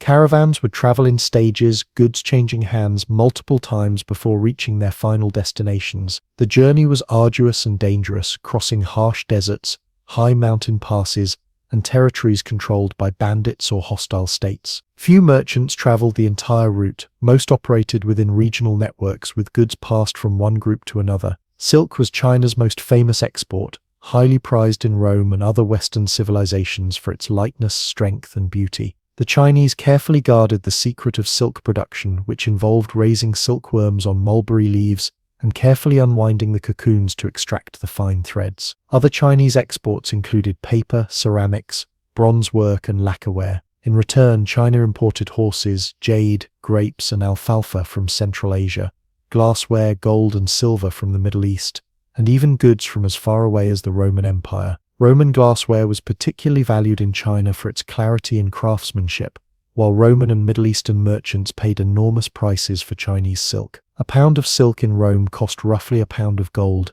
making the silk trade enormously profitable for all involved. Beyond material goods, the Silk Road facilitated exchange of ideas, technologies, and religions. Buddhist missionaries from India traveled to China, beginning the long process of Buddhist integration into Chinese culture. Zoroastrianism and later Nestorian Christianity also made their way eastward. Mathematical knowledge, astronomical observations, and medical techniques were shared among civilizations. Music, art styles, and culinary traditions spread along these routes, enriching each culture they touched. Central to the functioning of the Silk Road were the oasis cities that provided rest and resupply points for caravans. Places like Dunhuang, Turfan, and Samarkand became cosmopolitan centers where merchants from many lands gathered to trade.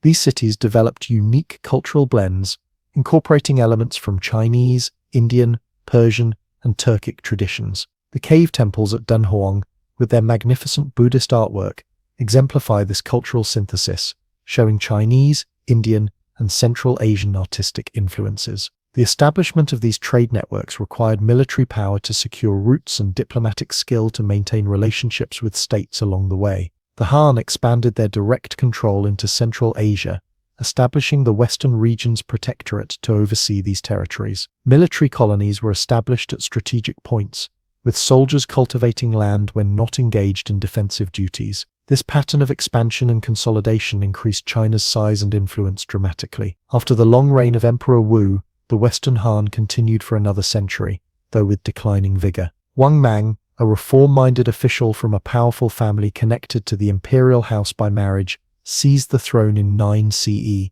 establishing the short-lived Xin dynasty. He attempted sweeping reforms including nationalizing land and prohibiting slave ownership, but his policies disrupted the economy and alienated the elite. Floods, famines, and peasant rebellions followed, and he was killed when rebels captured the capital in 23 CE. The Han dynasty was restored under Emperor Guangwu, beginning the period known as the Eastern Han, 25 Neat 220 CE, named for the location of its capital at Luoyang. While initially a time of recovery and prosperity, the Eastern Han gradually declined due to familiar dynastic problems, corruption among officials, factionalism at court, and the increasing influence of imperial relatives and eunuchs. Major peasant rebellions broke out in the 170s CE, including the Yellow Turban Rebellion inspired by Taoist religious movements. Though these were suppressed, they weakened central authority. Military commanders increasingly operated independently, setting the stage for the dynasty's final dissolution.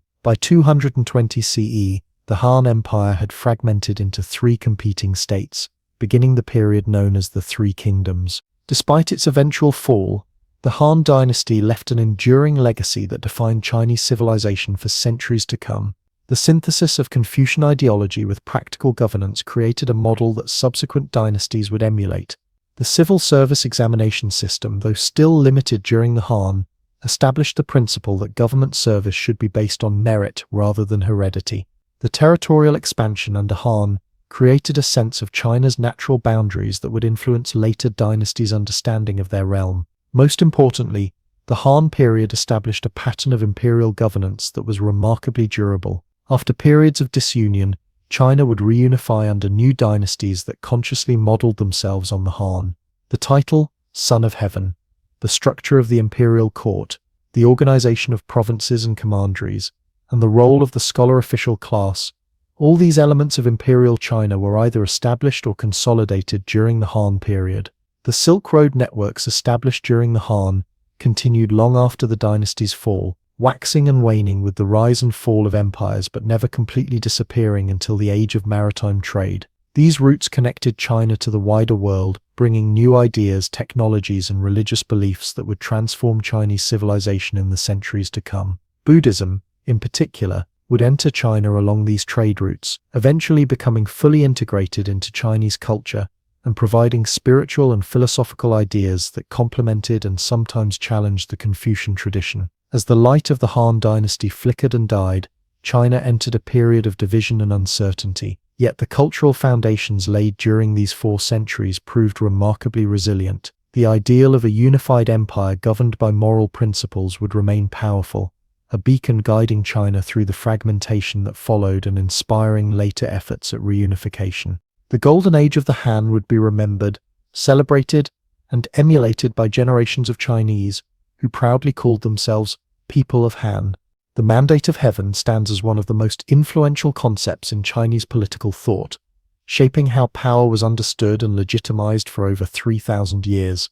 This powerful idea emerged during the early Zhou dynasty as its rulers sought to justify their overthrow of the Shang. When the Zhou conquered the Shang around 1046 BCE, they needed to explain why their takeover was legitimate. They were outsiders who had defeated a long-established royal lineage. The solution they developed would echo through the entirety of Chinese imperial history and influence political thinking across East Asia. The Zhou rulers claimed that heaven, the supreme cosmic force, had withdrawn its support from the last Shang king because of his corruption, cruelty, and neglect of ritual duties. Heaven had then transferred its mandate to rule to the virtuous Zhou king. This concept, known as the Mandate of Heaven or Tianming, created a foundation for political legitimacy that was both religious and deeply ethical. Unlike the European concept of divine right, which suggested that kings were chosen by God and could not be legitimately opposed regardless of their behavior, the Mandate of Heaven contained a revolutionary idea. If a ruler became corrupt, cruel, or incompetent, heaven would withdraw its mandate and transfer it to a more worthy leader. This created a moral framework for dynastic change and even rebellion. The Duke of Zhou, regent for the young King Cheng in the early Zhou period, was instrumental in developing this concept. In carefully crafted proclamations and rituals, he established the idea that the Zhou had overthrown the Shang not merely through military strength but through moral superiority. The final Shang king, he claimed, had indulged in luxury and cruelty while neglecting the welfare of his people and the proper reverence due to heaven and ancestors. This powerful idea transformed Chinese political thought. It meant that political authority had a moral basis. A dynasty did not rule simply because it had conquered, but because it had earned heaven's approval through virtuous governance. And this approval was conditional. It could be withdrawn if the rulers failed to govern justly and wisely. How would people know when a dynasty had lost the mandate of heaven? The signs were thought to be clear. Natural disasters like earthquakes, floods, and droughts were interpreted as heaven's displeasure with the ruling dynasty. Famines, plagues, and widespread suffering were seen as evidence that the cosmic balance had been disturbed by immoral rule. Economic troubles, corruption among officials, and foreign invasions all pointed to a dynasty in decline, one whose grip on the mandate was weakening. The concept provided a powerful explanation for the cyclical pattern of Chinese dynasties. Each dynasty would begin with a strong, virtuous founder who had received the mandate. The early rulers would govern wisely, bringing peace and prosperity. Over generations, later rulers would become increasingly corrupt or incompetent. Natural disasters, economic problems, and social unrest would increase. Eventually, rebellions would break out, sometimes led by ambitious nobles, sometimes by desperate peasants. If successful, the rebels would establish a new dynasty, claiming that heaven had transferred its mandate to them. This cycle played out repeatedly throughout Chinese history. The Zhou themselves eventually succumbed to it. After centuries of rule, their authority weakened. In 771 BCE, barbarians from the west sacked the Zhou capital, forcing the dynasty to relocate eastward. Though the Zhou kings continued to rule nominally for another 500 years, real power had slipped from their hands into those of regional lords. During the Eastern Zhou period, as central authority declined, the concept of the Mandate of Heaven evolved. Confucius and his followers emphasized that virtue, not heredity, was the true basis of leadership. They taught that rulers had a sacred responsibility to govern for the benefit of the people, not for their own glory or pleasure. The philosopher Mencius, who lived during the Warring States period, made perhaps the most radical interpretation of the Mandate of Heaven. He argued that the will of the people reflected the will of heaven. If the people suffered under a ruler, it was a sign that heaven had withdrawn its mandate. Mencius even suggested that in extreme cases, when a king had become a tyrant, rebellion was justified. The welfare of the people, not the security of the ruler, was heaven's primary concern. For ordinary people, the mandate of heaven provided both comfort and hope. When times were difficult under a failing dynasty, they could believe that heaven had noticed their suffering and would eventually bring change. For officials and scholars, it created a moral framework for serving the state. They were not merely serving a human ruler, but participating in a cosmic order sanctioned by heaven itself. The concept also shaped how history was recorded and understood. Each new dynasty would commission official histories of previous dynasties, emphasizing the moral failings of the last rulers and the virtuous qualities of the new founding emperor. These histories reinforced the idea that dynastic change followed moral patterns, not merely military ones. When the Qin finally unified China in 221 BCE, ending the Warring States period, its founder proclaimed himself first emperor and claimed the mandate of heaven. When the Qin quickly collapsed and was replaced by the Han, the latter explained this as the Qin losing the mandate due to excessive cruelty and legal harshness.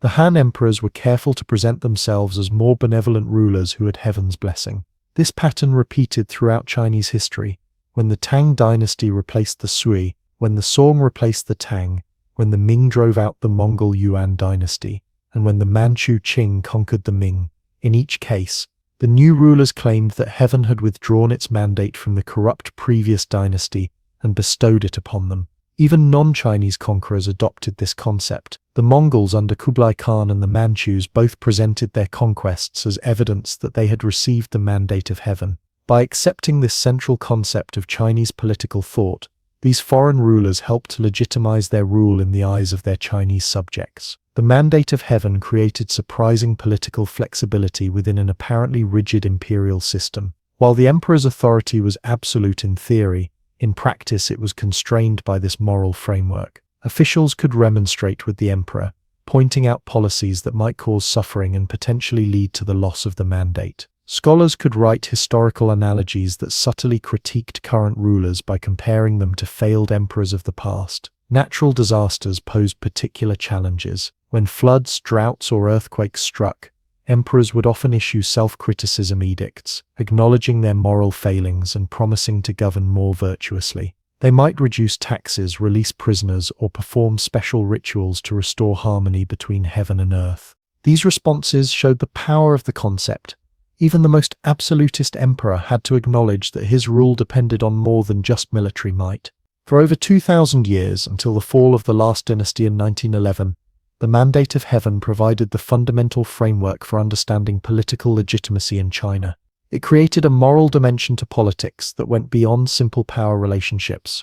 It explained the rise and fall of dynasties as part of a cosmic moral order, and it gave both rulers and subjects a shared understanding of the purpose of government, to maintain harmony between heaven and earth through virtuous rule. As China entered a period of intense warfare and intellectual ferment known as the Warring States period, the concept of the mandate of heaven would be tested, reinterpreted, and debated by competing schools of thought. The idea that heaven granted power to the virtuous would remain central, but what constituted virtue and how it should be expressed in governance would become subjects of philosophical debate. In a time when the old order was crumbling, thinkers sought new ways to understand heaven's will and how it might be manifest in a fragmented land. From the western frontiers came a force that would forever change the face of China. The state of Qin, once considered semi-barbaric by the more cultured states of the Central Plains, had transformed itself through decades of harsh reforms. Now, under an ambitious young king named Zheng, Qin armies marched eastward with ruthless efficiency, conquering one state after another. By 221 BCE, the impossible had happened. For the first time in its long history, all of China was unified under a single ruler. King Zheng now stood at the pinnacle of power. No longer content with the title of king, he proclaimed himself Qin Shi Huang, first emperor of Qin. This new title reflected his unprecedented achievement. Previous rulers had been kings of individual states. He was emperor of all under heaven. With this declaration, he established the imperial system that would govern China for the next 2,000 years. The first emperor came from a state that had embraced legalism, a harsh but effective philosophy of governance. Under the guidance of thinkers like Shangyang and Li Si, Qin had instituted reforms that transformed it from a peripheral state into the most powerful kingdom in China. The old aristocracy was replaced with a centralized bureaucracy. The population was organized into mutual responsibility groups, with neighbors required to report each other's crimes. Agriculture and military service were emphasized above all else. These legalist principles now shaped the new empire. The first emperor abolished the feudal system that had existed since the early Zhou period. Instead of dividing the land among relatives and nobles who might later rebel, he organized the empire into administrative units, governed by officials appointed directly by the imperial court. These officials could be replaced at will, preventing the development of independent power bases. To strengthen central control, the first emperor standardized weights, measures, and currency throughout his realm. Where previously each state had its own systems, now a single standard prevailed, facilitating trade and administration. Most significantly, he standardized the writing system. His chancellor Li Si created a unified script that eliminated regional variations, ensuring that documents could be read throughout the empire. This standardization of writing would prove to be one of the most enduring legacies of the Qin, helping to maintain Chinese cultural unity despite regional diversity. The first emperor was a builder on a monumental scale. He connected existing defensive walls into a unified Great Wall to protect the northern frontier from nomadic peoples.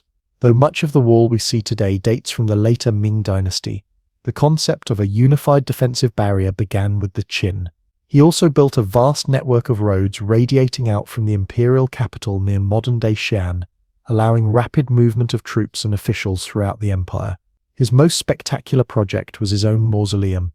For decades, hundreds of thousands of workers labored to create a microcosm of the empire that would serve as his eternal resting place. According to historical records, the tomb contained replicas of palaces and pavilions, with ceilings mapped with the stars and floors inlaid with maps of the empire. Rivers of mercury represented China's waterways. Most famously, an army of life-sized terracotta warriors was buried nearby to guard the emperor in the afterlife. This terracotta army, discovered by farmers digging a well in 1974, has become one of China's most famous archaeological treasures. Over 8,000 individual soldiers, each with unique facial features, stand in formation, accompanied by horses and chariots. The scale and detail of this project reveal both the immense resources at the emperor's command and his determination to rule even in the afterlife. The first emperor's massive building projects came at a tremendous human cost. Hundreds of thousands of laborers were conscripted, many dying from exhaustion or mistreatment. Heavy taxes and demands for military service strained the population. The emperor showed little concern for these hardships, viewing his subjects as resources to be mobilized for imperial glory rather than as people whose welfare was his responsibility. Beyond his architectural achievements, the first emperor sought to reshape Chinese thought itself. Advised by his chancellor Li Si, he ordered the burning of books that did not conform to legalist philosophy. Particularly targeted were works of Confucian thought, which emphasized moral constraints on rulership that the emperor found inconvenient. Only practical texts on agriculture, medicine, and divination were spared. According to later historians, he even had 460 Confucian scholars buried alive for criticizing his policies, though this may be an exaggeration by historians sympathetic to Confucianism. This suppression of intellectual diversity reflected the legalist belief that the ruler should control not only people's actions but their thoughts as well. Where the Warring States period had seen a flourishing of competing ideas, the Qin sought to impose a single state-sanctioned worldview. This approach to thought control would be rejected by later dynasties but would periodically re-emerge throughout Chinese history. Despite his efforts to control every aspect of life in his empire, there was one enemy the first emperor could not defeat: his own mortality. As he aged, he became increasingly obsessed with finding the secret of immortality. He dispatched expeditions to search for mythical islands where immortals were said to dwell. He consumed alchemical elixirs prepared by priests and magicians, some containing mercury and other toxic substances that may have hastened his death. The first emperor died in 210 BCE while on a tour of his eastern territories, just 11 years after unifying China. His death was kept secret by his chief advisor Li Si and the eunuch Zhao Gao as they returned to the capital, the corpse's decay masked by carts of rotting fish. This deception gave them time to alter the emperor's will, placing a more pliable son on the throne instead of the designated heir. This son, Qin Shi, second emperor of Qin, proved to be a weak ruler dominated by the eunuch Zhao Gao. Under his reign, The harsh policies of his father continued without the strong leadership that had made them effective. Taxes remained heavy, labor demands oppressive, and punishments severe. With the first emperor gone, the fear that had kept rebellion in check began to fade. In 209 BCE, just a year after the second emperor's accession, the spark of rebellion was lit. Two men, Chen Sheng and Wu Guang, were leading a group of conscripts to a military post when they were delayed by heavy rains. Under Qin law, being late carried the death penalty. With nothing to lose, they raised the banner of rebellion, claiming to restore the old state of Chu that had been conquered by Qin. Though this initial uprising was quickly suppressed, it inspired others throughout the empire. Soon rebellions were breaking out everywhere. The most significant were led by Shang Yu, a brilliant military leader from an aristocratic family, and Li Bang, a man of humble birth who had risen to become a minor official.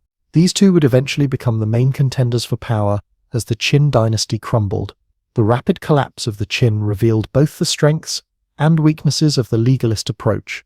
Its emphasis on harsh laws and punishments had created an efficient state capable of mobilizing resources on an unprecedented scale. But by ruling through fear rather than moral legitimacy, it had built no reservoir of loyalty among the population. When the strong hand of the first emperor was removed, the system quickly unraveled. By 206 BCE, just 4 years after the first emperor's death, the Qin dynasty had completely collapsed. The imperial palace was burned, and the last Qin emperor was forced to commit suicide. After a period of conflict known as the Chu-Han contention, Liu Bang emerged victorious and established the Han dynasty, which would rule China for the next 4 centuries. The brevity of the Qin dynasty, just 15 years from unification to collapse, has led many to view it as a failure, yet its legacy was profound and enduring. The unified writing system, standardized measurements, and administrative divisions it established formed the foundation for all subsequent Chinese dynasties. The concept of a unified Chinese state,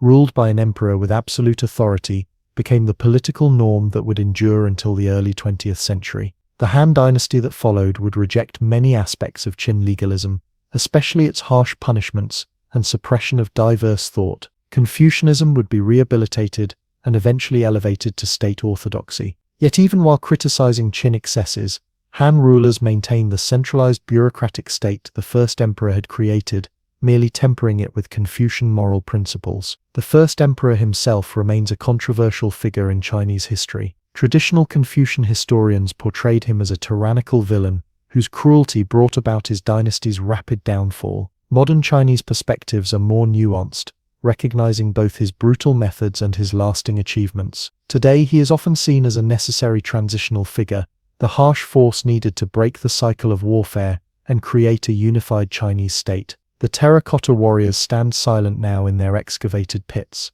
a testament to the ambition and vision of the man who unified China. Their ranks stretch into the distance, an army for eternity, guarding the tomb of the emperor who, unable to achieve immortality in life, sought it through the grandeur of his final resting place and through the empire he created. Though the Qin dynasty quickly faded, the imperial China it birthed would endure for 2 millennia, its foundations laid by the first emperor.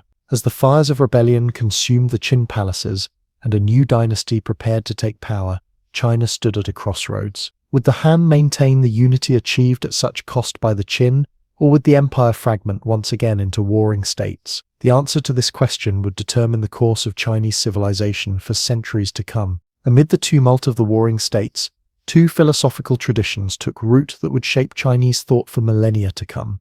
Like 2 ancient trees growing from the same soil but reaching toward different skies, Confucianism and Daoism offered contrasting visions of the good life and harmonious society. These philosophies would become the twin pillars of Chinese civilization, influencing everything from government administration to poetry, from family life to painting. Confucianism began with the teachings of Kong-Fuzi, known in the West as Confucius, who lived from 551 to 479 BCE during the late spring and autumn period. Born into a minor noble family that had fallen on hard times, Confucius spent much of his life seeking a position where he could implement his ideas for social harmony. Though he briefly served as a minister in his native state of Lu, most of his career was spent as a teacher, gathering disciples who recorded his wisdom. The core of Confucian teaching was the belief that social order begins with moral self-cultivation. Confucius taught that human beings could transform themselves through education, ritual practice, and sincere effort. He emphasized 5 key virtues: humanity, ren, righteousness, yi, ritual propriety, luz, wisdom, shi, and trustworthiness, shin. Of these, ren, often translated as benevolence or humanness, was the most fundamental. Confucius lived in a time when the old feudal order was breaking down, and he looked back to the early Zhou period as a golden age of harmony and virtue. He believed that if people could recover the moral foundations of that earlier time, social order could be restored. This gave Confucianism a conservative character, valuing tradition and established practices. Central to Confucian thought was the concept of proper relationships. Confucius identified 5 key relationships that formed the basis of social order: ruler to subject, parent to child, husband to wife, elder brother to younger brother, and friend to friend. Each relationship involved mutual but unequal obligations. Rulers should be benevolent and subjects loyal, parents should be loving and children filial, husbands righteous and wives attentive. The family served as both the model for social order and the training ground for virtue. Filial piety, the reverence and care children show to parents, was seen as the foundation of all other virtues. By learning to respect and obey parents, children developed the moral character needed to function in wider society. Ritual propriety, or lin, was another key concept. For Confucius, rituals were not empty formalities but tools for moral cultivation. By performing rituals with sincerity, people developed the proper attitudes that rituals expressed. Whether pouring a libation to ancestors or offering a formal greeting, proper ritual performance helped align one's emotions and behaviors with moral ideals. Education held a central place in Confucian thought. Confucius believed that education should be available to all men of ability, regardless of social background. His own school accepted students from diverse backgrounds, evaluating them based on their moral character and intellectual potential, rather than family status. This meritocratic aspect of Confucianism would later influence the civil service examination system that became a defining feature of Chinese government. After Confucius's death, his disciples compiled his sayings into the Analects, which became the core text of Confucian thought.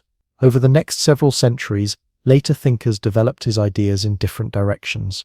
The most important of these was Mencius Mengzi, who lived from about 372 to 289 BCE during the Warring States period. Mencius expanded on Confucius's teachings by arguing that human nature is fundamentally good. He believed that all people are born with sprouts of virtue that, if properly cultivated, grow into full moral qualities. Mencius used the famous example of a child falling into a well. Anyone who witnessed this would feel alarm and compassion, demonstrating the innate goodness of human nature. Politically, Mencius was more radical than Confucius. He emphasized the ruler's obligation to ensure the welfare of the common people, arguing that if a ruler failed in this duty, he could legitimately be removed. This interpretation of the mandate of heaven placed moral constraints on political authority and created a foundation for what we might now call political legitimacy. Another major Confucian thinker was Yunzi, who lived toward the end of the Warring States period. Unlike Mencius, Yunzi argued that human nature is inherently selfish and must be restrained through education and ritual. Despite this more pessimistic view of human nature, Yunzi maintained the Confucian emphasis on moral self-cultivation and proper social relationships as the basis for order. As Confucianism developed, it increasingly focused on practical governance. Confucian scholars served as officials and advisors, bringing their moral vision to the administration of the state. They emphasized the importance of leading by moral example rather than coercion, believing that a virtuous ruler would naturally inspire virtue in his subjects. The Confucian gentleman, or junzi, became an ideal type: educated, morally cultivated, and committed to public service. He was expected to master the 6 arts: ritual, music, archery, charioteering, calligraphy, and mathematics. These skills combine practical abilities with moral and aesthetic cultivation, creating a balanced human being capable of serving society. While Confucianism focused on social engagement and moral action, Taoism took a radically different approach. Traditionally attributed to the semi-legendary figure Laozi, Taoism emerged as a distinct philosophical tradition during the Warring States period. Where Confucians sought to reform society through moral effort, Taoists suggested that such efforts often made things worse. The foundational text of philosophical Taoism is the Tao De Jing Tao Te Ching, a poetic work of just over 5,000 characters. Its central concept is the Tao Way, the unnamable source of all being that flows through everything in the universe. The Tao is described as both the origin of all things and the natural pattern of their development. It cannot be grasped through rational thought or described in words. The opening lines of the Tao Te Ching express this ineffability. The Tao that can be told is not the eternal Tao. The name that can be named is not the eternal name. This sets the tone for a philosophy that questions conventional categories and distinctions, suggesting a reality beyond conceptual understanding. A second key concept is Wu Wei, often translated as non-action or effortless action. This does not mean doing nothing, but rather acting in harmony with the natural flow of the Tao, without forcing or striving. The Tao Te Ching uses natural metaphors to illustrate this concept. Water flows to the lowest places without effort. Plants grow without trying. Similarly, the sage accomplishes much by working with natural tendencies rather than against them. The ideal Taoist sage contrasts sharply with the Confucian gentleman, where the Junzi actively cultivates virtue and engages in social reform. The Taoist sage empties himself of conventional knowledge and desires. The Tao Te Ching describes this ideal. The sage has no fixed mind. He makes the mind of the people his mind. By emptying himself, he becomes receptive to the Tao and can act in harmony with it. Politically, Taoism offered a critique of Confucian activism. The Tao Te Ching suggests that the more laws and regulations a society creates, the more criminals it produces. Instead of trying to improve society through moral exhortation and ritual, the Taoist ruler governs by not governing, allowing things to follow their natural course with minimal interference. A second major Taoist text, the Zhuangzi, developed these ideas in a more playful and literary direction. Named for its author Zhuangzi, the Zhuangzi, who lived in the 4th century BCE, this work uses parables, dialogues, and paradoxes to challenge conventional thinking. Zhuangzi embraced relativity and perspective, suggesting that distinctions between good and bad, beautiful and ugly, are human constructs rather than absolute realities. In one famous passage, he described dreaming he was a butterfly, then waking to wonder whether he was Zhuangzi, who had dreamed he was a butterfly, or a butterfly now dreaming he was Zhuangzi. Both Confucianism and Taoism reflected deeply on the nature of language and its limitations. Confucians emphasized the rectification of names, believing that social harmony required a precise correspondence between words and reality. Taoists, by contrast, questioned whether language could ever capture the fluid,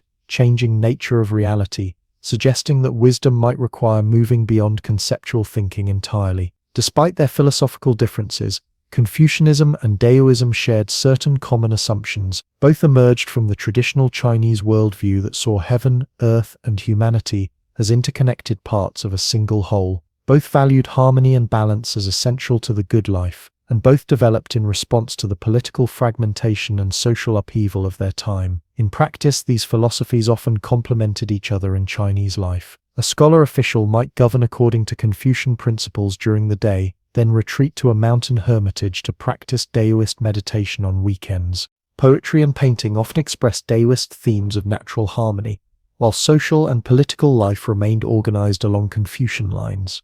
Over time, both traditions developed religious dimensions. Confucian ancestor worship evolved into an elaborate ritual system that connected living family members with their deceased forebears. Taoist ideas about immortality and harmony with nature developed into religious practices aimed at achieving longevity or spiritual transcendence. The tension between Confucian activism and Taoist naturalism created a productive dialogue throughout Chinese history.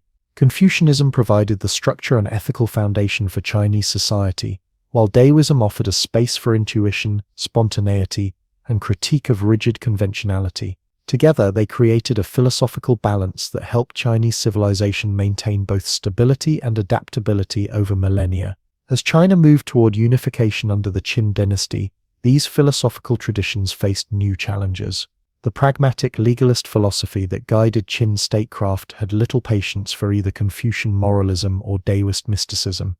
The first emperor would attempt to impose a single vision on China's diverse intellectual landscape, creating tensions that would shape the next chapter of Chinese history. Yet even as political circumstances changed, the fundamental insights of Confucianism and Taoism endured.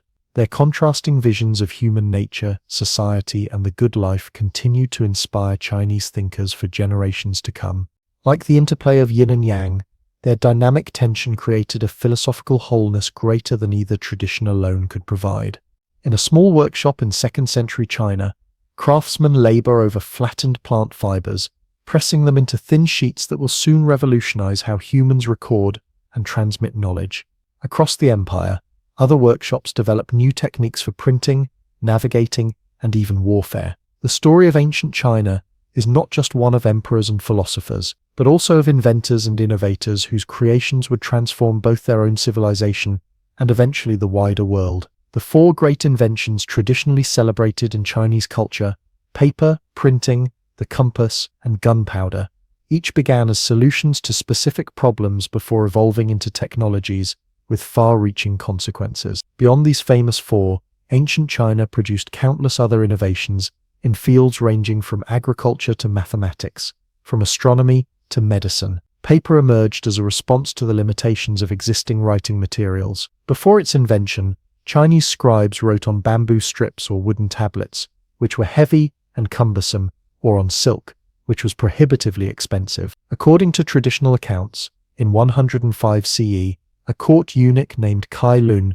presented the emperor with a new writing material made from tree bark, hemp, rags, and fishnets. While archaeological evidence shows that simpler forms of paper existed before this date, Kai Lun is credited with standardizing and improving the production process. The manufacturing of paper involved breaking plant fibers into a pulp, mixing this with water in a large vat, and then lifting the mixture on a screen so that the fibers would bind together as the water drained. After drying in the sun, the resulting sheets were smooth, light, and ideal for writing with brush and ink. Different types of paper were developed for various purposes: thin, delicate paper for calligraphy and painting, thicker papers for official documents, and specialized varieties for packaging, clothing, and even armor. Paper transformed Chinese society by making written texts more accessible. Government documents, scholarly works, and eventually religious texts could be reproduced more cheaply and circulated more widely. Literacy expanded beyond a narrow elite,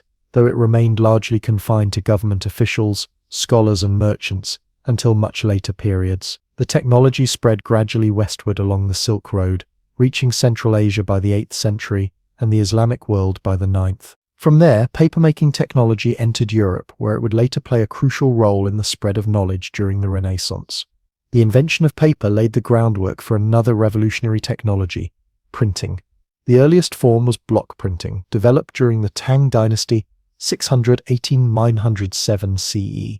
Craftsmen would carve a relief image on a wooden block, ink the raised surfaces, and press paper against it to create an impression. This technique was initially used to reproduce Buddhist texts and images, reflecting the religion's emphasis on the spiritual merit gained by multiplying sacred writings.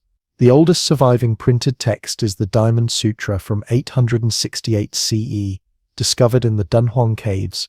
Its colophon proudly states that it was created for universal free distribution. By the Song dynasty, 969–1279 CE, commercial publishing had emerged, producing everything from Confucian classics to agricultural manuals to popular entertainment. The next major advance came with movable type printing, attributed to Bai Sheng around 1040 CE. Instead of carving entire pages, he created individual characters that could be arranged in frames, used for printing, then rearranged for new texts. His first types were made of fired clay, but later artisans created more durable types from wood and eventually metal. While movable type offered greater flexibility, the vast number of Chinese characters compared to alphabetic scripts meant that block printing often remained more practical for large-scale projects in China.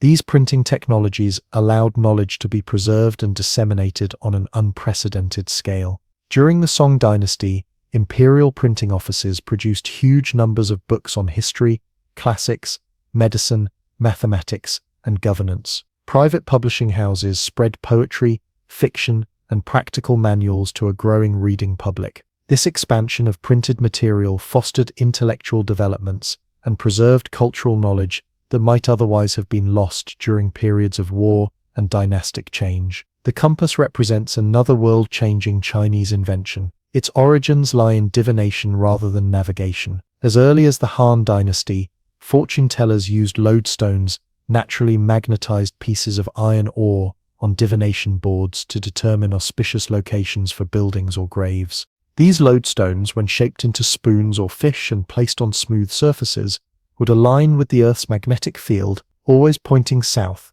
Chinese compasses traditionally pointed south rather than north. By the 11th century, Chinese mariners had adapted this technology for navigation, creating the world's first magnetic compasses. These early devices consisted of magnetized needles floating in water or suspended on silk threads. They were particularly valuable in cloudy weather, when stars were not visible, and for maintaining direction when sailing out of sight of land. The compass transformed maritime activity, making long-distance voyages safer and opening new trade routes across the South China Sea and Indian Ocean, along with other Chinese nautical technologies like the sternpost rudder, which improved steering, and watertight compartments in ship hulls which enhanced safety. The compass enabled China to become a major maritime power during the Song and Yuan dynasties. Chinese ships carried goods and ideas throughout East and Southeast Asia, and during the early Ming dynasty, the great treasure fleets of Admiral Zheng, he sailed as far as East Africa. The compass technology spread westward,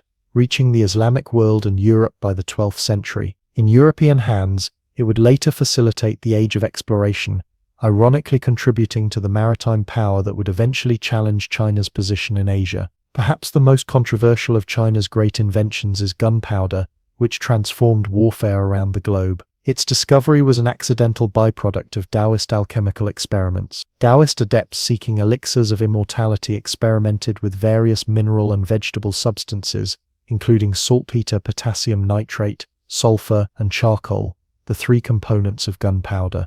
By the Tang dynasty, alchemical texts described the explosive properties of this mixture and warned of its dangers. Initially used for fireworks and ceremonial explosions at festivals and court events, gunpowder was gradually adapted for military purposes during the Song dynasty, as China faced threats from northern nomadic peoples. The earliest weapons were simple tubes of bamboo or metal filled with gunpowder and projectiles, fire lances that combined flames with shrapnel, and bombs thrown by catapults. Over time, these evolved into more sophisticated firearms and cannons. Military treatises from the Song and Yuan periods describe various gunpowder weapons and tactics for their use on battlefields and in siege warfare. Like other Chinese technologies, gunpowder spread along trade routes, reaching the Middle East by the 13th century and Europe soon after. Its arrival transformed warfare, gradually rendering traditional castle fortifications obsolete and shifting the balance of power towards states that could effectively deploy the new weapons. The global consequences of this Chinese invention have been enormous, changing the nature of conflict and state power across continents. Beyond these four famous inventions, ancient China produced many other innovations that improved daily life and economic productivity. In agriculture, the development of the iron plow, the seed drill, the collar harness for draft animals, and techniques for irrigation and flood control all increased food production, supporting larger populations and urban growth. Sericulture, the cultivation of silkworms for silk production, was pioneered in China thousands of years ago and remained a closely guarded secret for centuries. The Chinese also developed sophisticated techniques for spinning and weaving silk into fabrics of extraordinary beauty and durability, creating one of their most valuable trade goods. Porcelain, sometimes called white gold by Europeans, represents another distinctive Chinese invention. By firing kaolin clay at very high temperatures, Chinese potters created ceramics of unparalleled hardness, translucency, and beauty. Different regions developed their own distinctive styles and glazes, with the most famous being the blue and white porcelain of Jingdezhen. These ceramics were prized throughout Asia and later in Europe, inspiring countless imitations but rarely equaled in quality. In the realm of timekeeping, the Chinese created increasingly accurate water clocks, culminating in the monumental clock tower built by Samsung in the 11th century. This engineering marvel combined a water-powered mechanism with an escapement and utilized chain drives to rotate an armillary sphere, showing celestial movements, and to power jacks that struck bells and gongs to mark the hours. Chinese astronomers made detailed observations of celestial phenomena, recording comets, sunspots, and supernovas centuries before European astronomers. They developed accurate calendars essential for agricultural planning and created elaborate bronze instruments for tracking celestial movements. The armillary sphere, which modeled the apparent movements of stars around the Earth, was invented in China and later transmitted to Europe through Arabic intermediaries. Mathematics flourished as well, with developments in arithmetic, algebra, and geometry. The Chinese used a decimal place value system and understood negative numbers more than 1,000 years before Western mathematicians. They developed methods for solving systems of linear equations and calculating square and cube roots. Mathematical knowledge was applied practically in surveying, calendar making, and architectural design. Chinese medicine evolved into a sophisticated system with its own theoretical foundations, different from Western approaches. Physicians compiled detailed pharmacopoeias describing thousands of medicinal substances derived from plants, animals, and minerals. Therapeutic techniques included acupuncture, which involved inserting thin needles at specific points to influence the flow of key vital energy through the body, and moxibustion, which applied heat to these same points. Chinese doctors pioneered forensic medicine, with texts from the Song dynasty describing autopsy techniques and the signs of various causes of death. Civil engineering achievements included not only the Great Wall, but also extensive canal systems like the Grand Canal, which linked the Yellow and Yangtze rivers. Built primarily during the Sui dynasty, 581 to 618 CE, but expanded in later periods. This 100-mile waterway facilitated transportation of grain from the productive south to the political centers in the north, becoming the lifeblood of the empire's economy. Many Chinese inventions arose from a distinctive approach to practical problems, combining careful observation with incremental improvements over generations. Unlike the Western tradition, which eventually developed a theoretical science separate from practical applications, Chinese innovation typically blended the practical and theoretical, with scholars often being both theorists and craftsmen. The Chinese state played an important role in fostering invention through imperial workshops, standardization efforts, and government sponsorship of projects too large for private enterprise. The imperial examination system, which selected officials based on their knowledge of classics rather than scientific or technical expertise, has sometimes been cited as eventually limiting technological innovation. However, for many centuries, this system actually promoted a broadly educated elite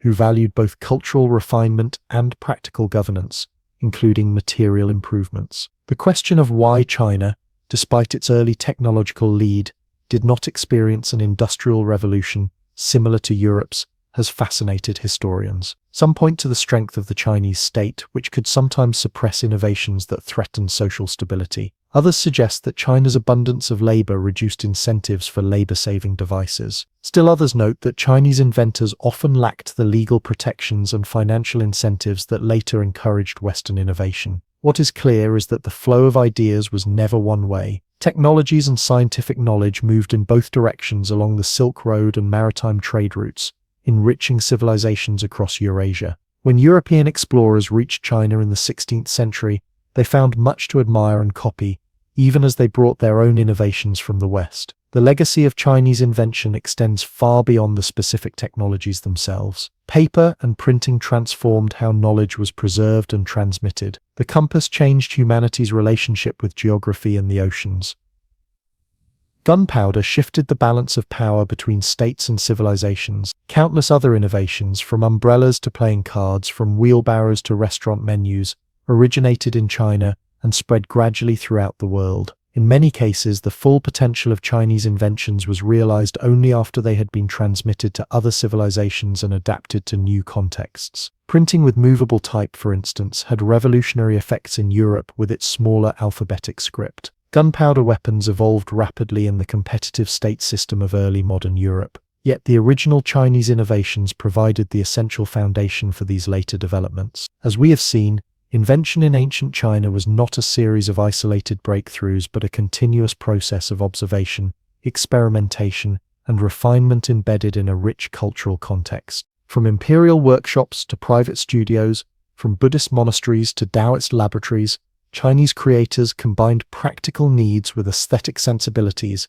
technical skill with philosophical insight, creating a legacy of innovation that continues to influence our world today. Dawn breaks over a small village in the Yangtze River Valley. The soft light reveals farmers already in their fields, working with wooden plows pulled by water buffalo. In a nearby town, merchants prepare their shops, arranging silks and porcelains as apprentices grind ink for record-keeping. In the provincial capital, a young scholar anxiously prepares for the imperial examinations that might forever change his status, while in a quiet courtyard, women of a wealthy household embroider delicate patterns on silk robes.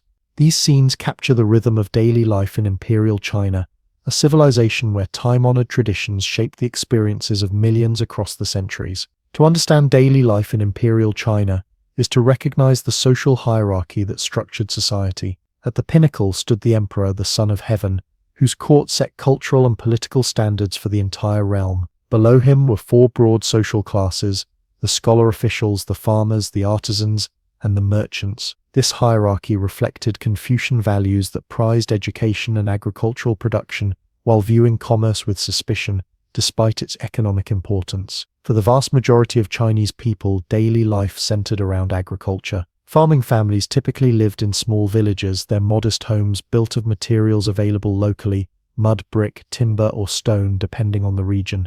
A typical farmhouse might consist of 2 or 3 rooms with earthen floors and paper-covered windows. The kitchen, with its brick stove, served as the center of family life, providing warmth during winter months, and a place for preparing the staple foods of rice in the south or wheat in the north. The agricultural calendar dictated the rhythm of rural life. Spring brought the labor-intensive work of planting rice seedlings in flooded paddies, each plant individually set by hand in knee-deep water. Summer meant weeding and irrigation, maintaining the delicate balance of water needed for optimal growth. Autumn brought the harvest, when entire families worked from dawn to dusk to gather crops before the weather changed. Winter offered some respite, with time for repairing tools, weaving cloth, and making household items. Village life was communal, with neighbors assisting each other during planting and harvest or cooperating to maintain irrigation systems. Local temples dedicated to folk deities or ancestors provided gathering places for festivals and community decisions. Elders commanded respect and often mediated disputes, supplementing the distant authority of imperial officials who rarely ventured into remote villages except to collect taxes. The life of farmers was hard but stable, following patterns established over centuries. Most owned small plots of land, though tenancy increased during later dynasties. Tax burdens varied with different regimes, but typically included a portion of the grain harvest and labor service for public works. During good years, farming families achieved subsistence with perhaps a small surplus for emergencies or special occasions. In bad years, drought or flooding could bring devastating famines, forcing migration or desperate measures for survival. Town and city life presented a different rhythm, centered around craft production and commerce.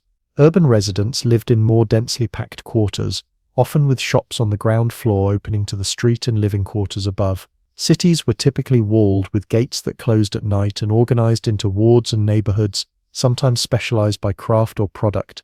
Markets bustled with activity, as vendors called out their wares and customers haggled over prices. Shops specializing in silk, porcelain, lacquerware, paper goods, and other crafts lined the busier streets. Food vendors offered quick meals to workers and travelers: steamed buns filled with vegetables or meat, noodles in savory broths, or rice cakes with sweet or savory toppings.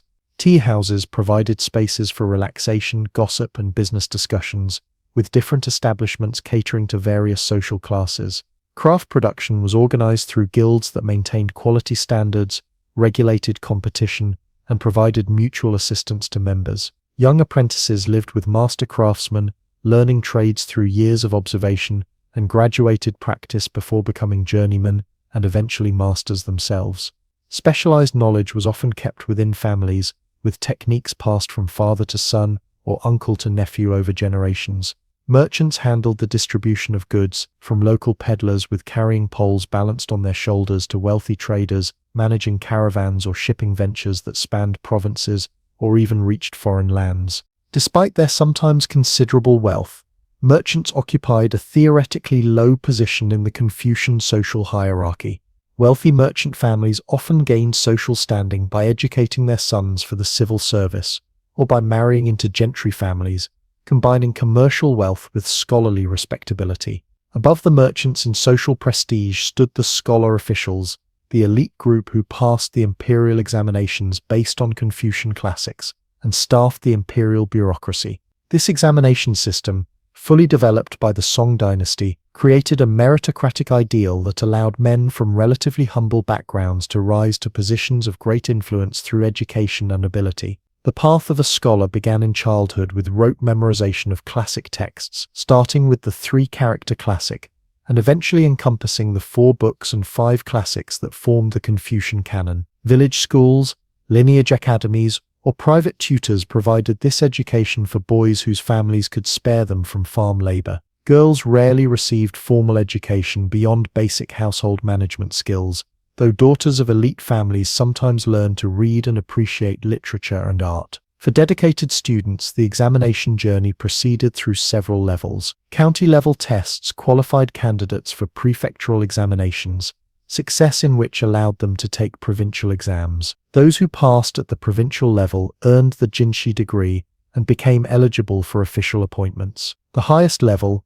the palace examination, was conducted in the imperial capital, with the emperor himself theoretically reviewing the results. The examination process was physically and mentally grueling. Candidates were confined to small examination cells for several days, composing essays on assigned topics in a specific format with perfect calligraphy. The failure rate was extremely high, typically less than 5% passed at each level, and many candidates attempted the examinations multiple times, some continuing into old age. Those who succeeded joined the ranks of the gentry, wearing distinctive robes and caps that signaled their status. They might serve as county magistrates, tax collectors, ritual specialists, or advisors to higher officials. The most successful could rise to provincial governorships or ministerial positions at the imperial court.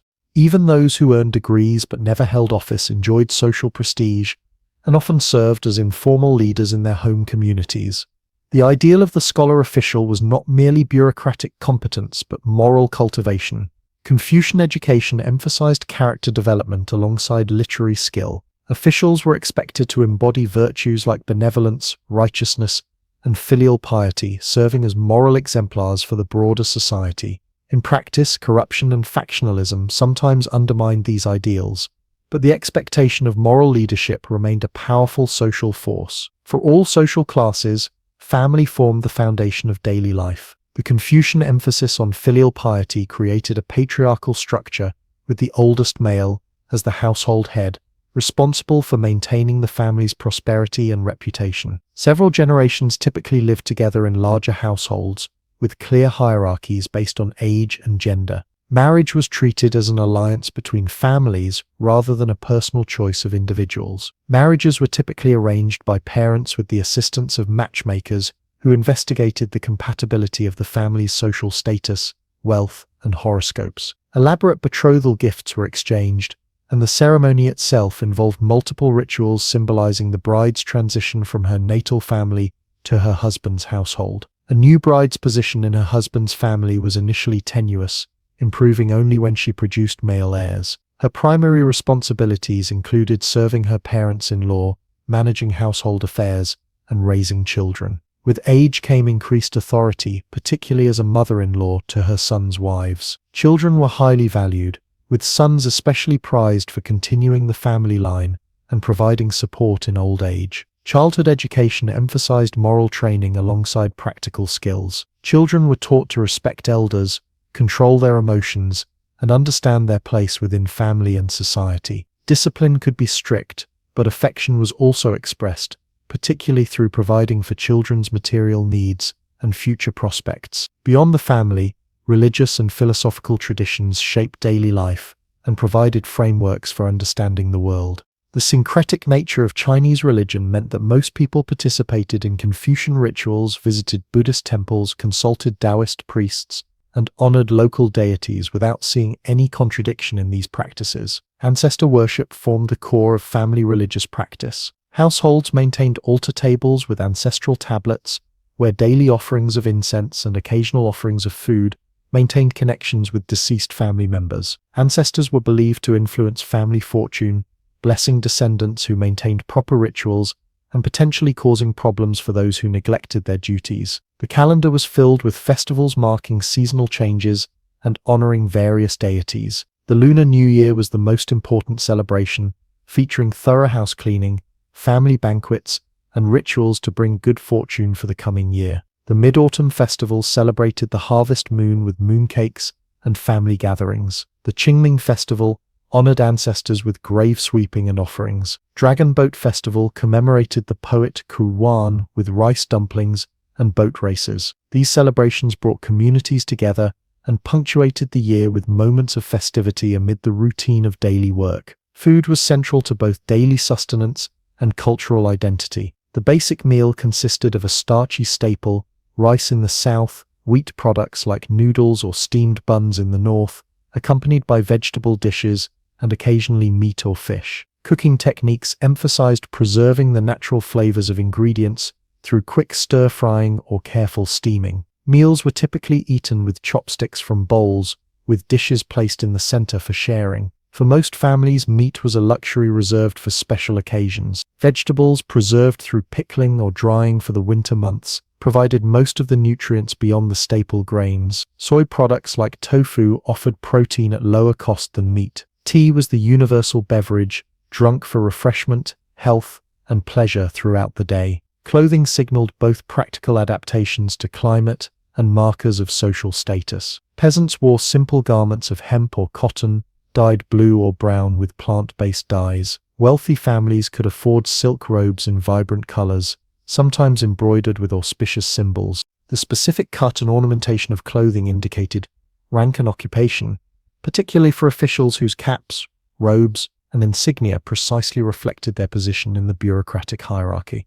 Housing similarly reflected social distinctions. The ideal elite residence followed a symmetrical courtyard plan, with buildings facing south for optimal sunlight and enclosed within walls for privacy. Each courtyard might house a branch of the extended family, with the oldest generation occupying the northernmost and most honored position. Gardens incorporated carefully arranged rocks, plants, and water features to create miniature landscapes for contemplation. Leisure activities varied by social class but included various forms of entertainment and aesthetic pursuits. Storytellers performed in tea houses and markets, recounting tales from history, romance, and adventure to audiences of common people. Puppet shows and operatic performances brought these stories to life with music, elaborate costumes, and stylized movements. For the educated elite, leisure often involved the four arts of kun, a stringed instrument, qi, the game of go, calligraphy, and painting. These arts were not merely entertainment, but forms of self-cultivation that demonstrated one's refinement and understanding of tradition. Poetry composition,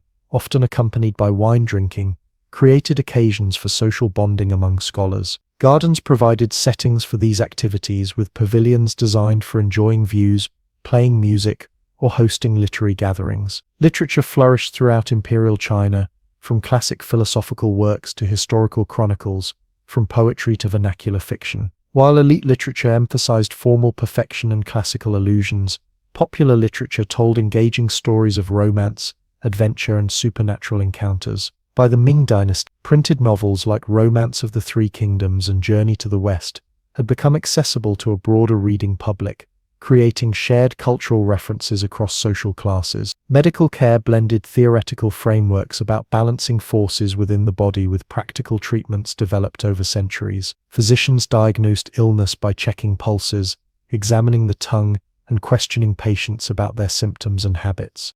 Treatments included herbal medicines prepared according to ancient pharmacopoeias, acupuncture to regulate the flow of qi, vital energy, moxibustion, the burning of mugwort near acupuncture points, massage, and dietary therapy. Preventive medicine emphasized moderation in all aspects of life and adapting one's activities to seasonal changes. Transportation and communication connected communities across the vast Chinese empire. The imperial postal system maintained relay stations where official couriers could change horses, ensuring government communications moved relatively quickly. Ordinary people traveled on foot or in sedan chairs carried by porters, goods moved by cart, pack animal, or boat, with the Grand Canal serving as a crucial north-south artery, complementing the natural waterways of the Yangtze and Yellow rivers. Travel was slow by modern standards, A journey that takes hours today might require weeks, and most people rarely ventured far from their home villages. Those who did travel for trade, pilgrimage, or government service found a network of inns along major routes, though comfort varied greatly depending on one's resources. Despite these limitations, ideas, goods, and occasionally people circulated throughout the empire, maintaining cultural connections across vast distances. The rhythms of daily life in imperial China reflected a civilization that valued stability, hierarchy, and tradition,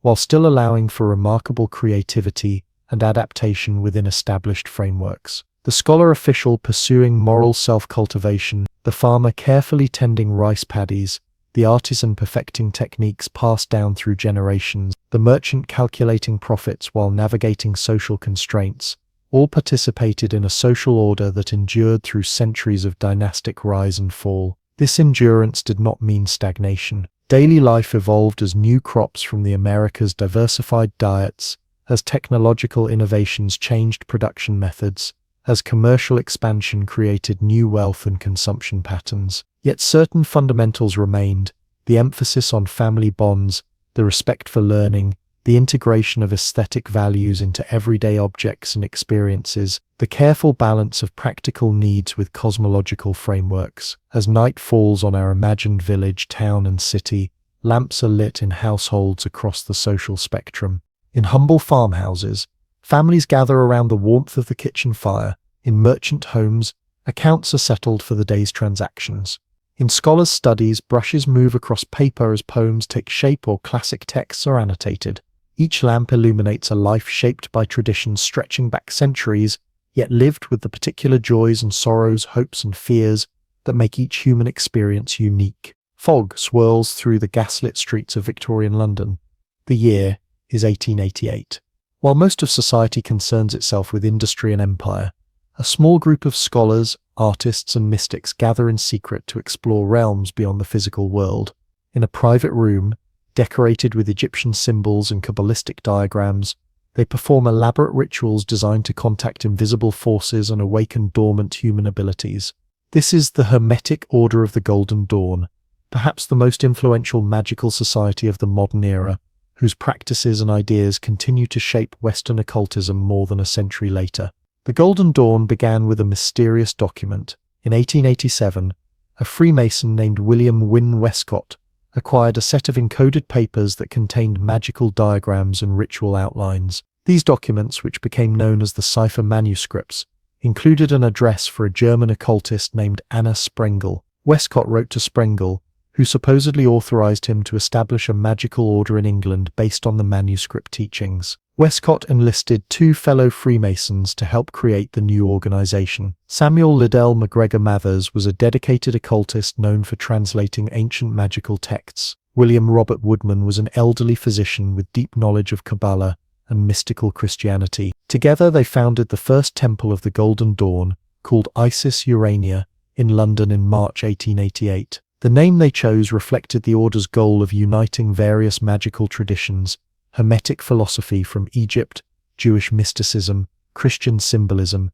and elements of Eastern practices. The society organized itself as a magical university with a system of grades and examinations. New members began as neophytes and could advance through increasingly complex grades, each associated with elements, planets, or zodiac signs. The teachings became more detailed and practical as members advanced. Initial lessons focused on the theory of magic, covering topics like the Kabbalah, astrology, alchemical symbolism, and the correspondence between colors, sounds, and natural elements. For Victorians fascinated by spiritualism and ancient wisdom, but dissatisfied with the limitations of Christianity, the Golden Dawn offered something remarkable: a structured system for personal spiritual development and magical practice. Members learned to create and consecrate magical tools like wands, cups, and daggers. They memorized complex visualizations and practiced techniques for expanding consciousness. The highest grades taught methods for astral projection, communicating with non-physical entities, and performing ceremonial magic.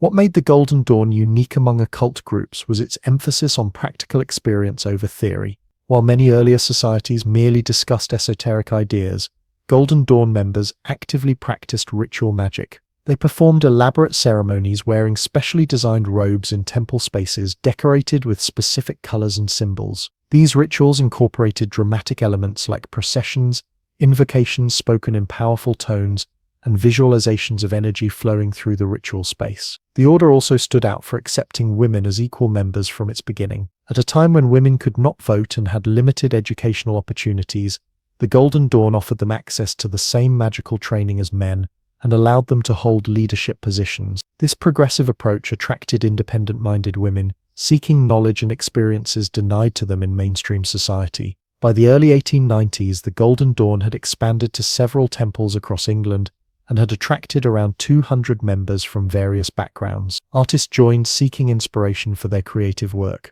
Scholars came looking for hidden knowledge from ancient civilizations. Spiritual seekers hoped to develop psychic abilities or contact higher realms of existence. Each found something valuable in the Order's comprehensive magical system. Among the most famous members was the poet William Butler Yeats, whose writing frequently incorporated magical symbolism learned in the Golden Dawn. Actress Florence Farr used magical techniques to enhance her theatrical performances. Arthur Markin and Algernon Blackwood, who would become celebrated writers of supernatural fiction, developed their understanding of the mysterious through Golden Dawn teachings. These creative individuals carried elements of the Order's practices into literature, theatre, and art, subtly influencing wider culture. Perhaps the most notorious member was Aleister Crowley, who joined in 1898. Brilliant but controversial, Crowley advanced quickly through the grades but soon came into conflict with the leadership. His dramatic personality and desire to push boundaries beyond what other members considered appropriate created tensions that contributed to later problems within the organization. Troubles began for the Golden Dawn in 1897.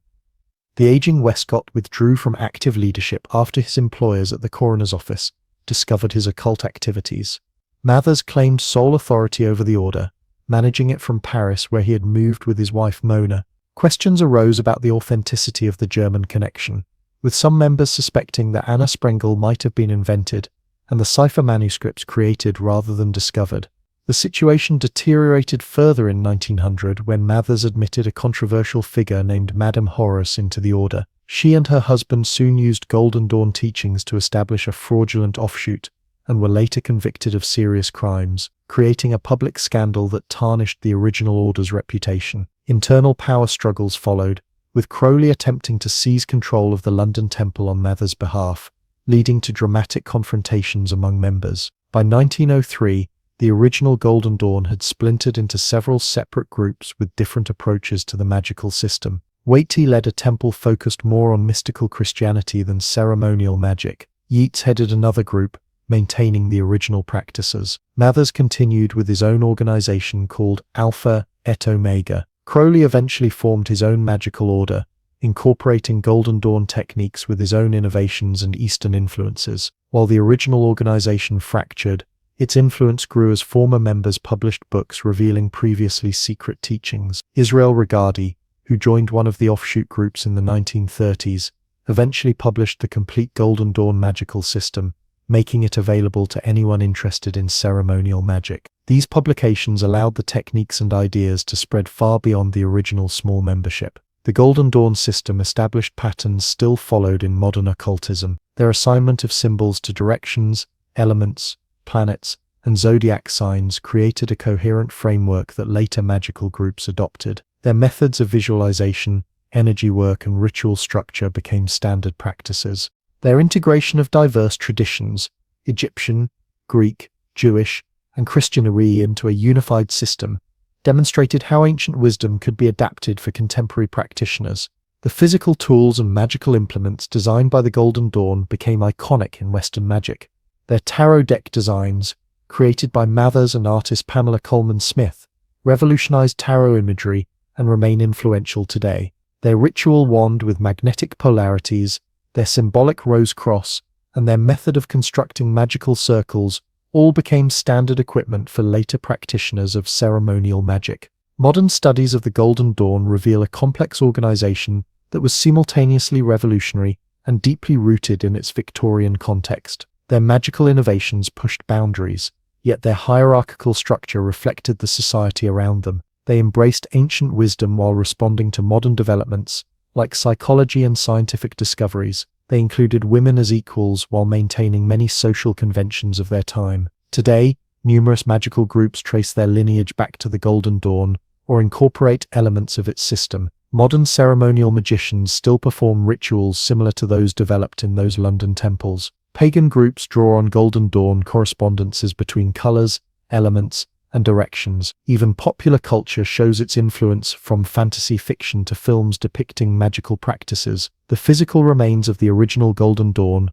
are few. No temples survive intact, and most ritual objects have been lost or destroyed. What remains are the writings, both published works and private journals of members, preserving the elaborate system of magic they developed. Museums occasionally display artifacts like member robes or magical tools, and libraries house the books written by Golden Dawn members sharing their experiences and techniques. As night deepens around us and the boundary between worlds grows thin, we might imagine those Victorian magicians in their candlelit temples, draped in colored robes and wielding symbolic tools, attempting to pierce the veil between the seen and unseen realms.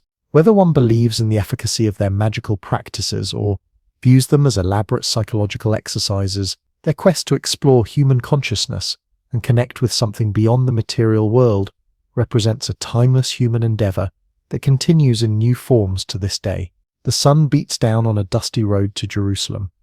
A group of 9 knights rides in formation, their white mantles emblazoned with red crosses fluttering in the desert wind. Swords at their sides and faith in their hearts, they have sworn to protect pilgrims traveling to the Holy Land. Few who see them passing by realize they are witnessing the modest beginnings of what will become one of the most powerful organizations in medieval Europe. These are the poor fellow soldiers of Christ and of the Temple of Solomon, better known to history as the Knights Templar. The story begins in the aftermath of the First Crusade. The year is 1119. Christian armies have recaptured Jerusalem, but the roads leading to the Holy City remain dangerous. Bandits and enemy forces prey on pilgrims making the long journey from Europe. A French knight named Hugues de Payens approaches King Baldwin II of Jerusalem with a bold plan. He and 8 other knights wish to form a new kind of religious order, warrior monks who would combine the fighting skills of knights with the discipline and devotion of monks. King Baldwin welcomes the idea and gives the knights quarters on the Temple Mount, in a wing of the royal palace believed to be built over the ruins of the ancient Temple of Solomon. From this location comes their name, the Knights of the Temple, or Templars. These first knights take vows of poverty, chastity, and obedience, living simply and owning nothing individually. Their seal shows 2 knights riding a single horse, symbolizing their initial poverty and brotherhood. For nearly a decade, the small order struggles in obscurity. Then in 1129, they receive an unexpected champion, Bernard of Clairvaux, one of the most influential churchmen in Europe. Bernard writes a passionate treatise supporting this new concept of a military religious order. At the Council of Troyes that same year, the Templars receive official recognition from the Catholic Church. Pope Innocent VIII later grants them extraordinary privileges. They answer only to the Pope, pay no taxes, and can cross any border freely. With this papal blessing, the order grows rapidly. Donations pour in from across Europe: money, land, horses, weapons, and sons of noble families eager to join. Their distinctive uniform becomes a common sight. White mantles for knights, symbolizing purity, with a red cross added later to represent their willingness to shed blood for Christ. Their battle flag, called the Beausein, is black over white, representing their dual nature as both monks and warriors. On the battlefield, Templars earn fearsome reputations. Unlike other knights of their time, they fight with almost suicidal bravery, believing that dying in battle against non-Christians guarantees entry to heaven. Their rule forbids retreat unless outnumbered 3 to 1. They develop into elite shock troops of the Crusader armies, often leading charges into enemy lines. Their white mantles and red crosses become symbols of terror to their enemies and hope to their allies. Yet the Templars prove to be more than just skilled fighters. They develop a sophisticated financial system that transforms European banking. Pilgrims heading to Jerusalem face dangerous journeys carrying gold and valuables. The Templars offer an ingenious solution: deposit your money at a Templar house in Europe, receive a coded letter, and withdraw funds from Templars in the Holy Land. This early form of banking, combined with their vast network of properties, turns the once poor knights into immensely wealthy bankers. Their wealth allows them to loan money to nobles and even kings. They help finance castle building, trade ventures, and royal projects. When King Louis VII of France needs money for the Second Crusade, he turns to the Templars. King Philip IV of France later becomes deeply indebted to them. The Paris Temple becomes their headquarters in Europe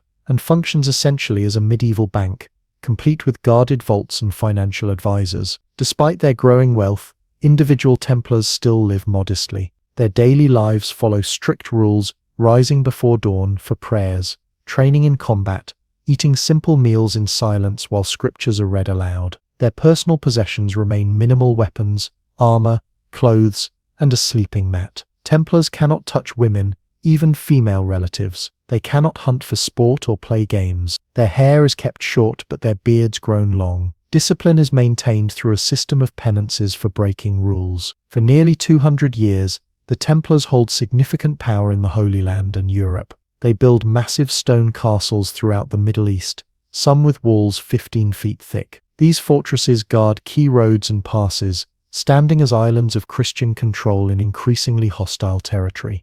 As Muslims gradually reconquer the Crusader states, Templar castles are often the last to fall. The end of the Templar story begins with the fall of Acre in 1291, the last major Crusader stronghold in the Holy Land. Without their original mission of protecting pilgrims, the Templars retreat to Cyprus and their extensive European properties.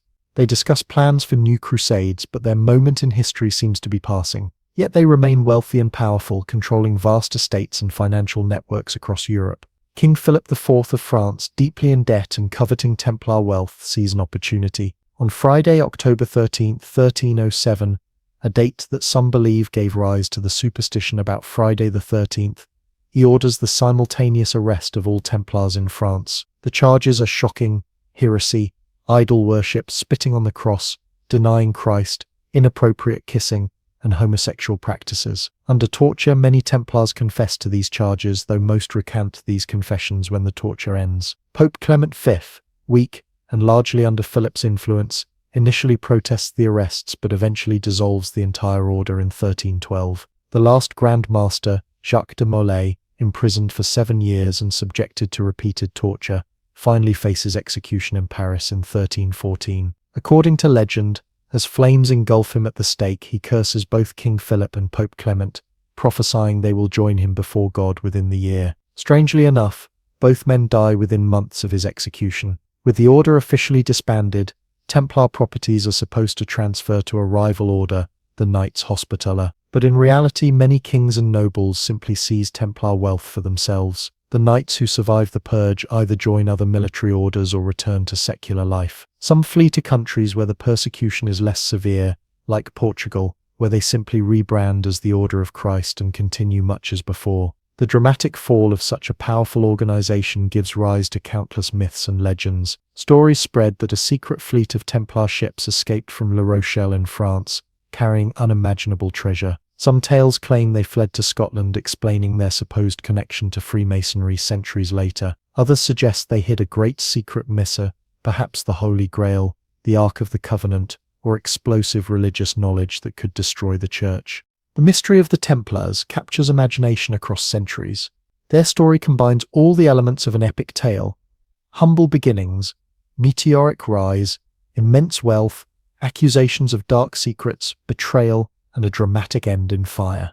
Books, movies, video games, and secret societies continue to elaborate on Templar myths. The symbols once worn by these warrior monks now appear on everything from business logos to tattoos. Yet behind these legends were real men living extraordinary lives of contradiction.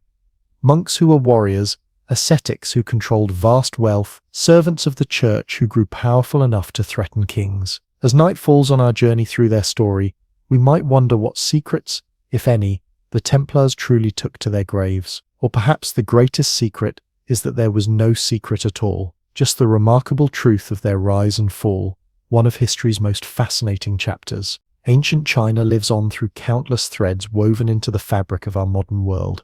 Its philosophical traditions still guide millions in their search for meaning and harmony.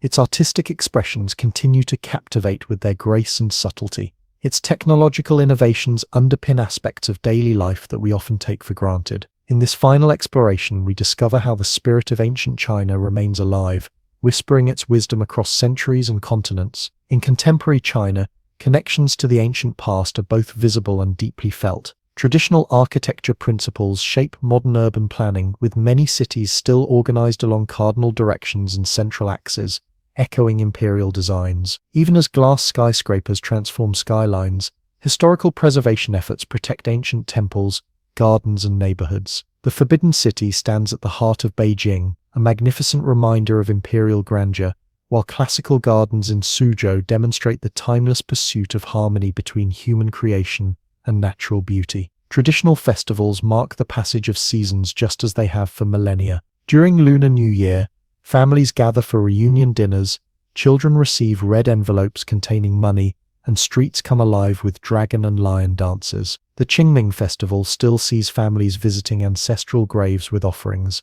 Mid-Autumn Festival brings mooncakes and lanterns, as people gather to appreciate the harvest moon. These celebrations maintain rhythms of life established in ancient times, connecting contemporary Chinese people with their ancestors through shared customs. Philosophical traditions from ancient China continue to influence worldviews and social structures. Confucian values of filial piety, respect for education, and social harmony remain foundational to Chinese family life and education systems. The emphasis on collective welfare over individual desires and the importance of maintaining harmonious relationships shape interpersonal interactions in business and politics. While these values have been reinterpreted through modern lenses, their ancient roots remain recognizable. Taoism's emphasis on balance, flexibility, and harmony with nature influences everything from traditional medicine to martial arts to approaches to conflict resolution. The concept of yin and yang, complementary forces creating dynamic balance,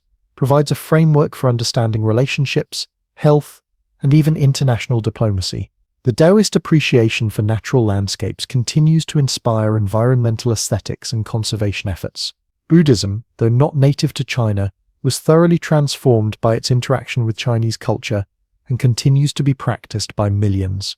Buddhist temples attract both devoted practitioners and those seeking moments of tranquility amid busy modern lives. Buddhist concepts of impermanence and compassion have been integrated into Chinese philosophical thought, literature, and art, creating syncretic traditions that blur the boundaries between religious systems. Traditional Chinese medicine, TCM, represents one of ancient China's most significant living legacies. Based on concepts developed over thousands of years, TCM approaches health as a matter of balance and harmony within the body and between the person and their environment. Acupuncture, herbal medicine, cupping, moxibustion, and therapeutic exercises like Qigong and Tai Chi are practiced worldwide, both alongside and as alternatives to Western medical approaches. The World Health Organization has recognized acupuncture as effective for treating certain conditions, bringing ancient Chinese medical knowledge into contemporary healthcare systems. Culinary traditions from ancient China have spread globally, adapted to local tastes while maintaining core principles. The balance of flavors, therapeutic properties of ingredients, communal dining customs, and the elevation of food preparation to an art form all reflect ancient Chinese approaches to nourishment as both physical and social sustenance. TC culture, with its emphasis on mindful preparation and appreciation, has influenced beverage traditions worldwide, creating spaces for contemplation and connection in our fast-paced world. Chinese martial arts, developed over centuries for self-defense, military training, and health promotion, have become global phenomena. Styles like Kung Fu, Tai Chi, and Qigong blend physical techniques with philosophical principles, emphasizing the cultivation of both body and mind. Films featuring martial arts have popularized these traditions while often incorporating elements of Chinese philosophical thought, introducing international audiences to concepts of qi, vital energy, disciplined practice, and the harmony of opposing forces. The artistic traditions of ancient China continue to inspire both traditional practitioners and contemporary innovators. Calligraphy remains a respected art form where each brushstroke expresses both meaning and aesthetic sensibility. Traditional painting techniques focusing on landscape, birds and flowers, or human figures maintain their distinctive approaches to perspective, composition, and the relationship between empty space and form. These artistic principles influence modern design from architecture to graphic arts, offering alternatives to Western visual traditions. Literature from ancient China provides a treasure house of stories, characters, and themes that continue to appear in contemporary media. Classical novels like Journey to the West, Romance of the Three Kingdoms, and Dream of the Red Chamber are constantly reimagined in films, television series, comics, and video games. Their characters and plot lines are as familiar to many East Asians as Shakespearean or biblical references are to Westerners. Ancient poetic forms and attitudes toward nature's beauty continue to influence literary expression throughout East Asia. In governance and education, the legacy of the imperial examination system can be seen in the emphasis on standardized testing and academic achievement. While modern educational systems draw on multiple traditions, the respect for scholarly accomplishment and the belief that education should form both character and intellect reflect ancient Chinese priorities. Similarly, the ideal of government by educated, ethical individuals rather than hereditary elites has influenced political systems across East Asia. Beyond East Asia, ancient Chinese contributions to world civilization are evident in numerous fields. Paper, printing, and paper-making techniques revolutionized information storage and transmission globally. Silk production transformed textile arts and commerce. Porcelain manufacturing techniques developed in China created new possibilities for both practical vessels and artistic expression. Gunpowder, originally discovered by Taoist alchemists, transformed warfare worldwide. The compass made possible the age of exploration that connected continents. Philosophical concepts from ancient China have enriched global intellectual traditions. Taoist ideas about non-action, wu-wei, and the limitations of language find parallels in certain Western philosophical movements. Confucian social ethics offer perspectives on community and responsibility that complement and sometimes challenge Western individualism. Chinese aesthetic principles regarding simplicity, suggestion rather than explicit statement, and harmony with nature influence artistic movements worldwide. In recent decades, practices like feng shui, qigong, and tai chi have gained popularity internationally, introducing ancient Chinese concepts about the relationship between humans and their environment to new audiences. Mindfulness practices influenced by Chinese Buddhist and Taoist traditions have been adapted for stress reduction and psychological well-being. Traditional Chinese approaches to diet and health complement contemporary interest in holistic wellness and preventive medicine. This living legacy demonstrates the remarkable adaptability of ancient Chinese civilization. Rather than remaining frozen in time, its wisdom continues to evolve, finding new expressions in changing circumstances while maintaining connections to its deep roots. The endurance of these traditions through centuries of social and political transformation speaks to their fundamental insights into human nature and our place in the cosmos. As our exploration of ancient China concludes, we might reflect on what this civilization has to teach our contemporary world. Perhaps its most valuable lesson lies in its long view of history and civilization, the understanding that individual lives, and even dynasties, are brief moments in the flowing river of time. Yet each generation bears responsibility for preserving and transmitting cultural wisdom while adapting it to present needs. In a world often focused on rapid change and immediate results, ancient China reminds us of the value of patience, balance, and harmony with natural cycles. In its philosophical traditions, we find reminders that human flourishing depends not only on material progress, but on ethical development and social cohesion. In its artistic achievements, we discover the power of subtlety and suggestion. In a world often dominated by the explicit and dramatic, the spirit of ancient China continues to whisper across the centuries, offering perspectives that complement and sometimes challenge our modern assumptions. By listening to these whispers through philosophy and art, through medicine and cuisine, through festival celebrations and quiet moments of contemplation, we connect with one of humanity's greatest civilizational achievements and find resources for navigating our own complex world. The wind whistles through the stone corridors of a mountain fortress perched high above the Persian countryside. Inside, a group of devoted followers listen to the teachings of their master. These men are not ordinary religious students, they are members of one of history's most feared and misunderstood secret societies, the Nizari Ismailis, better known to the world as the Assassins. From their remote strongholds, they would shape the politics of the medieval Middle East through a campaign of strategic killings that would give our language the very word assassin. Our story begins in the late 11th century, during a time of turmoil in the Islamic world. The once unified Muslim empire had fractured into competing states. Religious divisions had split Muslims into different sects with varying interpretations of their faith. From this complex landscape emerged a branch of Shia Islam called the Nizari Ismailis, led by a charismatic missionary named Hassani Saba. In the year 1090, Hassan and his followers captured the mountain fortress of Alamut in northern Persia, now modern Iran. This remote stronghold, whose name meant Eagle's Nest, sat atop a narrow ridge accessible only by a single path. From this nearly impregnable base, Hassan built a network of similar mountain castles stretching across Persia and Syria. These fortresses would become the power centers of what neighboring peoples called the Assassins. What made the Nizari Ismailis remarkable was not just their mountain homes but their revolutionary approach to warfare. As a relatively small group facing powerful enemies like the Seljuk Empire and later the Crusader states, they could not win through conventional battles. Instead, they developed a strategy of targeted killing. Carefully trained agents would infiltrate enemy courts, sometimes living undercover for months or years, waiting for the perfect moment to eliminate key political or military leaders. The historical records tell of assassin agents who posed as servants, merchants, or even holy men to get close to their targets. When the moment came, they would strike with a dagger in broad daylight, often in public spaces or sacred locations. What made these acts even more stunning was that the assassin rarely tried to escape. Many accepted their own deaths as part of the mission, believing their sacrifice would earn paradise. These dramatic public killings served multiple purposes. They eliminated specific enemies, demonstrated the reach of the Nizari network, and spread terror among opponents. The psychological impact was often more significant than the strategic one. Powerful rulers lived in fear, surrounding themselves with bodyguards and becoming suspicious of everyone.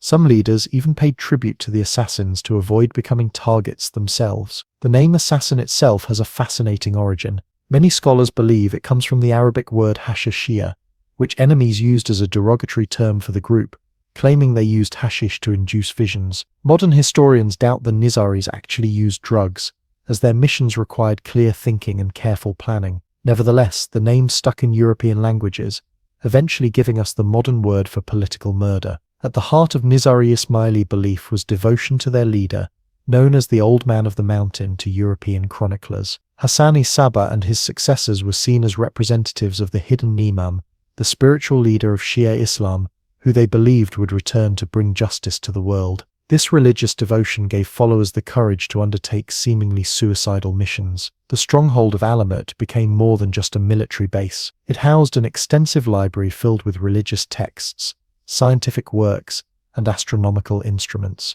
The Nizaris valued knowledge and education alongside military training. While their tactics were violent, their ultimate goal was the preservation and spread of their spiritual understanding during a time when their branch of Islam faced persecution from more powerful sects. Legends about the assassins spread far and wide, growing more fantastic with each retelling. Perhaps the most famous tale comes from Marco Polo, who claimed the Old Man of the Mountain had created a secret garden filled with beautiful women, flowing wine, and every pleasure. Young recruits would be drugged, brought to this paradise, and then told they could return permanently after completing a mission. Modern historians consider this story highly dubious, likely based on rumors and misunderstandings rather than fact. The reality of assassin training was probably more practical. Selected young men received education in languages, customs, and disguise techniques that would allow them to blend into enemy territories. They learned patience, observation, and of course fighting skills focused on close-quarter combat with daggers.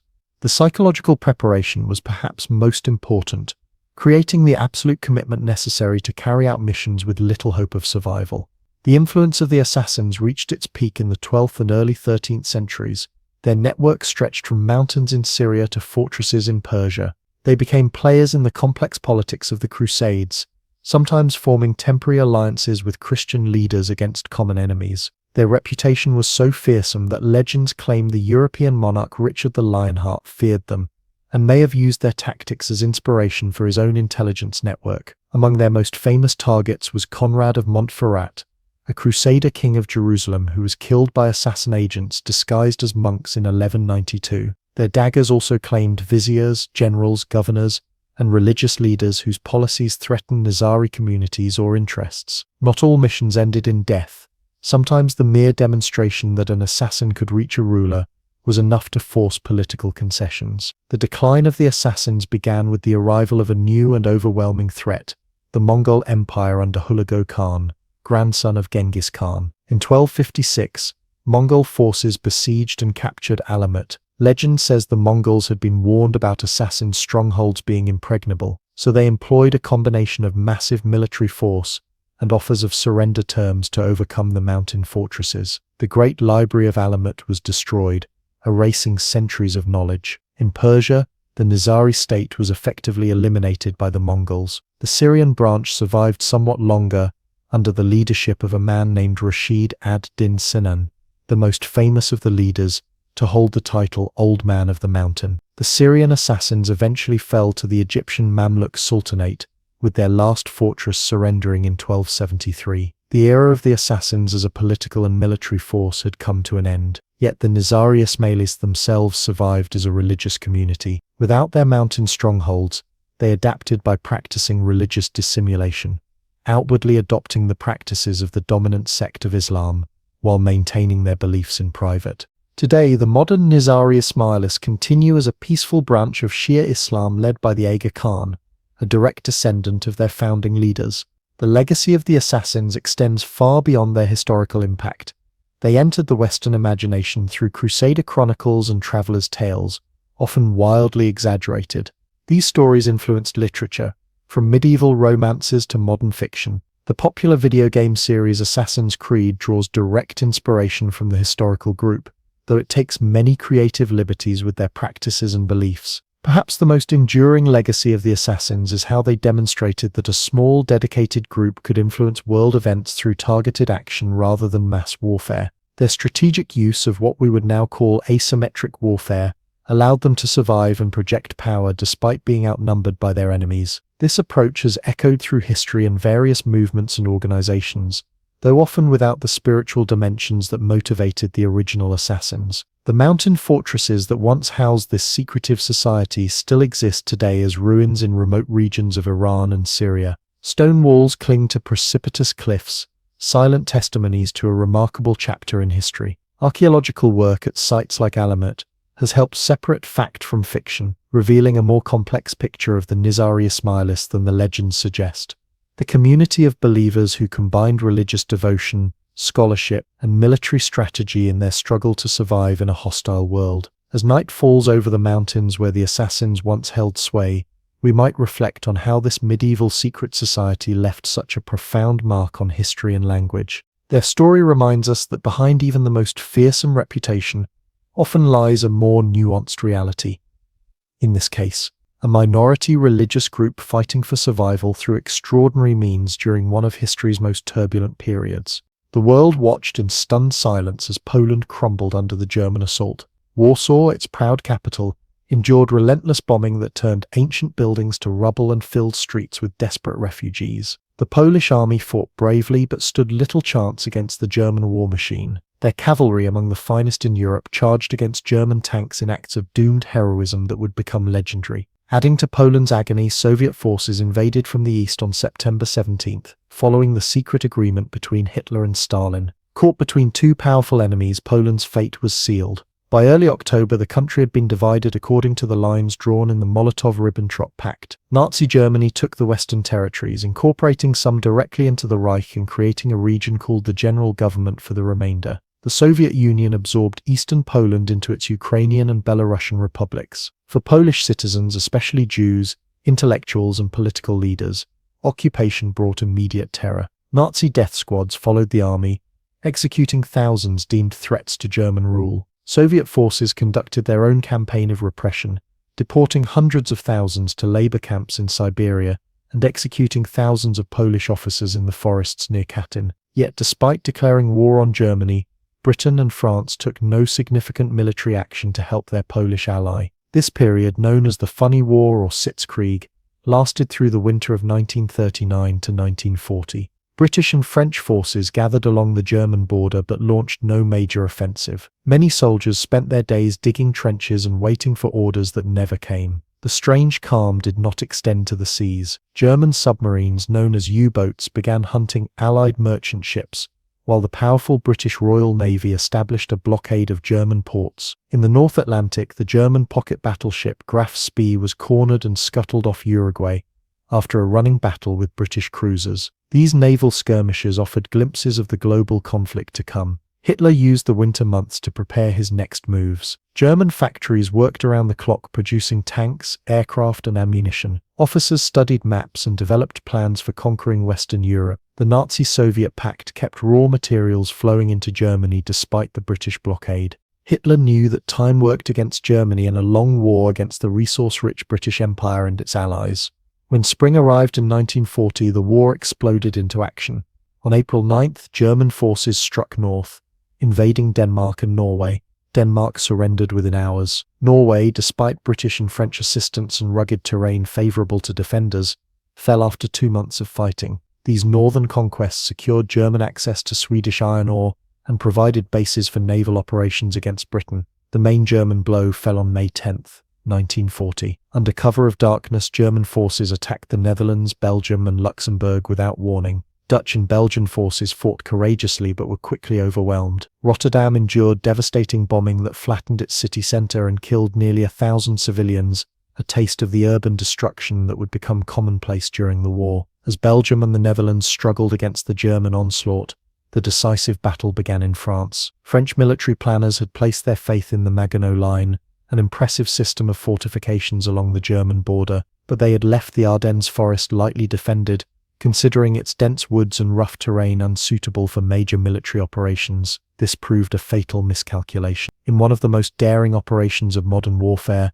German armoured divisions under generals like Heinz Guderian and Erwin Rommel pushed through the Ardennes and raced toward the English Channel. The French and British armies, still thinking in terms of the static warfare of World War I, could not react quickly enough to this new mobile threat. By May 20th, German tanks had reached the Channel, splitting the Allied forces in two. The British Expeditionary Force and parts of the French army found themselves trapped with their backs to the sea near the French port of Dunkirk. Disaster seemed inevitable. Then Hitler made a decision that military historians still debate. He ordered his tanks to halt, allowing Hermann Göring's Luftwaffe to finish off the trapped Allied forces. This pause gave the Allies precious time. In an operation that seemed miraculous at the time, over 338,000 British and French troops were evacuated from Dunkirk's beaches between May 26th and June 4th. A flotilla of military vessels and civilian boats, from fishing trawlers to pleasure craft, crossed the Channel repeatedly under enemy fire to rescue the stranded soldiers. Though they were forced to abandon their heavy equipment, the successful evacuation preserved the core of the British Army and became a symbol of British determination in dark times. With the British in retreat and Belgium defeated, German forces turned south toward Paris. The French army, once considered the finest in Europe, collapsed with shocking speed. Roads clogged with refugees hampered military movements. Conflicting orders and poor communication led to chaos. Some units fought heroically, but overall the French military and political leadership seemed paralyzed. On June 10th, Mussolini's Italy, seeking a share of the spoils, declared war on France and Britain. Italian forces attacked along the Alpine frontier, but made little progress against determined French resistance, one of the few bright spots in France's military performance. As German forces approached Paris, the French government fled south. On June 14th, German troops marched into an eerily silent Paris, left undefended to spare it from destruction. Hitler took personal delight in touring the conquered city the following day, posing for photographs at famous landmarks like the Eiffel Tower. The French government, now led by World War I hero Marshal Philippe Pétain, requested an armistice on June 17th. The surrender terms were harsh. Germany occupied 3/5 of France, including the entire Atlantic coast and the industrial north. The remainder, governed from the spa town of Vichy by Pétain's authoritarian regime, retained nominal independence but functioned as a German puppet state. The French fleet, colonial empire, and air force remained under Vichy control, a situation that concerned the British. Not all French leaders accepted defeat. A little-known general named Charles de Gaulle had flown to London just before the surrender. In a passionate radio broadcast on the BBC, he declared that France had lost a battle but not the war. De Gaulle established the Free French movement, pledging to continue the fight alongside Britain. Few heard his call initially, but his lonely stand would eventually become a powerful symbol of French resistance. Across the English Channel, Britain prepared for the expected German invasion. Prime Minister Winston Churchill, who had replaced Neville Chamberlain in May, rallied his people with stirring speeches. "We shall fight on the beaches. We shall never surrender," he proclaimed to the House of Commons. Britain stood alone against Nazi Germany, its army recovering from the Dunkirk evacuation, its air force outnumbered. Hitler expected Britain to seek peace terms, as fighting alone against German-dominated Europe seemed hopeless. When Britain refused, he ordered preparations for Operation Sea Lion, the invasion of the island nation. But first, the Luftwaffe needed to gain control of the skies over the English Channel and southern England. The Battle of Britain began in July 1940. German bombers, escorted by fighters, attacked British shipping, ports and airfields. The Royal Air Force, flying Spitfire and Hurricane fighters, rose to meet them. Though outnumbered, British pilots had crucial advantages. They fought over home territory, meaning damaged aircraft and parachuting pilots could be recovered. A network of radar stations and ground observers provided early warning of German attacks, and the innovative system developed by Air Chief Marshal Hugh Dowding allowed central control to direct fighters precisely where needed. As the battle intensified in August, the Luftwaffe focused on destroying RAF airfields and radar stations. British fighter strength began to dwindle dangerously. Then, after a German bombing raid accidentally struck London on August 24th, Churchill ordered a retaliatory raid on Berlin. Infuriated, Hitler changed tactics, directing the Luftwaffe to bomb London and other British cities instead of military targets. This strategic error gave the RAF a critical respite to repair airfields and train new pilots. The Blitz, as the bombing campaign against British cities became known, caused terrible suffering. Londoners spent nights in underground stations and homemade shelters as bombs rained down. Historic buildings burned and thousands of civilians died. Yet British morale remained unbroken, and the essential war industries continued production. By October, it was clear the Luftwaffe had failed to gain air superiority. With winter approaching and the Royal Navy still commanding the Channel, Hitler postponed Operation Sea Lion indefinitely. Britain had survived its darkest hour, and Churchill praised the RAF pilots. Never in the field of human conflict was so much owed by so many to so few. As 1940 ended, the war's scope continued to widen.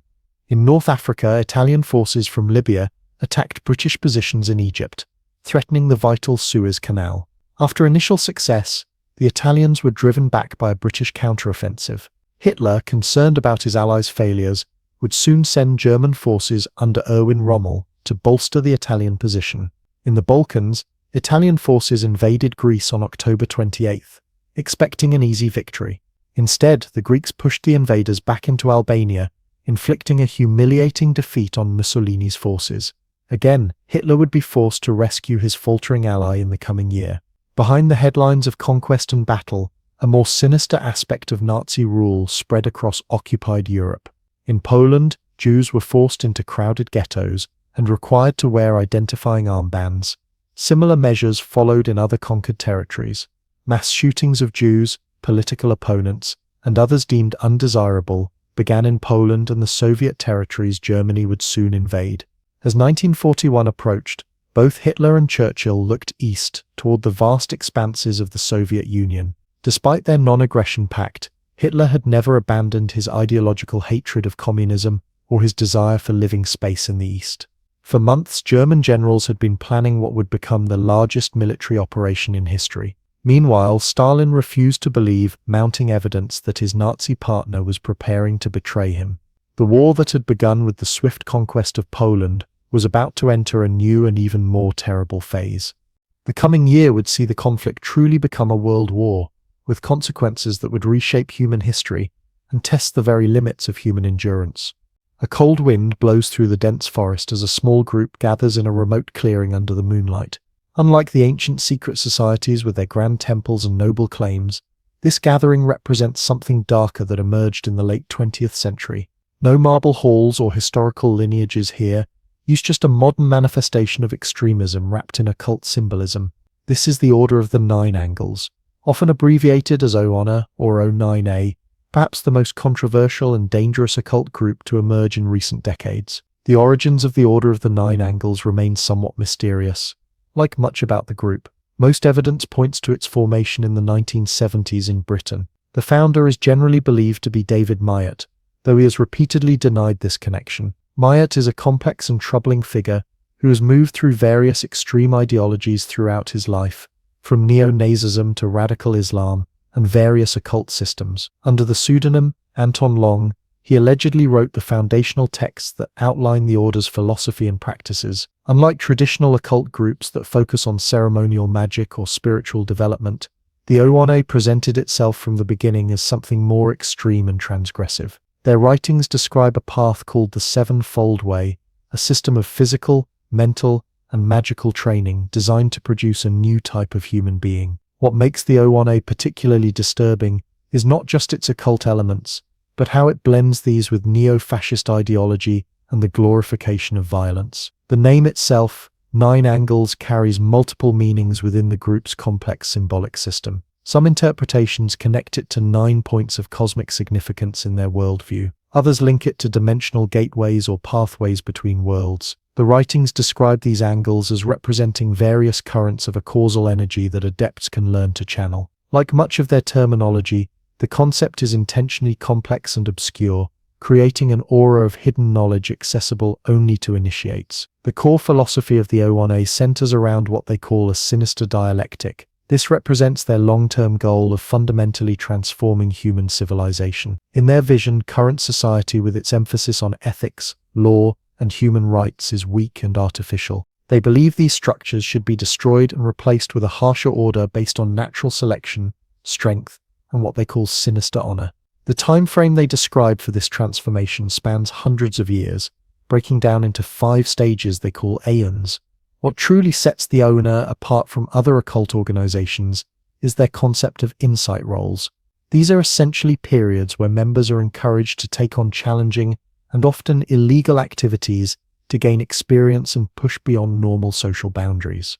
Their texts explicitly suggest roles like joining violent political groups, working in law enforcement, serving in the military, becoming a criminal, or even becoming a social worker to gain access to vulnerable individuals. This practical aspect moves the group beyond mere dark philosophy into potential real-world harm. Most disturbing is the practice they call culling. While most modern occult groups explicitly reject violence, Owane texts openly discuss human sacrifice as a valid magical practice and a way to contribute to natural selection. They frame this as removing the weak from society. Some Owane writings suggest methods and criteria for selecting victims, while it remains unclear if any members have actually carried out such acts. The explicit encouragement of violence creates serious concerns about the group's influence on vulnerable or unstable individuals. The structure of the Owane is deliberately decentralized. Rather than having a formal hierarchy with membership cards and regular meetings, it operates as a loose network of cells they call nections.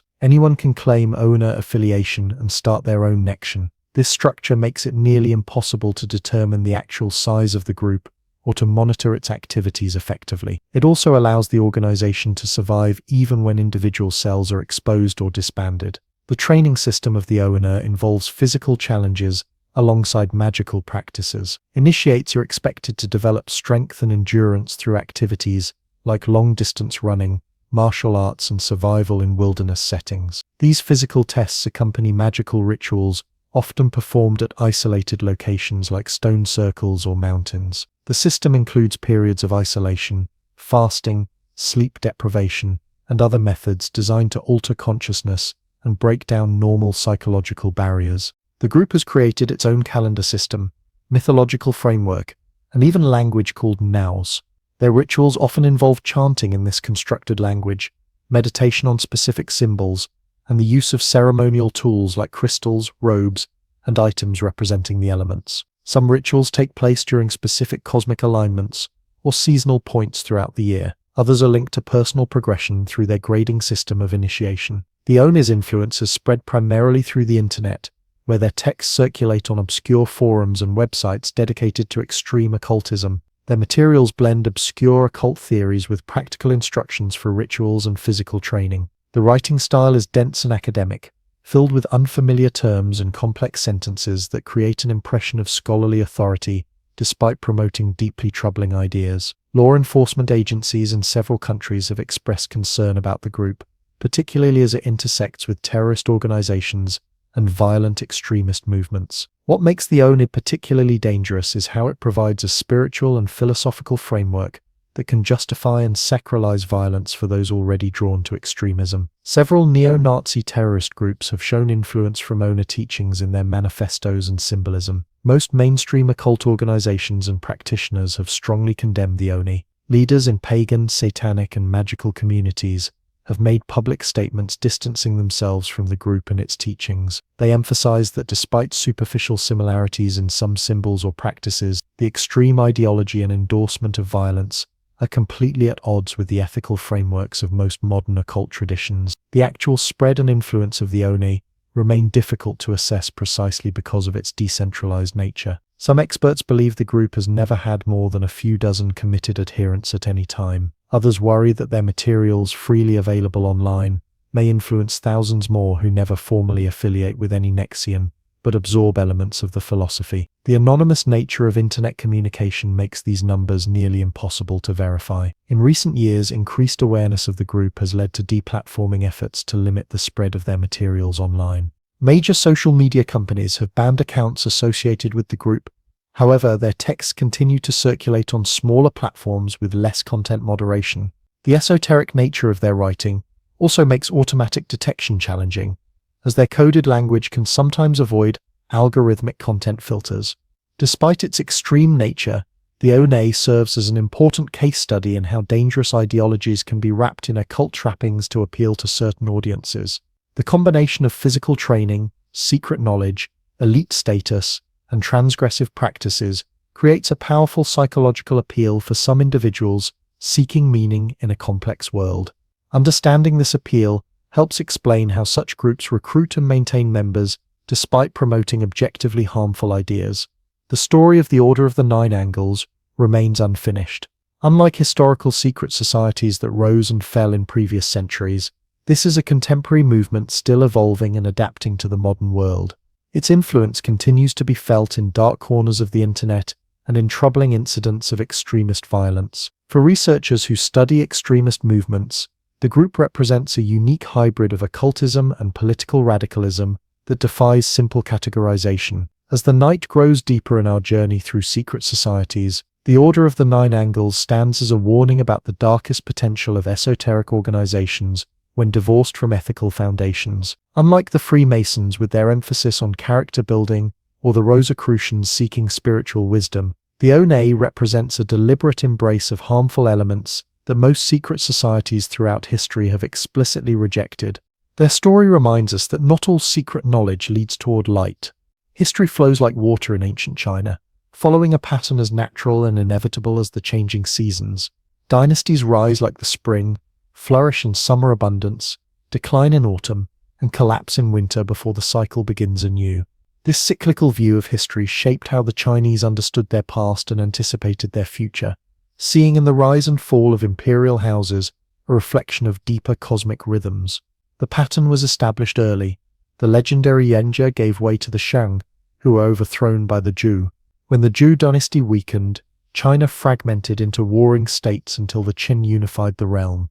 The harsh Qin quickly collapsed, replaced by the Han, whose 4-century rule established the dynastic template that subsequent eras would follow. After the Han fell in 220 CE, China entered its first major period of disunion, known as the Three Kingdoms era, and later the Six Dynasties period. For nearly 4 centuries, the empire remained divided between competing regimes, some led by Chinese nobles, others by non-Chinese peoples, who had established kingdoms within traditional Chinese territories. This fragmentation brought suffering through warfare, but also cultural exchange and intellectual ferment as Buddhism spread throughout China and interacted with indigenous traditions. The cycle of unity and division continued. The Sui dynasty briefly reunified China in 581 CE, but collapsed within decades due to the enormous human cost of its ambitious projects, including the Grand Canal. From its ruins arose the Tang dynasty 618–907 CE, which would preside over what many consider the golden age of Chinese civilization. The Tang period exemplified the summer phase of dynastic flourishing. Under rulers like Emperor Taizong and the extraordinary Empress Wu Zetian, the only woman to rule China in her own name as emperor, the Tang created a cosmopolitan empire open to foreign influences. Its capital Changjiang grew into the world's largest city, home to over 1 million people, including merchants, monks, and ambassadors from across Asia. Tang poetry reached lyrical heights never surpassed in Chinese literature, with poets like Li Bai and Du Fu creating works that would be memorized by scholars for centuries to come. Tang power extended deep into Central Asia, controlling vital sections of the Silk Road and influencing Korea, Japan, and Vietnam, which all adopted elements of Tang culture and governance. Buddhism flourished, with magnificent cave temples and monastic complexes established throughout the empire. Technological innovations in printing, porcelain production, and engineering demonstrated Chinese ingenuity. Yet even this glorious dynasty followed the inevitable pattern of decline. The Andalusian Rebellion, 755–763 c, severely weakened Tang authority, forcing the emperors to grant more autonomy to regional military governors.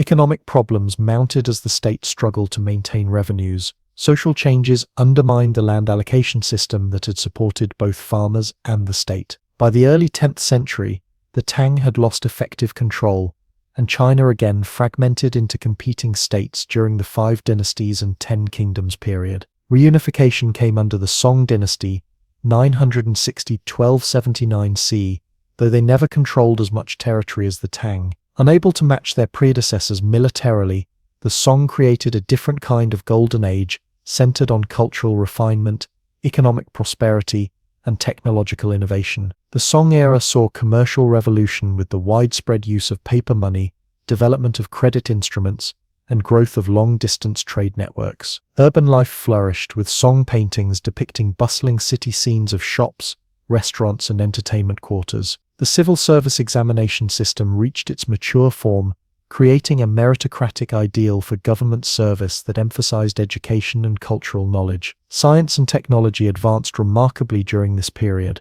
Movable type printing, the compass, and improvements in shipbuilding transformed information sharing and transportation. Astronomical observations became more precise with instruments like Su Song's cosmic clock tower. The scholar official class expanded, creating greater demand for books, art, and luxury goods. Yet the Song faced relentless military pressure from northern nomadic peoples, eventually losing their northern territories to the Jurchen Jin dynasty. The southern Song continued for another century and a half, maintaining Chinese cultural traditions while developing new artistic styles and philosophical approaches, particularly Neo-Confucianism, which synthesized earlier Chinese philosophical traditions. In 1279, all of China fell to the Mongol forces of Kublai Khan, who established the Yuan dynasty, 1279–1368. This marked the first time the entire country had been conquered by a non-Chinese people. The Mongols placed Chinese under legal restrictions, favoring foreigners for administrative positions and disrupting the examination system that had created the scholar official class. Despite these challenges, cultural exchange flourished under Mongol rule. The playwright Guan Hanqing created enduring dramatic works.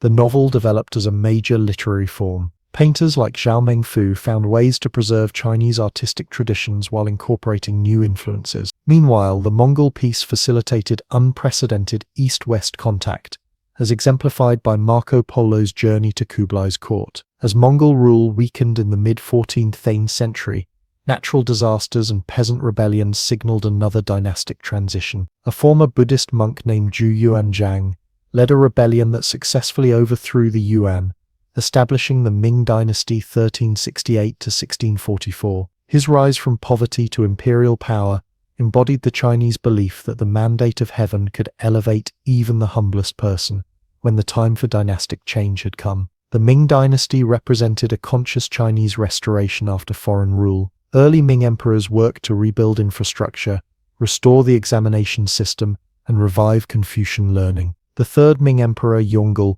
moved the capital to Beijing and constructed the Forbidden City, the magnificent imperial palace complex that symbolized Chinese imperial power at its height. Ming China initially engaged actively with the wider world. The famous treasure fleets led by Admiral Zheng He between 1405 and 1433 reached Southeast Asia, India, the Middle East, and East Africa, demonstrating Chinese naval power and seeking diplomatic recognition of Ming supremacy. However, later Ming rulers turned inward, banning maritime trade and focusing on defensive measures, like strengthening the Great Wall against northern threats. Ming culture produced refined porcelains, intricate landscape paintings, elaborate gardens, and major literary works like the novel Journey to the West. The publishing industry flourished, making books more widely available than ever before. Elite culture emphasized connoisseurship of art, antiques, and refined living, while popular culture developed vibrant traditions of opera, storytelling, and festival celebrations. Yet the familiar cycle continued. By the late 16th century, the Ming faced multiple challenges: factional strife among officials, corruption in the bureaucracy, tax shortfalls, and climatic cooling that affected harvests. Military defeats against the rising Manchu people weakened the regime. In 1644, a rebel leader captured Beijing, the last Ming emperor hanged himself, and Manchu forces entered China, establishing the Qing dynasty 1644 to 1911. Like the Mongols before them, the Manchus were non-Chinese conquerors who had to legitimize their rule to the Chinese population. They did so by portraying themselves as more faithful defenders of Confucian civilization than the Ming had been. Manchu emperors demonstrated mastery of Chinese cultural traditions while maintaining their distinct ethnic identity through requirements like the queue hairstyle for male subjects. Under emperors Kangxi, Yongzheng, and Qianlong, the Qing reached the height of its power in the 18th century. China's territory expanded to unprecedented size, incorporating Mongolia, Tibet, and Xinjiang. The population tripled to over 300 million. Economic prosperity supported a flourishing material culture of silk, porcelain, lacquerware, and other luxury goods. Yet even at its peak, the seeds of decline were present. Population growth put pressure on land resources. The examination system became more focused on stylistic conventions than practical knowledge. Corruption increased as the bureaucracy struggled to govern the vast empire effectively. By the late 18th century,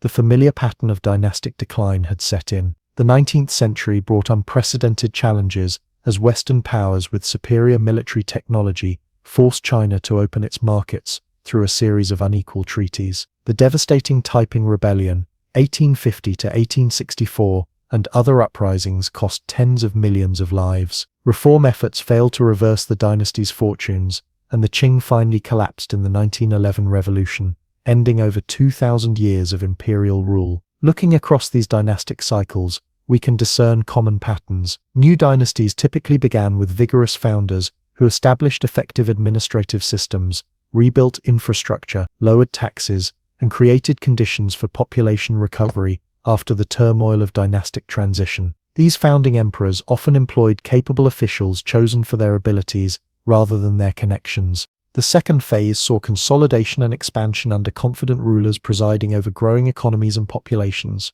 Cultural achievements flourished, with official patronage for arts and learning. Military strength secured borders and sometimes expanded territory. This middle period typically represented each dynasty's golden age. Decline followed patterns that would have been familiar to Chinese historians of any era. Imperial households grew larger and more expensive to maintain. Emperors increasingly lived in seclusion within palace complexes, relying on eunuchs and other court favorites who often became corrupt. Factionalism divided the bureaucracy. Tax exemptions for elites shifted burdens onto ordinary farmers. Land ownership became concentrated, creating tenancy and landlessness. Population growth outpaced agricultural production, leading to increasing poverty. Natural disasters like floods, droughts, and earthquakes, always present in Chinese history, had more severe impacts during dynastic decline because corruption and neglect had weakened infrastructure and relief systems. Such disasters were interpreted as heaven's displeasure with the ruling dynasty, undermining its legitimacy. The final phase typically featured rebellions, first in peripheral regions, then spreading to the heartland. Nomadic peoples or other external threats might take advantage of imperial weakness. The dynasty would increasingly lose control until a new contender for the mandate of heaven emerged, beginning the cycle anew. What gave this cyclical pattern its strength and resilience? Several factors stand out. The concept of the mandate of heaven provided a flexible framework for understanding political legitimacy, justifying both loyalty to effective rulers and rebellion against corrupt ones. The centralized bureaucratic system, once established, proved adaptable enough to be restored after periods of fragmentation. The cultural continuity maintained by the scholar official class, with its emphasis on historical knowledge and Confucian values, helped reconstitute imperial governance after chaotic transitions. Geographic factors also played a role. China's natural boundaries of mountains, deserts, and seas created a coherent space within which a unified state repeatedly reformed. The agricultural productivity of the major river valleys supported dense populations that could be organized under imperial rule. The threat from nomadic peoples on the northern and western frontiers created recurring security challenges that reinforced the need for a strong central government. The rise and fall of dynasties was not mere repetition. Each cycle incorporated innovations that became part of China's cultural heritage. Buddhism entered during the period of disunion after the Han and became thoroughly integrated into Chinese civilization. Neo-Confucianism emerged during the Song as a response to Buddhist influence, revitalizing native philosophical traditions. New economic patterns, technological innovations, literary and artistic forms all developed through these cycles, creating a civilization of remarkable continuity yet continuous evolution. For the Chinese people who lived through these dynastic transitions, the cyclical pattern offered both explanation and hope. Times of chaos and suffering were understood as the natural winter of dynastic decline, which would inevitably give way to the spring of renewal under a new mandate. This perspective did not eliminate the very real hardships of dynastic collapse, but it provided a framework for understanding them as part of a larger cosmic order rather than as random catastrophes. As we look at modern China, echoes of this cyclical understanding of history remain influential. The continuous thread of Chinese civilization, despite all its transformations, represents one of humanity's most remarkable achievements, a cultural continuity that has absorbed conquests, survived catastrophes, and adapted to changes while maintaining its distinctive character across millennia. Darkness blankets the Italian countryside as a group of men make their way through dense forest toward a remote charcoal burner's hut. Inside, the simple dwelling has been transformed. Black cloths cover the walls. A rough wooden table holds 3 objects: a bundle of sticks, a white linen cloth, and a bowl of salt. The men speak in hushed tones, using special passwords and recognition signs. These are not ordinary peasants or laborers, but members of the Carbonari, a secret revolutionary society whose burning desire for liberty would help shape the future of Italy and spread revolutionary ideals across Europe in the early 19th century. The name Carbonari means charcoal burners in Italian. The society adopted symbolism from this humble profession, which involved creating charcoal by slowly burning wood under controlled conditions. This transformation of raw material into something more refined and powerful became a perfect metaphor for their own political aims: to transform Italy from a collection of foreign-dominated states into a unified, independent nation. The exact origins of the Carbonari remain somewhat mysterious, as befits a secret society. Some evidence points to their formation in southern Italy, possibly in the Kingdom of Naples around 1806, during the Napoleonic era. Others suggest they emerged from older secret groups in France or northern Italy. What is clear is that by the 1810s they had become a significant underground movement with thousands of members across the Italian peninsula. The early 19th century was a time of political turmoil in Italy. After centuries as a patchwork of small states, the region had been conquered and reorganized during the Napoleonic Wars. With Napoleon's defeat in 1815, the Congress of Vienna restored many old monarchies and placed large parts of Italy under Austrian control or influence. Local rulers, often backed by Austrian military power, imposed reactionary policies that limited free speech, restricted education, and harshly punished political dissent. In this repressive environment, the Carbonari grew rapidly. Unable to express their political views openly, liberals, nationalists, and reformers joined the secret society to find like-minded allies and work toward change. Members came from various social classes. The society included intellectuals, military officers, government officials, professionals, merchants, and some forward-thinking nobles. What united them was opposition to absolute monarchy and foreign control, along with support for constitutional government and greater personal liberties. The organization of the Carbonari was deliberately complex, designed to protect members from infiltration and betrayal. Local groups called Vendite, meaning sales, reported to higher-level groups in a pyramid structure.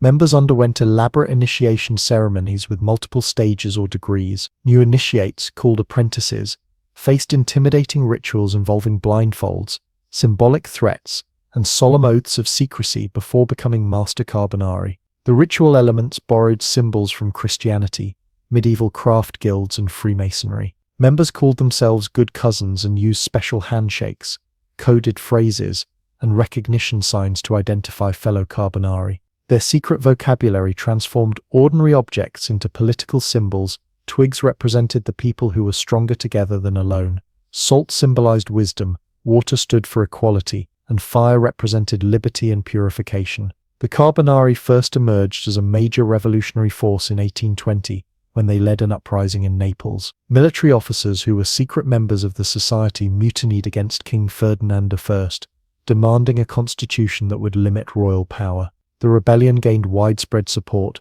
forcing the king to temporarily agree to their demands and establish a constitutional government. This early success inspired Carbonari in other regions and seemed to demonstrate that their methods could produce real political change. The victory proved short-lived. Austria, concerned about revolutionary movements spreading through its Italian territories, sent troops to crush the Neapolitan Revolution and restore absolute monarchy. A similar Carbonari-led revolt in Piedmont in northern Italy in 1821 also ended in defeat. The Austrian army proved too powerful, and the hoped-for support from the general population did not materialize in sufficient numbers. Many Carbonari leaders were executed, imprisoned, or forced into exile after these failed uprisings. Despite these setbacks, the movement survived and spread beyond Italy. Carbonari groups formed in France, where they attempted to overthrow the restored Bourbon monarchy in the 1820s. They gained footholds in Spain, Portugal, and even as far as Brazil. Their organizational structure and revolutionary tactics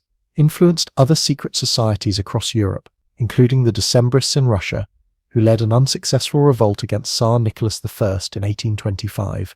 One of the most famous Carbonari was Giuseppe Mazzini, a brilliant Italian nationalist born in Genoa. Joining as a young man, Mazzini quickly became disillusioned with what he saw as the society's lack of clear political vision and excessive focus on ritual. In 1831, he founded his own revolutionary organization called Young Italy, which absorbed many former Carbonari members. While rejecting their secretive structure, Mazzini built upon their nationalist ideals to promote a more coherent vision of Italian unification. Another notable figure connected to the Carbonari was Louis Napoleon Bonaparte, the future Emperor Napoleon III of France. As a young man, he reportedly joined the society during the 1830 revolution in France, although he later turned against radical revolutionary movements after becoming ruler. This connection illustrates how the Carbonari network reached into the highest levels of European society and influenced individuals who would later shape national policies. The methods of the Carbonari reflected both the dangers and possibilities of their time.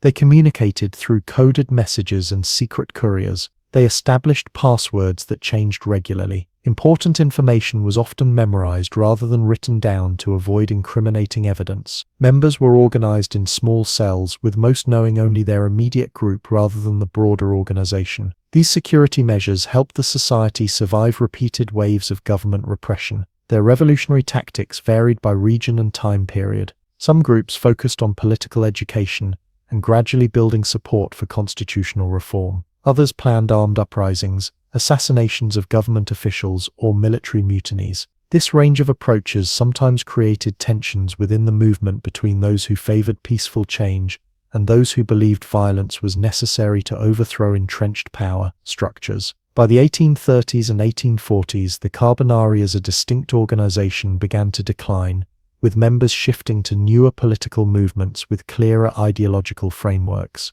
Their influence lived on, however, in the work of Italian unification leaders like Mazzini, Giuseppe Garibaldi, and Count Cavour. The revolutionary spirit and organizational techniques of the Carbonari contributed to the eventual creation of a unified Italian state in 1861, though the constitutional monarchy that emerged differed from their more republican visions. The legacy of the Carbonari extends beyond their direct political impact. They represented a crucial transition in the development of modern revolutionary movements. Earlier secret societies like the Illuminati had focused primarily on philosophical discussion and gradual reform. Later groups like communist and anarchist organizations would develop more structured ideologies. The Carbonari stood between these models, combining romantic symbolism with practical political action in ways that influenced future revolutionary movements worldwide. In Italian popular memory, the Carbonari became romantic symbols of resistance against tyranny. Their secret meetings, dramatic oaths, and willingness to risk death for their beliefs captured the imagination of writers and artists. Alexandre Dumas featured Carbonari characters in his novels. Composers like Verdi included themes of resistance and liberty inspired by their struggle. These cultural representations helped transform the historical Carbonari into legendary figures representing the Italian spirit of independence. Museums in modern Italy occasionally display Carbonari artifacts, ritual aprons, symbolic tools, coded documents, and other remnants of their secret world. Their meeting places, often humble structures that belied their historical importance, have largely disappeared or been transformed over time. What remains most clearly is their influence on Italian national identity and their place in the larger story of Europe's long and often painful evolution toward more democratic forms of government. The Italian flag itself carries a connection to this revolutionary past. The green, white, and red tricolour was adopted by various Italian revolutionary groups, including those influenced by Carbonari ideals, before becoming the official flag of the unified nation. Each time it flies over an Italian government building or school, it serves as a subtle reminder of the secret societies that helped kindle the flames of Italian nationalism almost 2 centuries ago. As night deepens over the Italian landscape where the Carbonari once gathered in remote huts and hidden cellars, we might reflect on how ordinary people risking everything for political ideals helped shape the modern world. Though their immediate revolts failed, their longer-term vision of a unified Italy and constitutional government eventually prevailed. Their story reminds us that movements that seem defeated in their own time can plant seeds that grow into significant change in the decades that follow. Snow falls quietly on the streets of Munich in the winter of 1918. Germany lies defeated after the First World War. Its monarchy collapsed, its people hungry and disillusioned. In this atmosphere of national despair, a group of wealthy intellectuals, aristocrats, and military officers gather in the elegant Hotel Via Rassesaten. They speak in hushed tones about ancient Nordic legends, lost civilizations, and the destiny of the German people.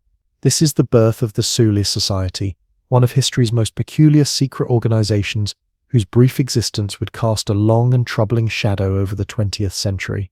The Sully Society began formally in August 1918, just months before Germany's surrender in World War I. Its founder was Rudolf von Sebottendorf, an adventurer and occultist who had spent years in Turkey studying Islamic mysticism and obscure spiritual practices. The organization took its name from a legendary northern land in Greek mythology, which Sebottendorf and his followers identified with the ancestral homeland of the Germanic peoples. The society used as its emblem a swastika with a sword superimposed upon it, the swastika being an ancient symbol they adopted years before it became associated with Nazi Germany. On the surface, the Sully Society appeared to be a study group for German folklore and archaeology. Members gathered to discuss runes, ancient Germanic traditions, and Norse mythology. They published a newspaper called the Münchener Beobachter, which later became the Völkischer Beobachter, the official Nazi Party newspaper. But beneath this scholarly veneer lay stranger beliefs that mixed occultism with racial theories and extreme nationalism. Central to the society's ideology was the belief in Aryan supremacy and the concept of blood and soil, the idea that the German people had a mystical connection to their land. They studied the theories of writers like Guido von List and Jörg Lanz von Liebenfels, who claimed the Aryan race had special powers and a divine mission. According to their worldview, the pure Germanic people were descendants of godlike beings from Thule or Hyperborea, advanced civilizations they believed existed in the far north in prehistoric times. The society operated from a grand villa in Munich that became known as the Sully Temple. Inside, members participated in rituals that included meditation on runic symbols, ceremonial magic, and attempts to contact ancestral spirits for guidance. Some members claimed to practice clairvoyance and other psychic abilities they believed were dormant powers in Aryan blood. These practices mixed elements from various occult traditions including theosophy, Rosicrucianism, and ceremonial magic with Volkish nationalist ideas. The membership of the Sully Society included influential figures in Munich society. Lawyers, doctors, aristocrats, military officers, and intellectuals joined its ranks. Notable members included Dietrich Eckart, a poet and playwright who became an early mentor to Adolf Hitler, Rudolf Hess, who would later become Deputy Führer of Nazi Germany, and Alfred Rosenberg, who would become the chief ideologist of the Nazi movement. Each brought their own interests and interpretations to the society's blend of mysticism and nationalism. What makes the Suli society historically significant is not just its bizarre beliefs, but its direct connection to the birth of the Nazi Party. In 1919, Sebetendorf and other Suli members helped establish a political group called the German Workers' Party. This small organization would later be joined by Adolf Hitler, who eventually transformed it into the National Socialist German Workers' Party, the Nazi Party. The Suli Society provided early financing, newspaper support, and a network of influential contacts that helped the fledgling Nazi movement grow. Despite this connection, the relationship between the Suli Society and early Nazism was complex. Hitler himself showed little interest in the occult aspects of the Suli worldview, preferring to focus on political action and mass movement building. He used their racial theories and Germanic symbolism, but discarded the esoteric rituals and mystical practices that were central to the society. Many original Thule members drifted away from the Nazi movement as it grew more focused on practical politics rather than mystical nationalism. The Suli Society itself was short-lived as a formal organization. By 1925, it had largely disbanded, with many members moving into other nationalist groups or directly into Nazi party work. Sebetendorf left Germany for Turkey, later returning to publish a book titled Before Hitler Came, in which he claimed credit for laying the groundwork for Nazism. The Nazi leadership, uncomfortable with these occult connections, briefly arrested him when he returned to Germany in 1933, then sent him back to Turkey. Despite its brief existence, legends about the Thule Society grew over time. After World War II, writers and conspiracy theorists elaborated on the group's activities and influence, often exaggerating its size, power, and mystical practices. Stories emerged claiming the society had possessed ancient magical knowledge, conducted human sacrifices, or maintained contact with superhuman intelligences. These sensationalized accounts mixed fragments of truth with fantasy, creating an image of the Thule Society as more powerful and sinister than historical evidence suggests. Some post-war accounts claim the society sent expeditions to Tibet, Iceland, and Antarctica, searching for entrances to the Hollow Earth or remnants of the ancient Aryan civilization they believed had once existed. While the Nazis did sponsor a scientific expedition to Tibet in 1938, there is little evidence connecting this directly to Thule Society beliefs. Similarly, stories about secret Thule-inspired Nazi bases in Antarctica have become popular in fringe literature, but lack historical foundation. The true legacy of the Thule Society lies in how it helped transform fringe occult ideas into political action, with devastating consequences. The group served as a bridge between the world of esoteric societies and practical politics during a crucial moment in German history. Their mixing of mysticism with nationalism created a powerful mythology about German destiny that, stripped of its more obvious occult elements, could appeal to a nation in crisis, searching for meaning and direction. In the decades after World War II, neo-Nazi groups have occasionally attempted to revive Thule Society ideas and practices. Small occult nationalist organizations have formed in various countries, claiming to be spiritual heirs to the original society. These modern groups typically emphasize the mystical and racial aspects of Thule Society ideology, while attempting to distance themselves from the historical consequences of those ideas. Law enforcement agencies monitor such groups due to their potential for radicalizing vulnerable individuals. The story of the Thule Society illustrates how secret societies can sometimes influence history in unexpected ways. While never large in membership or long-lasting as an organization, its ideas helped shape movements that would change the world. The society represents an intersection of occultism, nationalism, and political activism that demonstrates how fringe beliefs can, under certain conditions, move from the margins to the mainstream with profound consequences.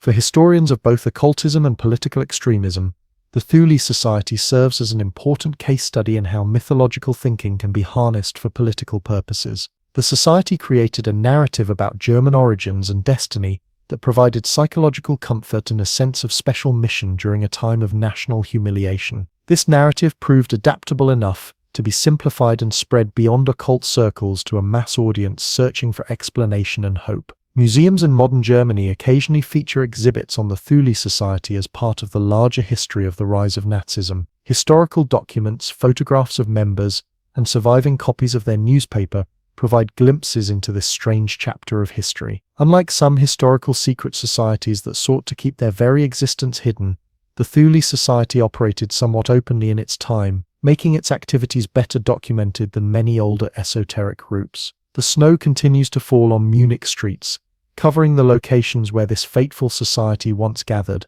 The elegant hotel still stands, though few guests realize the role it played in a dark chapter of history. The villa that housed the Thule Temple was destroyed during Allied bombing in World War II, erasing the physical center of this brief but influential secret society. What remains are scattered documents, photographs, and the troubling legacy of what happens when mystical nationalism transitions from candlelit ceremonies to political power. As we leave this strange intersection of occultism and history, the story of the Thule Society reminds us that secret societies do not exist in isolation from their times. They reflect the dreams, fears, and obsessions of the cultures that produce them. In the case of the Thule Society, those dreams took a dark turn, showing how the human search for meaning and connection can sometimes lead down destructive paths when mixed with theories of racial superiority and national destiny. Missa drifts through ancient redwood trees in a secluded forest north of San Francisco. As night falls, men in dark robes gather around a massive stone owl, nearly 40 feet tall. A bonfire blazes beneath the towering statue.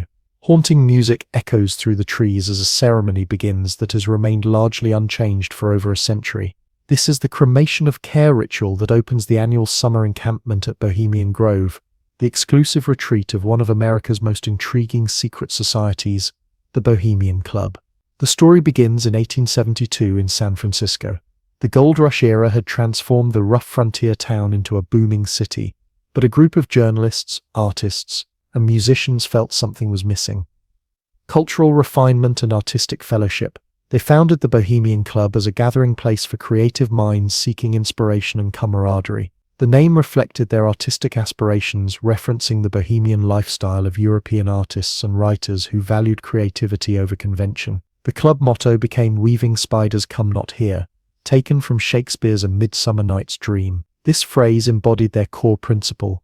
At bohemian gatherings, outside business and practical concerns were to be left behind in favor of art, music, and fraternal bonds. The early membership included newspaper editors, opera singers, painters, and writers who gathered regularly for performances, lectures, and artistic exhibitions. Within a few decades, the character of the club began to shift. Wealthy businessmen and influential politicians joined, attracted by the cultural atmosphere and exclusive social connections. These new members, called associate bohemians rather than regular bohemians, had money and power but little artistic talent. They supported the club financially while enjoying the creative environment created by the artists. Gradually, the balance tipped, and the club transformed from an artistic haven into a gathering place for the elite of American society. In 1899, the Bohemian Club purchased land along the Russian River in Sonoma County, about 75 miles north of San Francisco. This 700-acre property,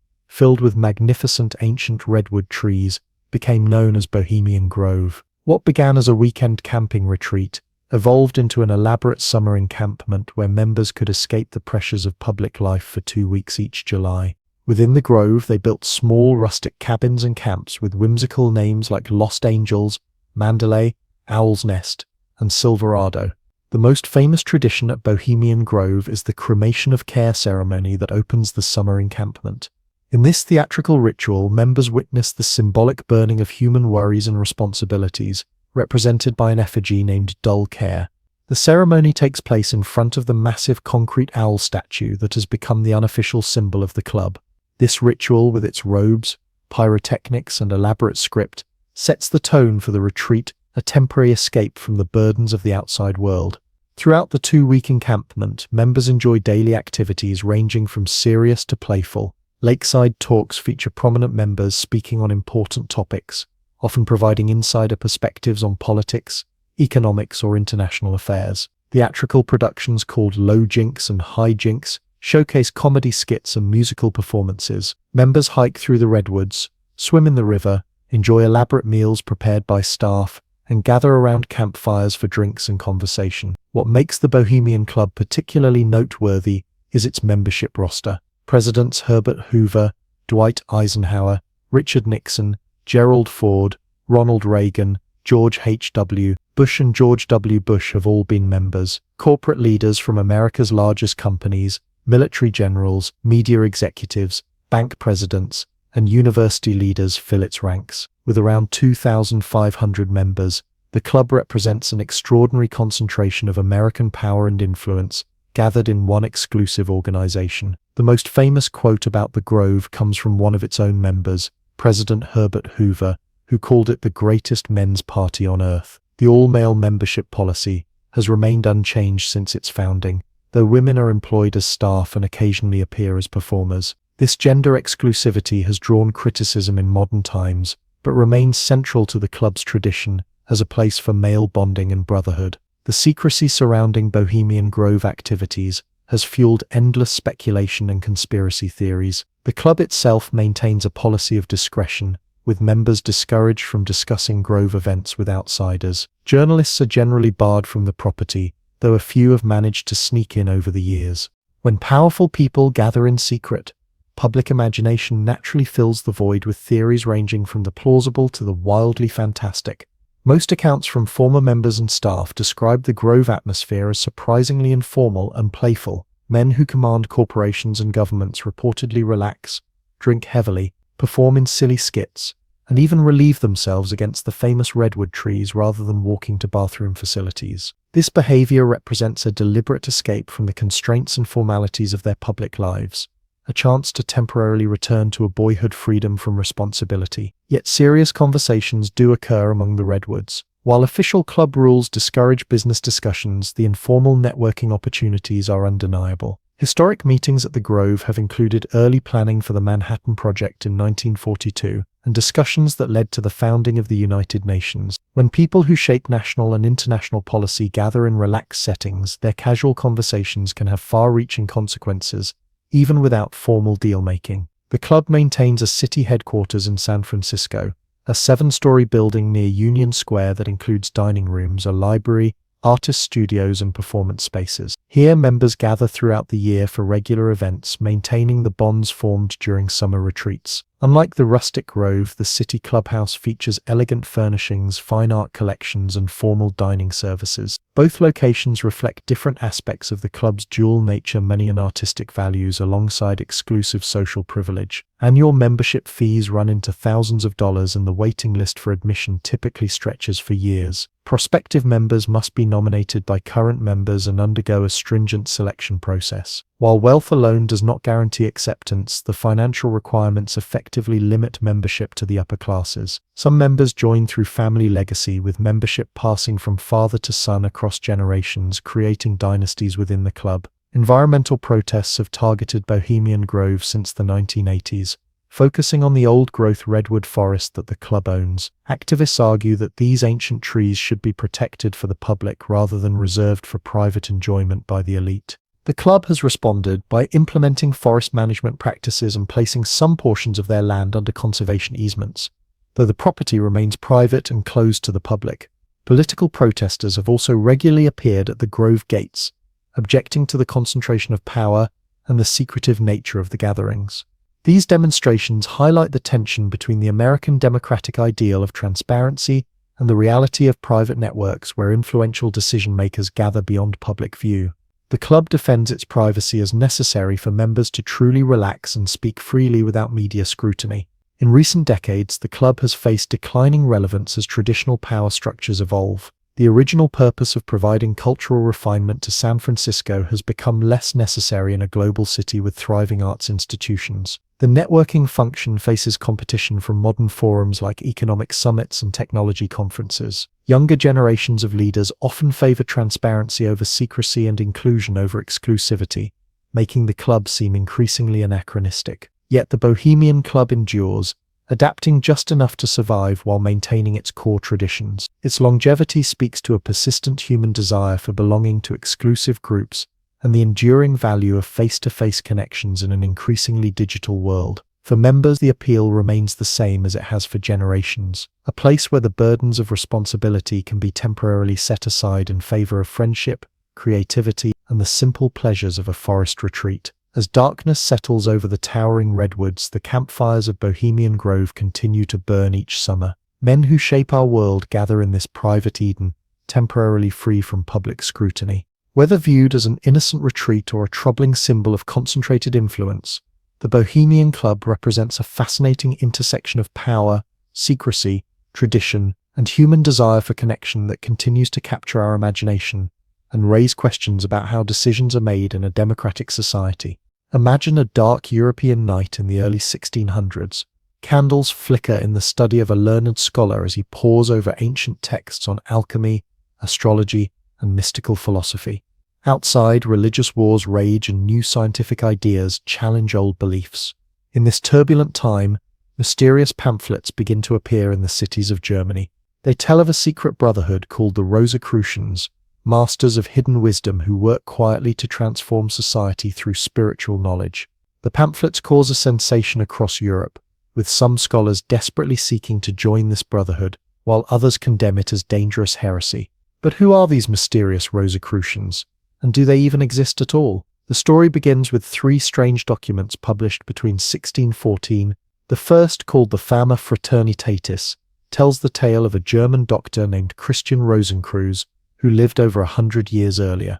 According to the story, Rosenkreuz traveled to the Middle East and North Africa, studying secret wisdom from Islamic and Egyptian scholars that was lost to European knowledge. Upon returning to Germany, he gathered a small group of trusted friends to form the Fraternity of the Rose Cross. The second text, the Confessio Fraternitatis, expanded on the first, describing how these brothers possess secrets of nature, medicine, and spiritual transformation. The third document, called The Chemical Wedding of Christian Rosenkreuz, was a strange allegorical story filled with symbols and hidden meanings. Together, these works announce the existence of a secret brotherhood dedicated to universal reformation of human knowledge, healing, and spirituality. What made these claims extraordinary was the description of the founder. According to the texts, Christian Rosenkreuz lived for 106 years, dying in 1484. His body was placed in a special seven-sided vault filled with symbols, mirrors, and inscriptions. The Brotherhood agreed that the tomb would remain secret for 120 years.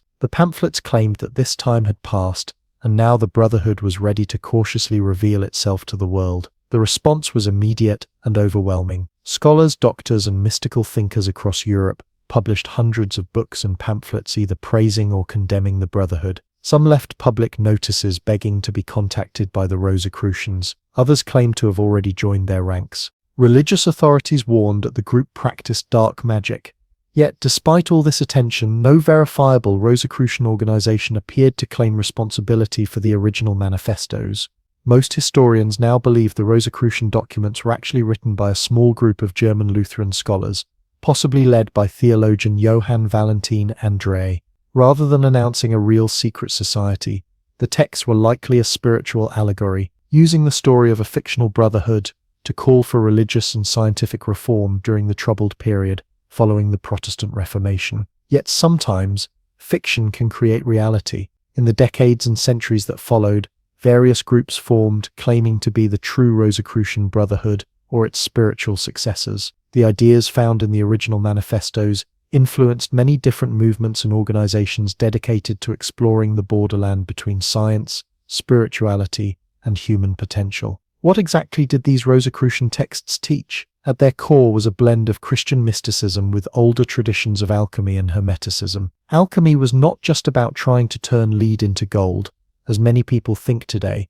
It was a spiritual practice that used chemical processes as symbols for inner transformation. The alchemists sought to purify their own soul just as they purified metals in their laboratory. Hermeticism was based on writings attributed to Hermes Trismegistus, a legendary Egyptian sage believed to possess divine wisdom. These teachings included the famous principle that became a key Rosicrucian belief: as above, so below. This meant the patterns of the cosmos were reflected in human beings and in the natural world. By studying nature and themselves, humans could understand divine truth. The rose and the cross, which gave the Brotherhood its name, were powerful symbols with multiple meanings. The cross represented the human body and the physical world of suffering. The rose symbolized the unfolding of the soul and divine wisdom. Together they suggested the spiritual transformation that was central to Rosicrucian teaching. As the Enlightenment dawned in Europe, interest in Rosicrucianism merged with Freemasonry and other esoteric movements. Secret societies became fashionable among intellectuals and the nobility. Many Masonic lodges added Rosicrucian degrees to their systems. Famous figures like the composer Mozart included Rosicrucian themes in works like his opera The Magic Flute. By the 19th century, several organized groups claimed the Rosicrucian tradition. The Societas Rosicruciana in Anglia formed in England as a scholarly organization for Freemasons interested in esoteric subjects. In France, groups like the Kabbalistic Order of the Rose Cross explored ceremonial magic alongside Rosicrucian philosophy. These various organizations often disagreed about which was the true inheritor of the original brotherhood. The modern era saw Rosicrucianism spread globally. In 1915, H. Spencer Lewis founded the ancient mystical order Rosicrucius, or AMORC, in America.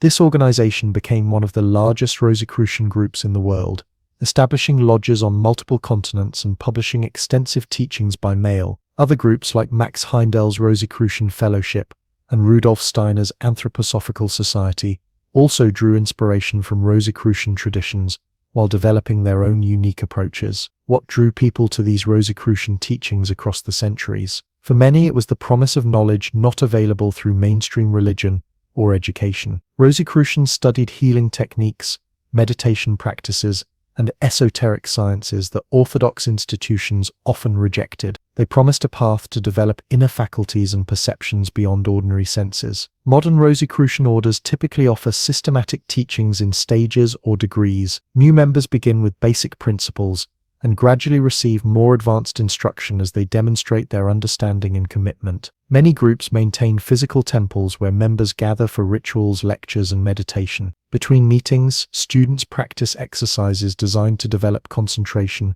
visualization skills, and intuitive faculties. The teachings often include practical applications as well as philosophical concepts. Some Rosicrucian groups study sound healing, color therapy, or techniques for directing vital energy for health. Others focus on interpreting dreams, understanding cosmic cycles, or communicating with higher planes of existence. What unites these diverse practices is the belief that humans possess latent abilities and awareness that can be systematically developed. Unlike some secret societies, most modern Rosicrucian organizations maintain relatively open public profiles.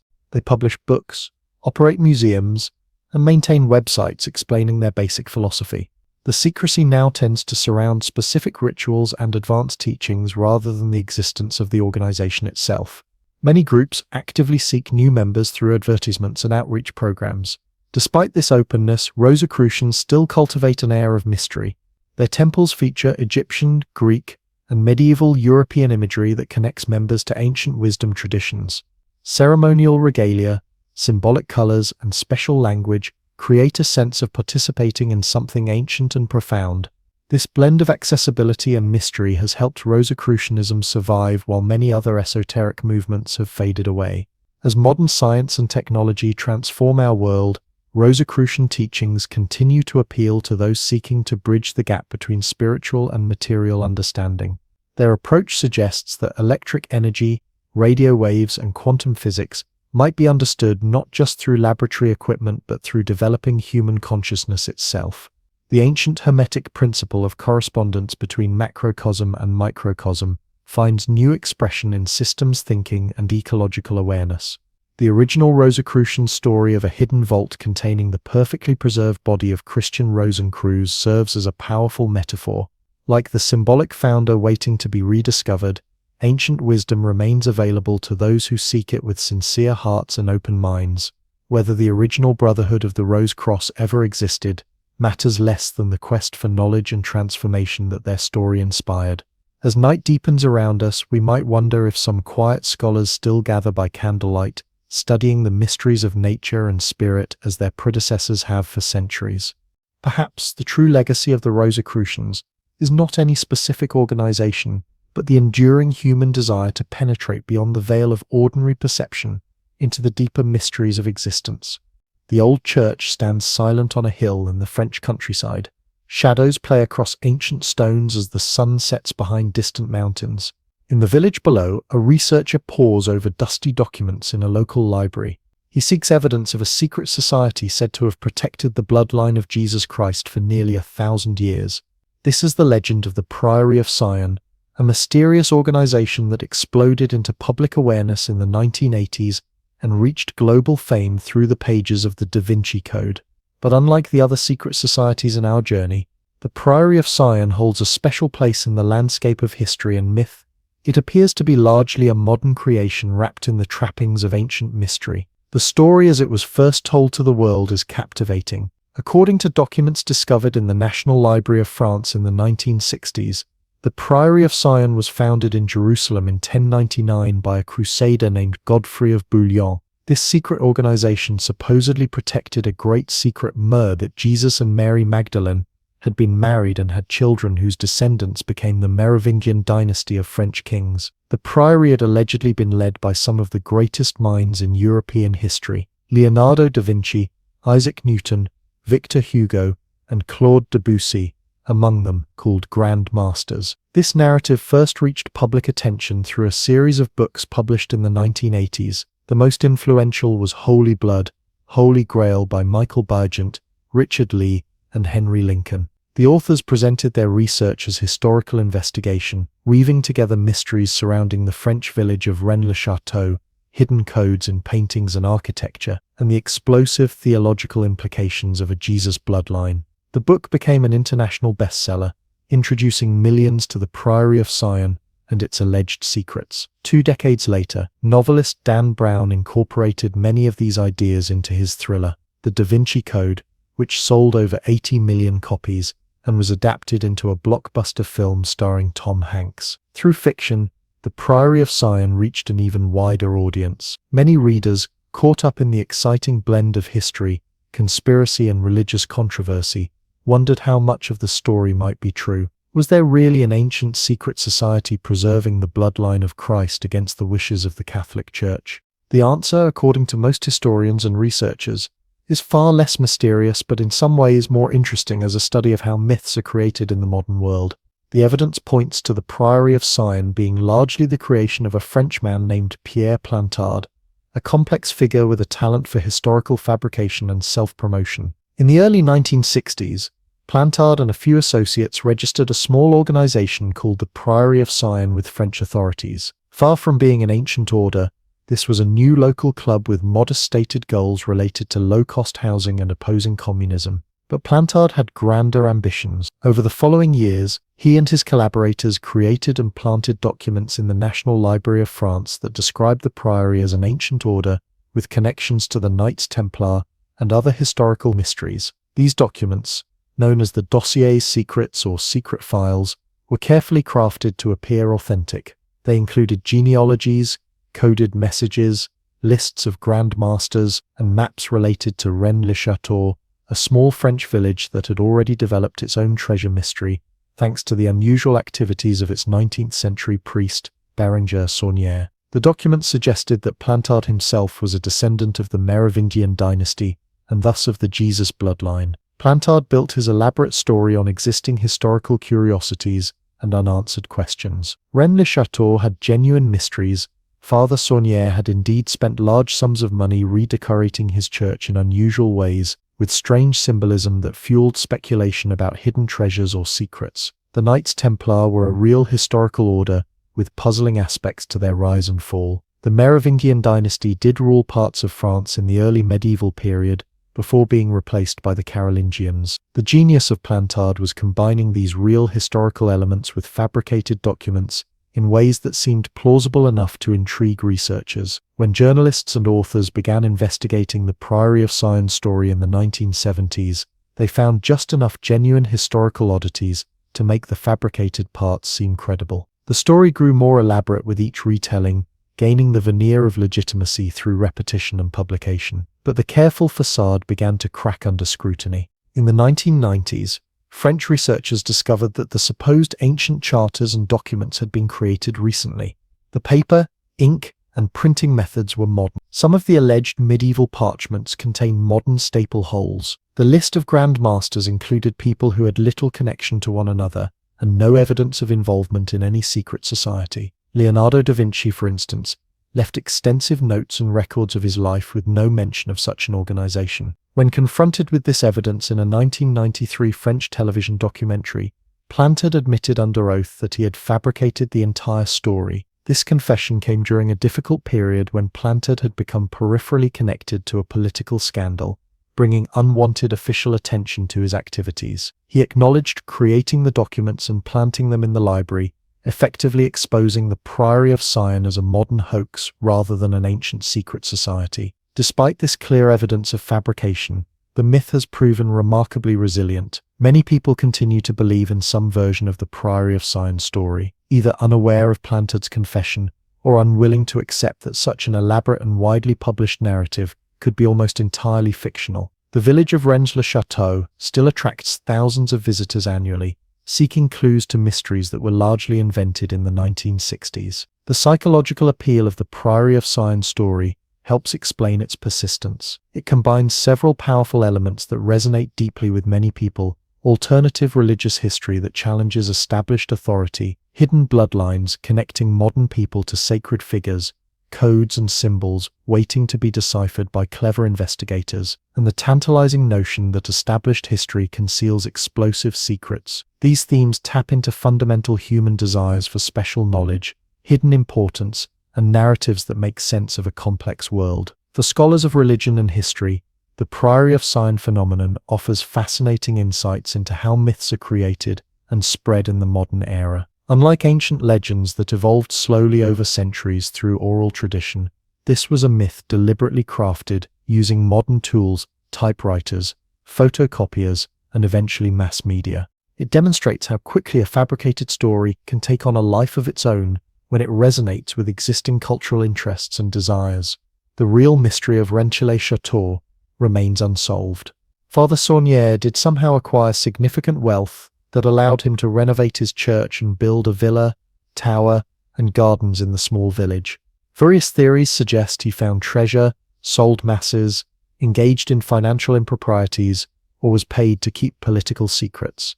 His unusual architectural choices and symbolic decorations in the church continue to intrigue visitors, but there is no credible evidence connecting his activities to any ancient secret society or Jesus bloodline. Today, the legacy of the Priory of Sion exists primarily in popular culture rather than historical reality. Beyond the Da Vinci Code, its influence can be seen in numerous novels, films, video games, and television shows that explore alternative religious history and secret societies protecting ancient knowledge. The blend of fact and fiction that characterized Plantard's creation has become a template for many modern conspiracy theories and alternative histories. Some modern groups have adopted the name Priory of Sion for new organizations, claiming to continue the traditions of the alleged ancient order. These range from small spiritual groups exploring esoteric Christianity to online communities discussing alternative history. Without historical continuity to an actual medieval organization, these modern priories are essentially new religious movements inspired by a compelling modern myth. For those interested in genuine historical mystery, the story of how Pierre Plantard created the Priory of Sion myth is actually more fascinating than the fabricated history itself. It demonstrates the power of storytelling, the human desire for hidden knowledge, and the complex relationship between history, belief, and imagination. In an age of information abundance, the line between fact and fiction can blur, allowing modern myths to take root and flourish. As darkness falls over the French countryside and the old church of Rennes-le-Château fades into shadow, we might reflect on how stories shape our understanding of the past. The Priory of Sion may not be an ancient secret society guarding the bloodline of Christ, but as a case study in modern myth-making, it reveals much about our continuing fascination with mystery, our desire for hidden truths, and our willingness to believe in secret histories waiting to be discovered. Welcome to the ultimate rags-to-riches story of ancient history, the saga of ancient Egypt, where a bunch of desert dwellers somehow managed to build giant triangles that still confuse engineers today. Picture this. It's 3100 BCE, and while the rest of humanity is still figuring out that pointy sticks make better weapons than regular sticks, Egypt is about to drop the hottest civilization mixtape of all time. Enter King Menes, the original unifier, who looked at Upper and Lower Egypt and basically said, "Why have two mediocre kingdoms when we could have one super kingdom? Classic corporate merger, ancient style." Before Menes came along, Egypt was basically running the world's oldest north-south rivalry. Upper Egypt was the southern part with their white crown, and Lower Egypt was the northern region with their red crown. Like many neighbouring states throughout history, they spent a good chunk of time glaring at each other across borders. Menes, also known as Nama depending on which historian you ask, decided this arrangement was inefficient and proceeded to conquer his way into a solution. He crowned himself with a fancy new combo crown that was both red and white. Innovation at its finest, folks. Legend has it that Menes founded Memphis as his capital city, strategically placed at the junction between the two former kingdoms. This wasn't just good politics, it was good real estate development. Location, location, location. The city became the cultural and administrative heart of the new unified kingdom, though if they had property values back then, they would have skyrocketed overnight. The real MVP in this story? The Nile River. If ancient Egypt was a reality show, the Nile would get all the confessional time. This river was basically the ancient world's Amazon Prime, delivering everything from water to fertile soil on a yearly basis. Talk about reliable shipping. The Egyptians basically won the geographic lottery, getting regular floods that deposited rich soil instead of just destroying everything. While other civilizations were begging for rain, Egyptians were setting their calendars by their friendly neighborhood river. The Nile didn't just provide water in a desert, it created a 750-mile-long oasis of fertile black soil that the Egyptians called Kemet, meaning the Black Land. Beyond this narrow band of fertility stretched the harsh, red desert they called Deshret, or the Red Land.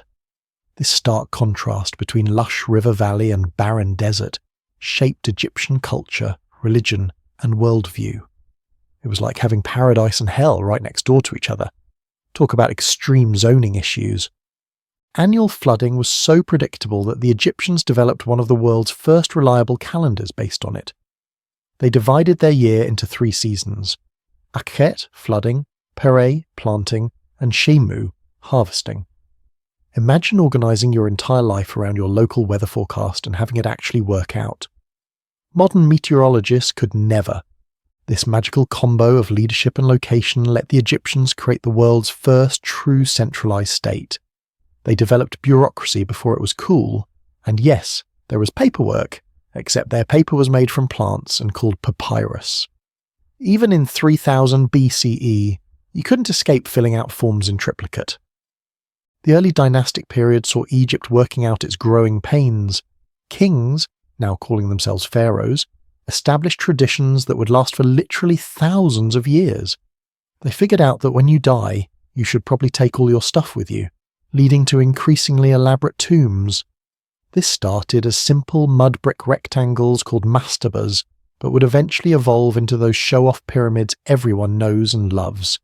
Speaking of evolution, let's talk about the Old Kingdom, when pyramid building became the national pastime. Around 2700 BCE, a vizier turned pharaoh named Imhotep decided that his boss Djoser deserved more than a flat tomb. He stacked several mastabas on top of each other, creating the Step Pyramid at Saqqara, the world's first large stone building. This was essentially the ancient equivalent of that guy who always has to one-up everyone else's stories. Following pharaohs were not about to be outdone in the posthumous housing market. Pyramid design reached its peak, literally, with Khufu's Great Pyramid at Giza, around 2560 BCE. Standing 481 feet tall, with more than 2.3 million stone blocks, each weighing about as much as a modern car, it remained the tallest human-made structure on Earth for nearly 4,000 years. That's what we call a lasting architectural flex. How did they build these massive monuments without cranes, trucks, or power tools? Historians and engineers are still debating the exact method, but it involved tens of thousands of workers, ramps, levers, ropes, copper tools, remarkable mathematical knowledge, and probably a healthy dose of managerial shouting. No, it wasn't aliens. It was good old-fashioned human ingenuity, combined with a political system that could mobilize massive labor forces and a religious belief that making your dead king happy was worth the back-breaking effort. The Old Kingdom eventually collapsed into the First Intermediate Period around 2180 BCE, a chaotic time when central authority broke down, regional governors took control, and Egypt experienced its first taste of climate change with a severe drought. Turns out even the most stable civilizations can fall apart when the weather goes wonky and the government stops functioning. Some things never change. Egypt pulled itself together during the Middle Kingdom, 2055 to 1650 BCE, restoring centralized rule and cultural confidence. Literature flourished, trade expanded, and Egypt remembered why it was so awesome in the first place.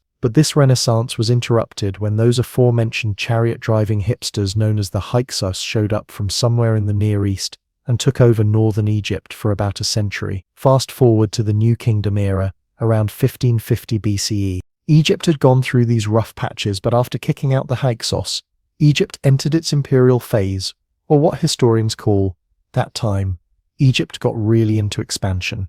The New Kingdom was basically Egypt's equivalent of that person who peaks in high school and never lets anyone forget it. Under pharaohs like Thutmose III and Ramesses II, Egypt flexed on everyone by expanding into Nubia to the south and the Levant the northeast. They weren't just conquering for the fun of it. They wanted all those sweet, sweet resources and trade routes. Nothing says we've made it like forcing other countries to pay you tribute. Thutmose III, often called Egypt's Napoleon, but with better hair, conducted at least 17 military campaigns and expanded Egypt's borders to their greatest extent. He recorded his victories in elaborate temple inscriptions, essentially creating the world's first military propaganda campaign. His battle at Megiddo is the earliest precisely documented battle in history, described in such detail that military historians still study it today. Ancient Egypt, inventing warfare documentation before PowerPoint was even a twinkle in Microsoft's eye. Queen Hatshepsut ruled during this period too, though she preferred trading expeditions to military ones. She sent ships to the mysterious land of Punt, probably somewhere along the Red Sea coast, and brought back exotic goods like myrrh trees, gold, and baboons. Yes, baboons. Nothing says diplomatic mission accomplished like returning with primates. Then came Akhenaten, the pharaoh who decided Egypt's thousands of years of religious tradition needed a complete overhaul. He promoted the worship of the Aten, the sun disk above all other gods, moved the capital to a brand new city in the middle of nowhere, and had artists portray him with an elongated head and a pear-shaped body. Talk about a midlife crisis. This experiment in ancient religious reformation didn't outlast him, though, and his successors promptly returned to traditional religion and pretended the whole thing never happened. His likely son Tutankhamun is far more famous today, despite dying young and accomplishing relatively little, all because his tomb was discovered intact in 1922. History can be so unfair. Ramesses II ruled for an astonishing 66 years and never missed an opportunity to remind everyone how great he was. He built monuments to himself all over Egypt, fathered more than 100 children, and claimed complete victory in the Battle of Kadesh against the Hittites, even though the actual outcome was more of a draw. The original king of spin, Ramesses would have dominated social media if it had existed in 1250 BCE. This era saw Egypt building monuments that screamed, "We're rich and we want everyone for the next 4,000 years to know it." The temples at Karnak and Luxor were the ancient world's equivalent of buying a mansion in Beverly Hills, excessive, impressive, and designed to make visitors feel inadequate. Karnak Temple, dedicated to the god Amun-Ra, grew over centuries into a sprawling religious complex covering over 200 acres. Its hypostyle hall, with 134 massive columns arranged in 16 rows, creates a stone forest that still inspires awe today. The columns in the central aisle stand 80 feet tall and about 33 feet in circumference, large enough that 100 people could stand on top of each capital. Ancient Egyptians didn't just go big, they went absurdly, unnecessarily big. Abu-Simbel, another Ramesses II vanity project, features 4 colossal statues of the pharaoh carved into a mountainside, each standing 67 feet tall. When engineers moved the entire temple to higher ground in the 1960s to save it from the rising waters of Lake Nasser, they precisely aligned it so the sun would still illuminate the inner sanctuary on the same 2 days of the year as in Ramesses' time. That's dedication to historical accuracy that would make movie period piece costume designers jealous. Religion was huge, and by huge I mean it affected literally everything. The pharaoh wasn't just a king, he was a living god with the world's most intense job description, maintain cosmic order, and keep the universe from collapsing into chaos. No pressure. Imagine having prevent the apocalypse as your daily to-do list. Egyptian religion was a complex polytheistic system with countless gods and goddesses who could appear in human, animal, or hybrid forms. Amun, the king of gods, could merge with Ra, the sun god, to become Amun-Ra, doubling his divine power like some mythological transformer. Cyrus ruled the underworld after being murdered and reassembled by his wife Isis, except for one crucial body part that was never found, leading to countless awkward conversations in Egyptian mythology classes. Cats were sacred to the goddess Bastet, while Anubis, the jackal-headed god, oversaw mummification. Sobek, the crocodile god, accepted live crocodiles as pets in his temples. Egyptians were basically running divine zoos millennia before modern wildlife conservation was a thing. The art during this time was peak Egypt figures with weird sideways poses, hieroglyphs everywhere, and everything painted in colors that would make a kindergarten classroom look subdued. Egyptian art followed strict rules: heads in profile but eyes facing forward, shoulders frontal but lower body in profile. It's like they invented Cubism 4,500 years before Picasso, and then never changed the style. Why mess with perfection? And contrary to what you see in museums today, those temples and statues weren't dignified beige stone. They were painted in colors so vibrant they'd give you a headache. Modern scientific techniques have revealed traces of these original pigments, showing that ancient Egypt looked less like a sepia-toned documentary and more like a color-saturated music video. Behind all this success was an economy that hummed along like a well-oiled machine, with farmers farming, craftsmen crafting, and an army of scribes writing everything down. Because if there's one thing bureaucracies love more than collecting taxes, it's documenting that they collected taxes. The pharaoh sat at the top of this pyramid scheme, pun absolutely intended, reaping the benefits, while theoretically keeping the gods happy enough to let the Nile flood at the right time each year. Scribes enjoyed high social status because literacy was rare and valuable. Learning to write hieroglyphics required memorizing hundreds of signs and years of training. Scribes didn't hesitate to remind everyone how important they were, with one ancient text proclaiming, "Be a scribe, your limbs will be smooth, your hands will be soft, you will be one who is counted among the elite." The original study hard and get a desk job career advice. Most Egyptians were farmers who worked the fertile fields along the Nile, growing wheat, barley, flax, vegetables and fruit. They also raised cattle, sheep, goats, and poultry. Farmers paid taxes in the form of crops, which were stored in massive government warehouses to feed officials, priests, artisans, and construction workers. It was basically a giant, nationwide company cafeteria system. Skilled craftsmen created exquisite jewelry, furniture, pottery, and stonework. The quality of Egyptian craftsmanship was so high that wealthy people in neighboring countries clamored for Egyptian luxury goods. Egyptian exports were the ancient equivalent of that imported label that still makes products seem fancier today. International trade brought cedar from Lebanon, gold and incense from Nubia, lapis lazuli from Afghanistan, and silver from Anatolia. Egypt's trade network stretched surprisingly far for a time when the fastest mode of transportation was a wooden boat with sails or a camel with an attitude problem. So there you have it. Ancient Egypt in its glory days, when the living was easy, the monuments were enormous, and everyone was obsessed with what would happen after they died. They created a civilization so iconic that we're still using their images to sell everything from luxury hotels in Las Vegas to cereal with questionable nutritional value. Now that's what I call a cultural legacy. While other ancient civilizations have faded into obscurity, Egypt maintains its grip on our collective imagination. We remain fascinated by their monumental architecture, intricate mythology, and elaborate death practices. Perhaps it's because they were so intentionally memorable, a culture that deliberately built for eternity and somehow succeeded. They wanted us to remember them, and thousands of years later, we're still talking about them. If there's an afterlife, countless ancient Egyptians are nodding in satisfaction at a job well done. The marketplace in Jerusalem bustles with activity under the hot Mediterranean sun. Roman soldiers patrol the edges, keeping watchful eyes on the local population. In the crowd, a man moves with purpose, his cloak concealing a short curved dagger called a seeker. He approaches a wealthy Jewish merchant known for collaboration with Roman authorities. In an instant, the blade flashes, the target falls, and the attacker melts back into the crowd before anyone realizes what has happened. This is the signature method of the seekery. perhaps history's first documented group of organized political assassins who fought against Roman occupation of Judea in the 1st century CE through targeted killings and guerrilla warfare.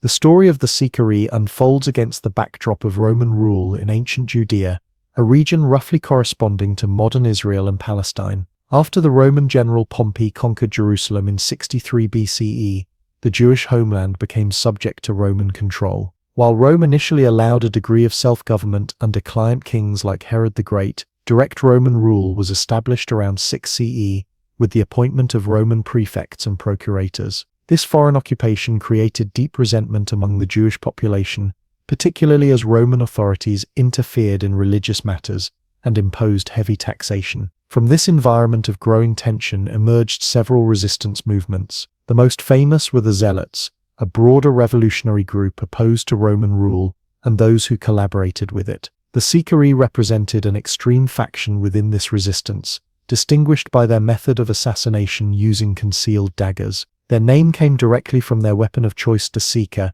a short curved blade that could be hidden under clothing and used for swift, lethal strikes in public places. Our primary historical source on the Sicarii comes from Josephus, a Jewish historian who wrote in the late 1st century CE. Having initially participated in the Jewish revolt against Rome before surrendering and allying himself with the Romans, Josephus provides a complicated and somewhat biased account. He describes the Sicarii as merciless killers who murdered prominent Jews who collaborated with Rome, created an atmosphere of terror in Jerusalem, and engaged in kidnapping for ransom to fund their activities. Unlike modern terrorist groups seeking publicity, the Sicarii emphasized stealth and anonymity.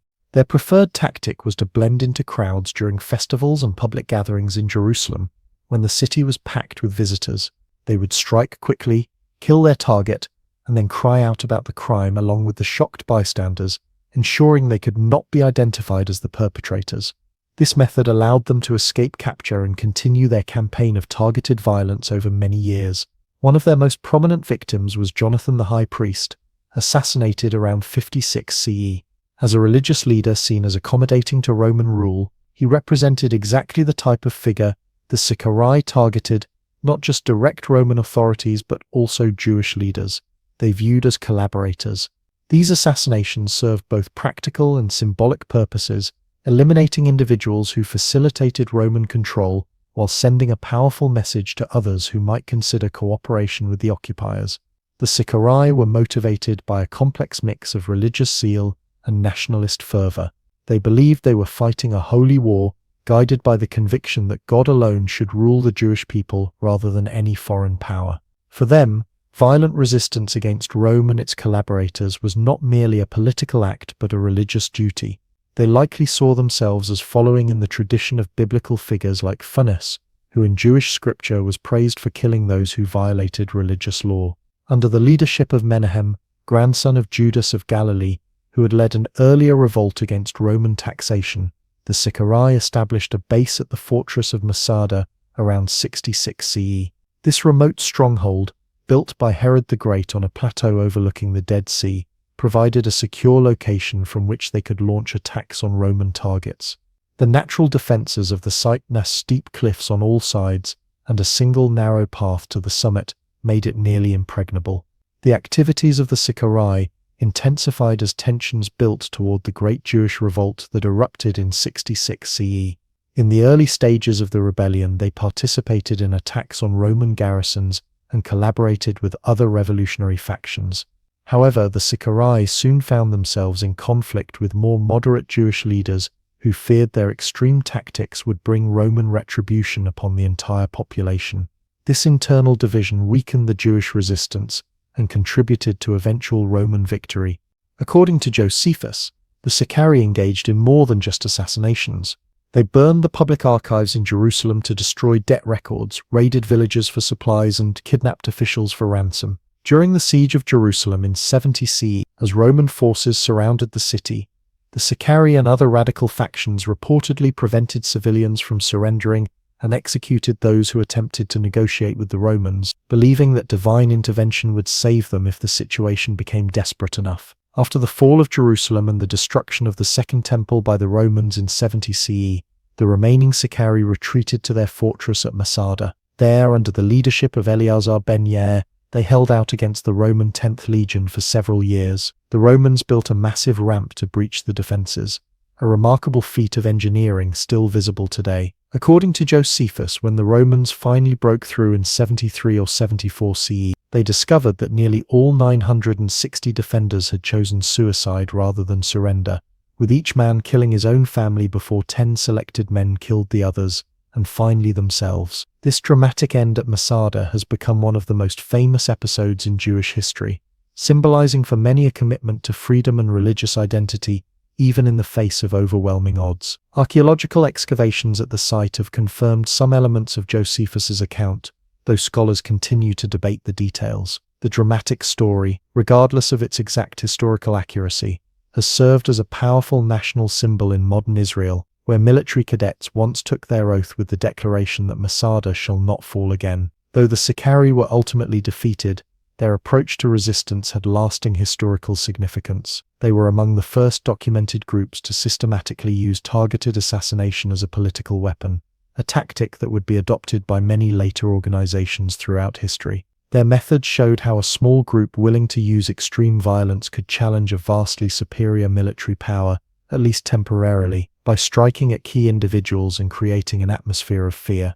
The ethical questions raised by the Sicarii continue to resonate in modern discussions about political violence. Were they freedom fighters resisting foreign occupation through the only means available to them, or terrorists who killed civilians and ultimately brought destruction upon their own people?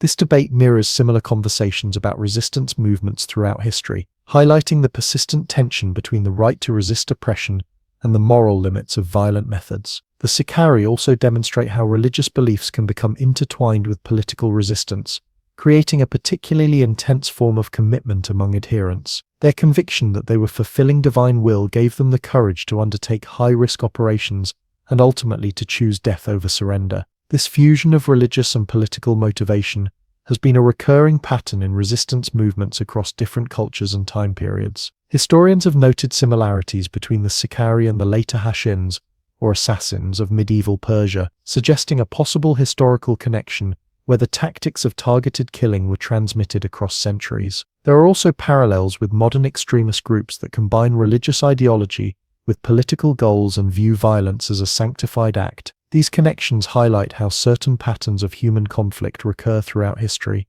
though always shaped by their specific cultural and historical contexts. Archaeological evidence of the Sicarii comes primarily from Masada, where excavations have uncovered the remains of their final stronghold. Visitors today can see the ruins of storerooms, ritual baths, synagogue, and defensive walls where this desperate band made their last stand. Archaeologists have found remnants of their daily life pottery, clothing, food stores, and weapons humanizing these historical figures beyond the limited accounts provided by Josephus. As night falls over the ancient landscapes where the Sicarii once moved through crowds with hidden daggers, their story continues to fascinate and trouble us. They remind us that the struggle against occupation and for national identity has deep historical roots, and that the questions they confronted about resistance, violence, and survival continue to challenge societies caught in similar conflicts today. In their devotion to a cause they deemed greater than their own lives, the Sicarii left a complex legacy that defies simple judgment even after 2,000 years. So we've seen how Rome grew from a collection of shepherds' huts to history's greatest Mediterranean power package. Now let's talk about what the Romans actually contributed to civilization besides roads, public baths, and that weird obsession with building things out of concrete. First and foremost, the Romans gave us law. Not just any law, but a comprehensive legal system so effective that much of it still forms the backbone of modern legal codes worldwide. Roman law evolved from the rather basic 12 tables in the early Republic.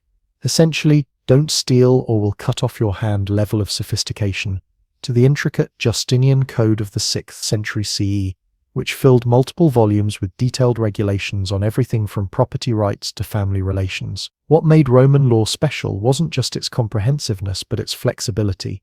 Romans distinguished between different types of law: ius civil law for citizens, ius gentium law of peoples applicable to non-citizens, and ius natural law based on universal principles. This allowed them to maintain core legal principles while adapting to diverse provincial situations across their vast empire. Roman jurists, the legal experts who interpreted and applied law, approached cases with remarkable sophistication, considering intent, circumstance, and precedent rather than rigidly applying rules. Key Roman legal concepts still fundamental today include the presumption of innocence, e incumbit probatio qui deceit, non qui negate.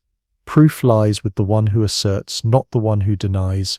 The principle that one is innocent until proven guilty, and the idea that laws should be publicly accessible rather than secret knowledge of elites. They developed contract law, property rights, and inheritance procedures that became models for later European systems. When you sign a contract, buy property, or contest a will today, you're participating in legal rituals with direct Roman ancestry. In engineering and architecture, Romans transformed theoretical knowledge into practical applications on an unprecedented scale. While they didn't invent the arch, the Etruscans get credit there. They perfected it and used it everywhere, in bridges, aqueducts, buildings, and triumphal monuments. The arch allowed them to span greater distances and support heavier loads than the post and lintel system used by Greeks. Combine multiple arches and you get a vault. Make a vault circular and you get a dome. The Pantheon's 142-foot unreinforced concrete dome remained the world's largest for over 1,300 years and still stands intact today, surviving earthquakes, fires, and centuries of neglect. Roman aqueducts delivered millions of gallons of fresh water daily to cities throughout the empire, supporting populations and public health standards that wouldn't be matched again until the 19th century. The city of Rome alone had 11 major aqueducts by the imperial period, some bringing water from over 50 miles away and delivering it through careful gradient calculations that required drops of just a few inches per mile. Engineers built these massive projects using nothing more sophisticated than water-filled troughs to establish levels and the eyeball test for alignment. No computers, no lasers, just meticulous Romans being obsessively precise. The famous Roman roads, over 250,000 miles of them at the empire's peak, weren't just flat paths but sophisticated engineering projects with multiple layers for drainage and durability. The deepest layer consisted of rubble and stones for stability, followed by gravel, sand, and finally large, tightly fitted paving stones on top. Roads were crowned in the middle to allow water runoff and featured drainage ditches on both sides. Some Roman roads have survived in usable condition for 2,000 years, which puts modern pothole-filled highways to shame. Next time you hit a pothole, remember the Romans could build better roads with hand tools than we can with modern machinery. Roman sanitation systems were equally impressive. Public latrines featured running water beneath stone seats arranged in rows, ancient flush toilets that made communal bathroom breaks into social occasions. Extensive sewer systems carried waste away from population centers, improving public health even if Romans didn't understand the germ theory behind why this worked. The Cloaca Maxima, Rome's main sewer, was so large a person could sail a boat through it, and portions still function today as part of modern Rome's drainage system. That's right, Romans built sewers so well that parts are still working after 2 millennia of continuous use. In urban planning, Romans created a template for city design that spread throughout Europe, North Africa, and the Middle East. The typical Roman city featured a grid layout with a forum public square at the center, surrounded by government buildings, temples, and markets. Standard amenities included theaters, amphitheaters, public baths, and fountains accessible to all citizens. This wasn't just aesthetically pleasing but highly functional, allowing efficient movement of people and goods while providing necessary services. The Roman emphasis on public space for civic engagement influenced urban design for centuries to come. The concept of public health itself was a Roman innovation. While they lacked modern medical knowledge, Romans understood the connection between cleanliness and health at a practical level. Public baths weren't just for socializing but for hygiene, with separate pools of hot, warm, and cold water, plus exercise areas and massage services. Imagine a combination YMCA, spa, and social club available to citizens of all classes for minimal fees. The baths were so integral to Roman life that when barbarian invasions disrupted aqueducts in later centuries, the loss of bathing facilities symbolized the decline of civilization itself. Roman medicine, while primitive by modern standards, established important practices that would influence later development. Military medicine was particularly advanced, with dedicated field hospitals, specialized surgical instruments, and physicians trained in treating battlefield wounds. Roman doctors performed successful cataract surgeries, amputations, and even basic dental work using tools remarkably similar to those used centuries later. The physician Galen's works on anatomy and treatment, though containing many errors, formed the basis of Western medical education until the Renaissance. In military organization, Romans created the most effective fighting force of the ancient world through standardization, discipline, and tactical flexibility. The legion, typically 5,000 men divided into cohorts, centuries, and smaller units, operated with a clear chain of command, standardized equipment, and extensive training. Romans excelled at military engineering, constructing temporary camps each night when on campaign, complete with ditches, ramparts, and defensive positions. Their siege techniques, from massive battering rams to earth ramps to sophisticated catapults, could reduce even the strongest fortifications given enough time. Perhaps most impressively, the Roman military functioned as a social institution as well as a fighting force. The service offered social mobility to poor citizens and eventually to provincial recruits. Veterans received land grants, citizenship rights, and social status, integrating them into Roman society and spreading Roman culture throughout the empire. When they settled in provincial towns after service, these veterans brought Roman customs, language, and loyalty with them, effectively Romanizing the empire from the ground up. In commerce and finance, Romans created sophisticated systems for trade, banking, and investment. They standardized weights, measures, and coinage throughout the Mediterranean, enabling reliable transactions across vast distances. Banking families accepted deposits, made loans, and provided letters of credit that functioned like modern checks, allowing merchants to travel without carrying large amounts of cash. Investment partnerships shared risk in commercial ventures, particularly shipping, which was profitable but hazardous given ancient navigation technology. Insurance contracts protected against losses, while futures contracts allowed speculation on upcoming harvests or commodity prices. Roman agriculture transformed the landscape through large-scale farming techniques, crop rotation, and specialized production. The latifundia, vast agricultural estates often worked by slaves, produced grain, olive oil, and wine in quantities that supported urban populations throughout the empire. Romans improved irrigation methods, developed better plows, and wrote agricultural manuals detailing best practices for everything from vineyard management to beekeeping. Many European agricultural regions still follow patterns established during Roman times, with the same areas specializing in the same crops 2 millennia later. In language and literature, Latin evolved from a local Italian dialect to an international language of government, law, and eventually religion that would dominate Western intellectual life for over 1,000 years. Classical Latin literature, the works of Cicero, Virgil, Horace, Ovid, and others, established models of eloquence and style that would be imitated by scholars throughout the Middle Ages and Renaissance. When you use words like exit, agenda, alibi, or etc., you're directly quoting Latin phrases that became so useful they never left our vocabulary. The Roman education system, adopted from Greek models but adapted for practical Roman needs, established a curriculum of grammar, rhetoric, and logic that would form the basis of Western education until modern times. Young men and occasionally women of the elite studied great literary works, practiced public speaking, and learned the art of persuasion, skills considered essential for participation in civic life. While limited to a privileged minority, this educational model established the concept of a standard body of knowledge that educated people were expected to master. Even in art and architecture, where Romans are often dismissed as mere imitators of the Greeks, they made significant innovations. Roman portraiture captured individual likenesses with remarkable realism, moving beyond Greek idealization to show wrinkles, warts, and character. Roman historical reliefs on monuments like Trajan's Column told visual narratives that function almost like ancient comic strips, recording military campaigns and daily life with documentary precision. And while Romans adopted Greek column styles, they combined them with arches and concrete to create architectural forms,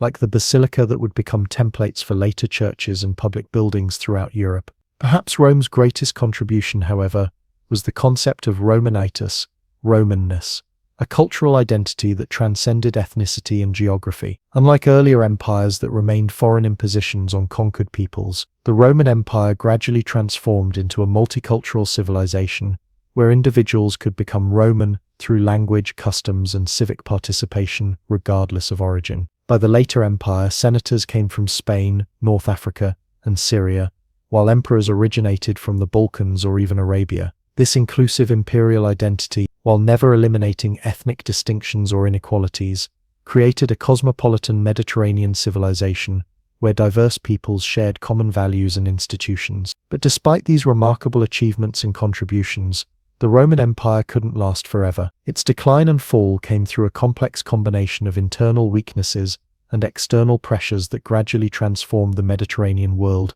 from imperial unity to medieval fragmentation. The first cracks appeared even during the peak Pax Romana period. The reign of Marcus Aurelius 161–180 CE faced constant warfare on the northern frontiers against Germanic tribes and devastating outbreaks of what was likely smallpox, called the Antonine Plague, which killed millions throughout the empire.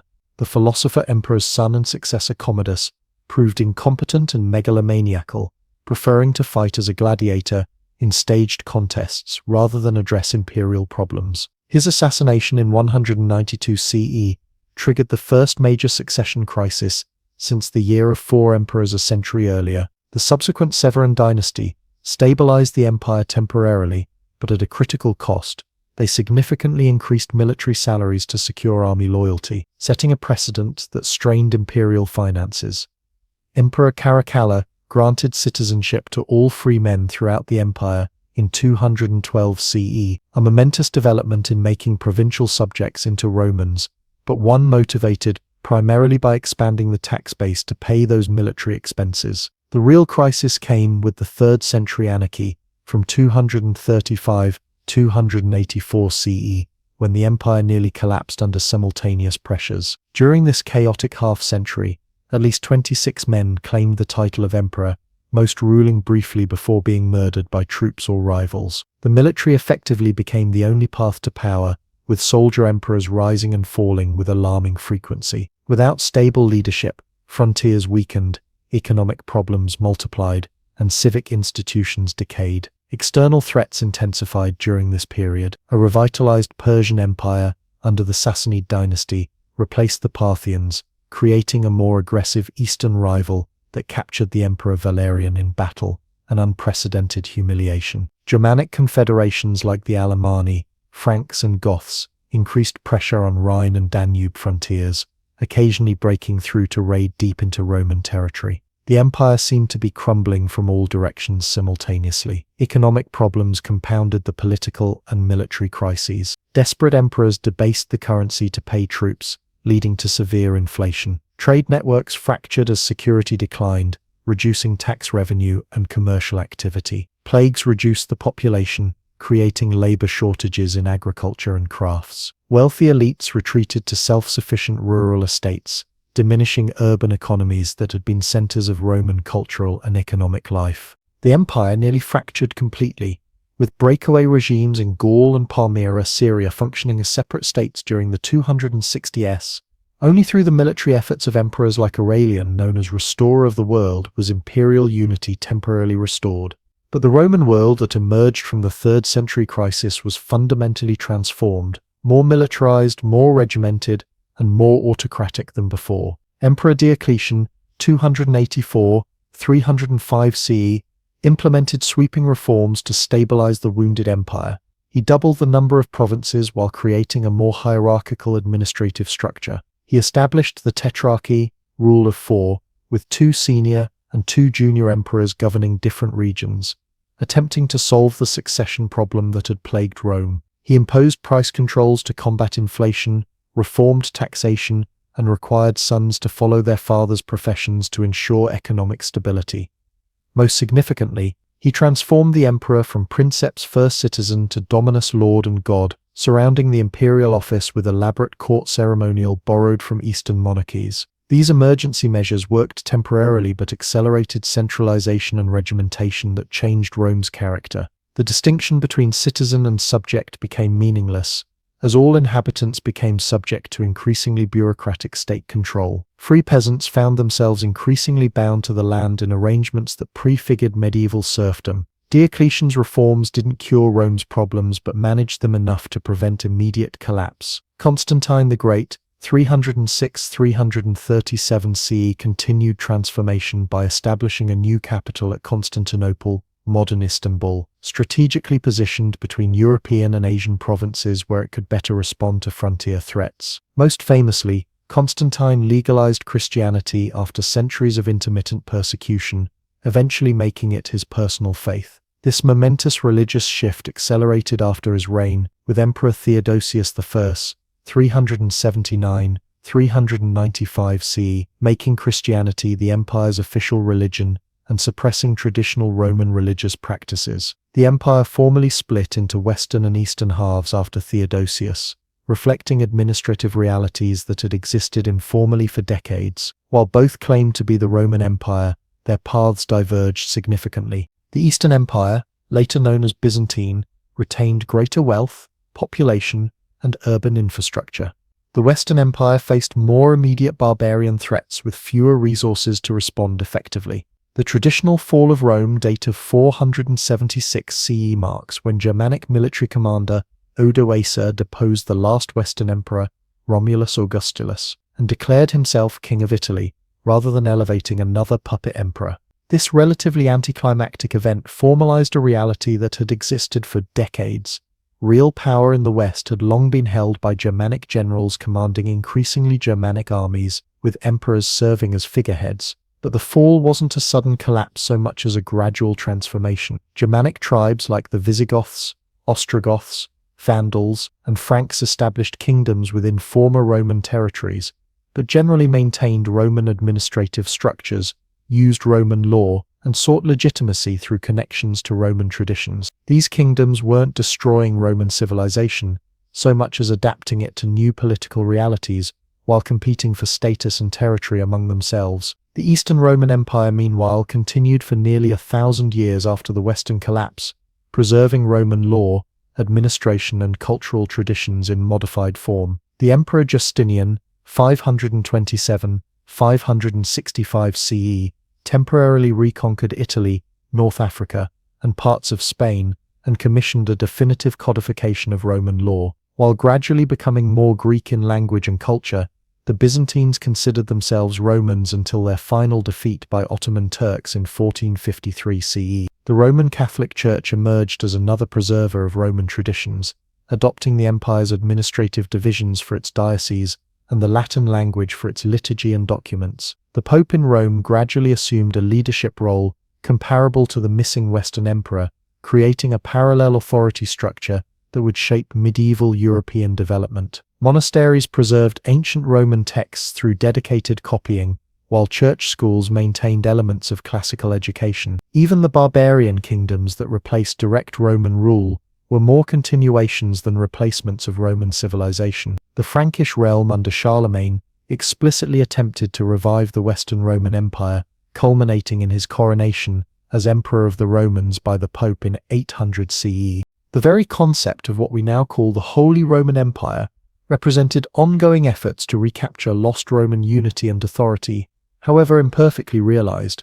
So what caused this lengthy, complex imperial transformation that we simplistically call the fall of Rome? Historians have proposed dozens of explanations, from lead poisoning to Christianity to moral decay to climate change. The reality involves multiple interconnected factors that undermined Roman resilience over time. Military overextension stretched defensive capabilities too thin across enormous frontiers, requiring ever larger armies and expenditures. The empire stopped expanding significantly after Trajan, meaning no new conquests brought in treasure and slaves while maintenance costs for existing territories continued. Germanic and Persian threats intensified simultaneously, forcing costly two-front defense. Economic problems compounded over generations, with currency debasement leading to inflation, tax burdens falling increasingly on the shrinking middle class, and agricultural productivity suffering from soil exhaustion and possibly climate shifts. The plague reduced the taxpayer and labor base while military needs increased,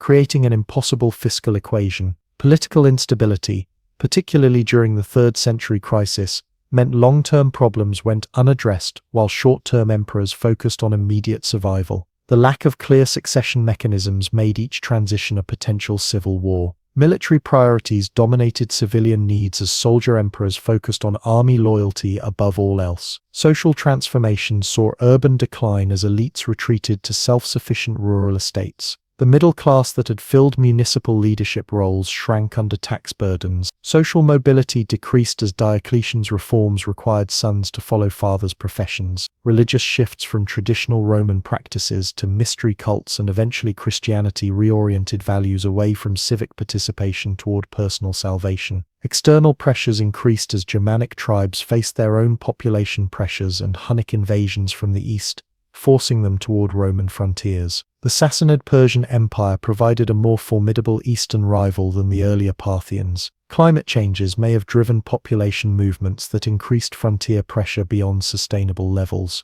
Administrative division between east and west meant the wealthier eastern provinces no longer subsidized western defense needs.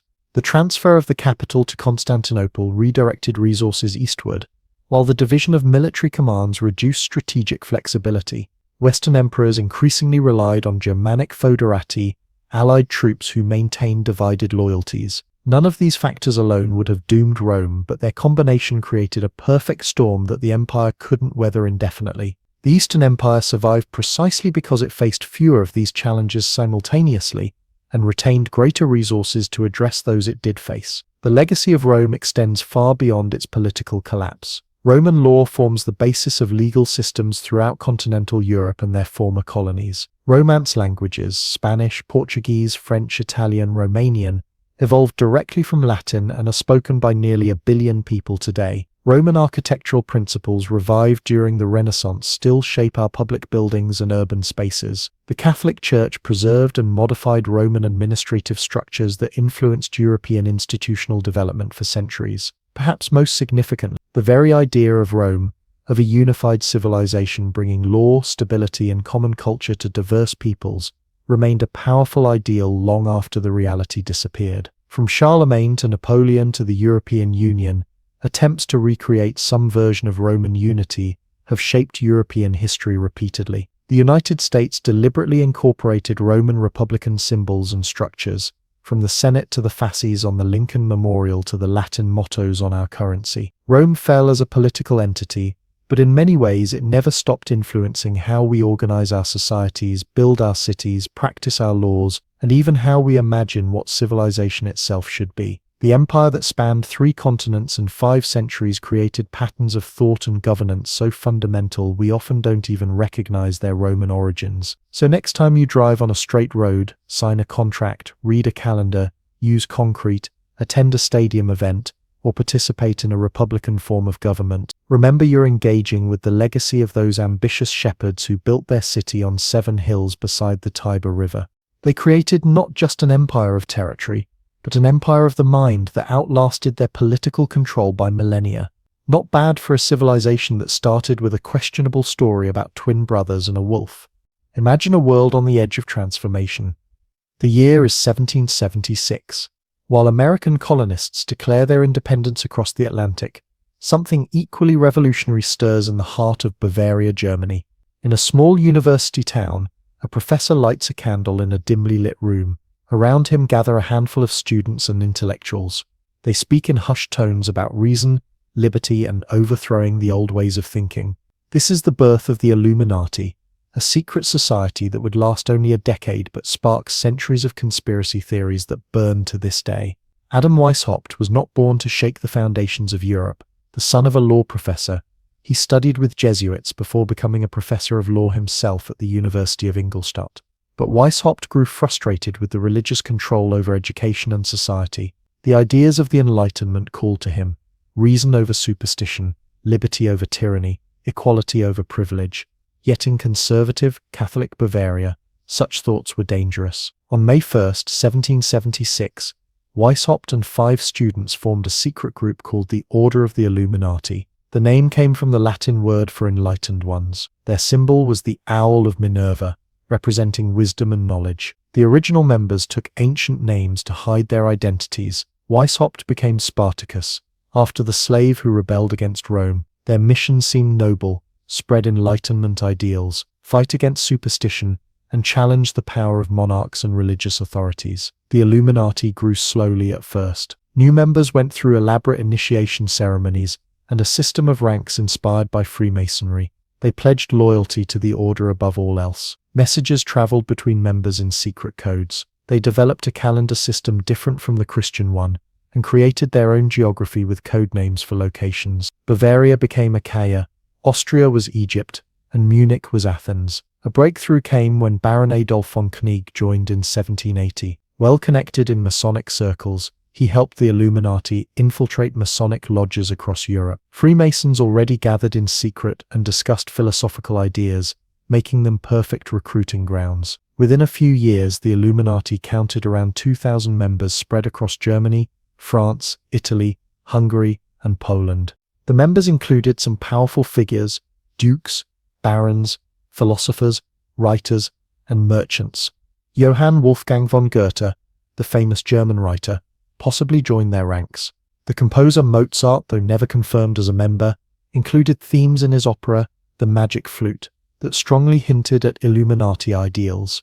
Through these influential members, they hoped to gradually reshape society from within existing structures, but trouble brewed as the Illuminati became more radical.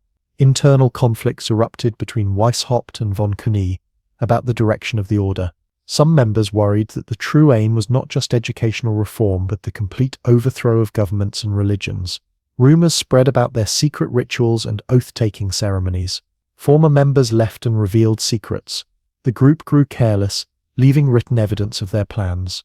The hammer fell in 1784. Karl Theodor, the Duke of Bavaria, issued an edict banning all secret societies, including the Illuminati and Freemasons. The following year, he specifically outlawed the Illuminati by name. Police raided homes of suspected members. They discovered documents outlining plans to influence governments and remake society.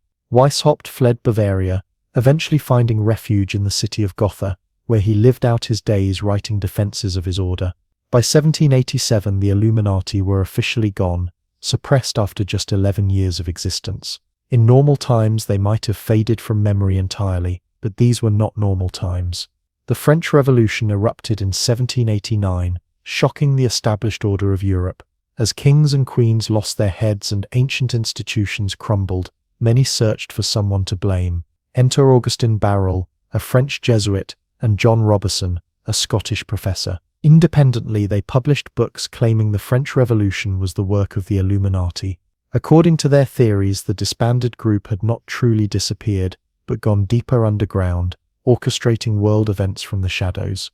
These books spread rapidly through Europe and across to America, where they found eager audiences terrified by the chaos in France.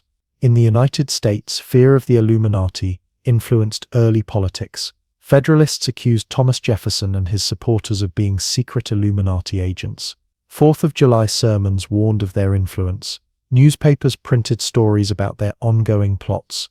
The fact that the Illuminati had formed the same year as American independence seemed too coincidental to many suspicious minds.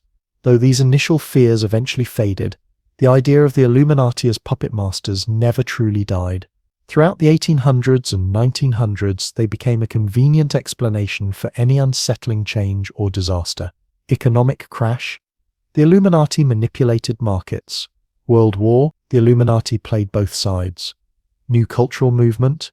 The Illuminati controlled entertainment to corrupt minds. By the late 20th century, the Illuminati had evolved in popular imagination from a specific historical group into an all-powerful shadow government. Books, movies, music, and eventually the internet spread increasingly elaborate theories. They became linked with everything from alien contact to mind control technologies. The symbol of the all-seeing eye that appears on the US dollar bill was cited as proof of their continued influence, though it actually represented divine providence to the founding fathers. Modern conspiracy theories suggest the Illuminati count world leaders, business titans, and celebrities among their ranks. Music videos and films are analyzed for supposed Illuminati symbols. Triangles, eyes, hand gestures, and specific poses are interpreted as secret communications. The theories grow ever more complex, with each new generation adding layers to the myth of the secret society that refuses to die. What would Adam Weishaupt think of all this? The professor who started a reading group that evolved into a secret society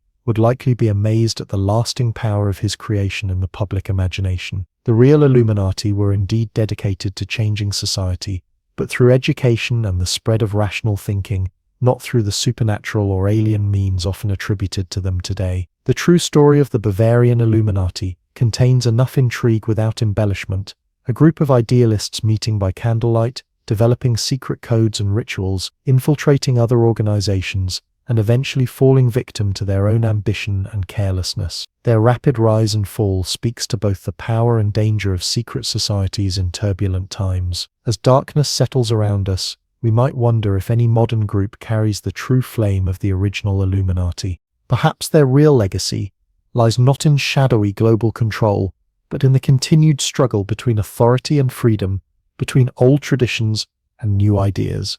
The candle Weishaupt lit in 1776 burned briefly but cast long shadows that still dance across the walls of our collective imagination to this day.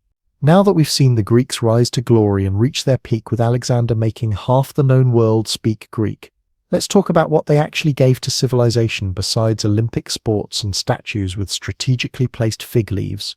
First up, democracy. The Greeks didn't just invent democracy. They invented the word itself from demos, people, and kratos, power. Athenian democracy was direct rather than representative, meaning citizens didn't elect officials to vote for them.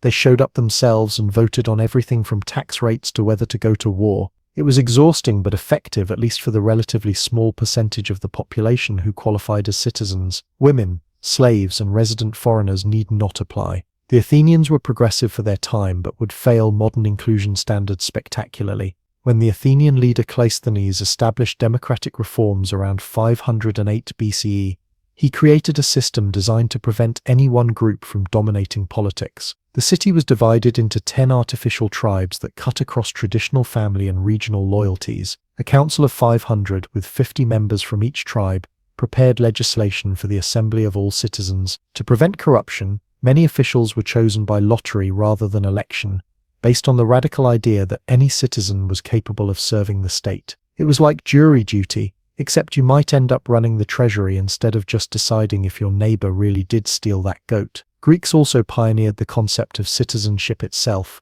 the idea that people have both rights and responsibilities in their community. This wasn't just a legal status but an identity people took seriously. The Greek word for someone who focused only on private affairs and ignored civic duties was idiots, the etymological root of our word idiot, the original political insult. In philosophy, the Greeks went from explaining the world through myths about gods with complicated love lives to developing systematic approaches to understanding reality through reason. The Presocratics asked big questions like what is everything made of, with answers ranging from water, Thales, to air, Anaximenes to undefined boundless substance, Anaximander to fire, Heraclitus to numbers, Pythagoras. They were wrong about the specifics but revolutionary in seeking natural rather than supernatural explanations. Socrates shifted philosophy toward ethics and epistemology, constantly questioning assumptions and exposing contradictions in people's thinking.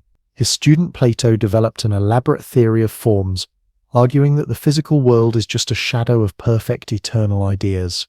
His Republic outlined an ideal society run by philosopher kings, essentially arguing that the people who should rule are those who don't want to but are really good at thinking. A political system that has never been implemented for obvious reasons.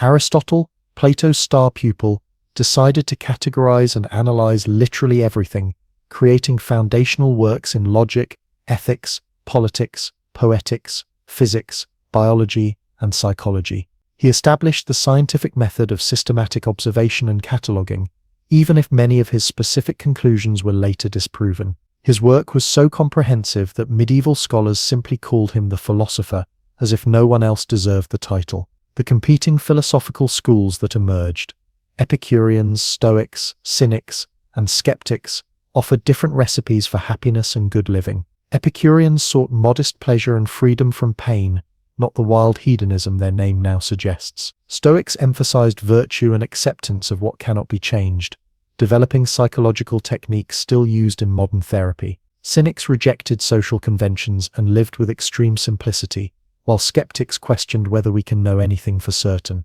Each school offered a complete life philosophy that addressed the fundamental question, how should we live? They were the original self-help gurus minus the expensive seminars and questionable merchandise. In mathematics, Greeks transformed an art of practical calculation into a rigorous deductive science. Euclid's Elements organized geometry into a logical system of definitions, axioms, and proofs so elegant and comprehensive that it remained the standard mathematics textbook until the 20th century. Archimedes calculated the value of pi, developed the principles of leverage and density, and invented numerous mechanical devices, including the Archimedes screw still used for irrigation today. Eratosthenes calculated the Earth's circumference with remarkable accuracy using nothing but shadows, a well and basic geometry. Hipparchus developed trigonometry and created the first comprehensive star catalogue. These achievements are even more impressive considering they did all this without 0 decimal places or algebraic notation. In astronomy, Greeks went from seeing stars as holes in the dome of the sky to developing sophisticated models of planetary motion. Aristarchus even proposed a heliocentric model of the solar system in the 3rd century BCE, nearly 1,800 years before Copernicus. Unfortunately, no one believed him because it seemed absurd that the Earth would move without people falling off.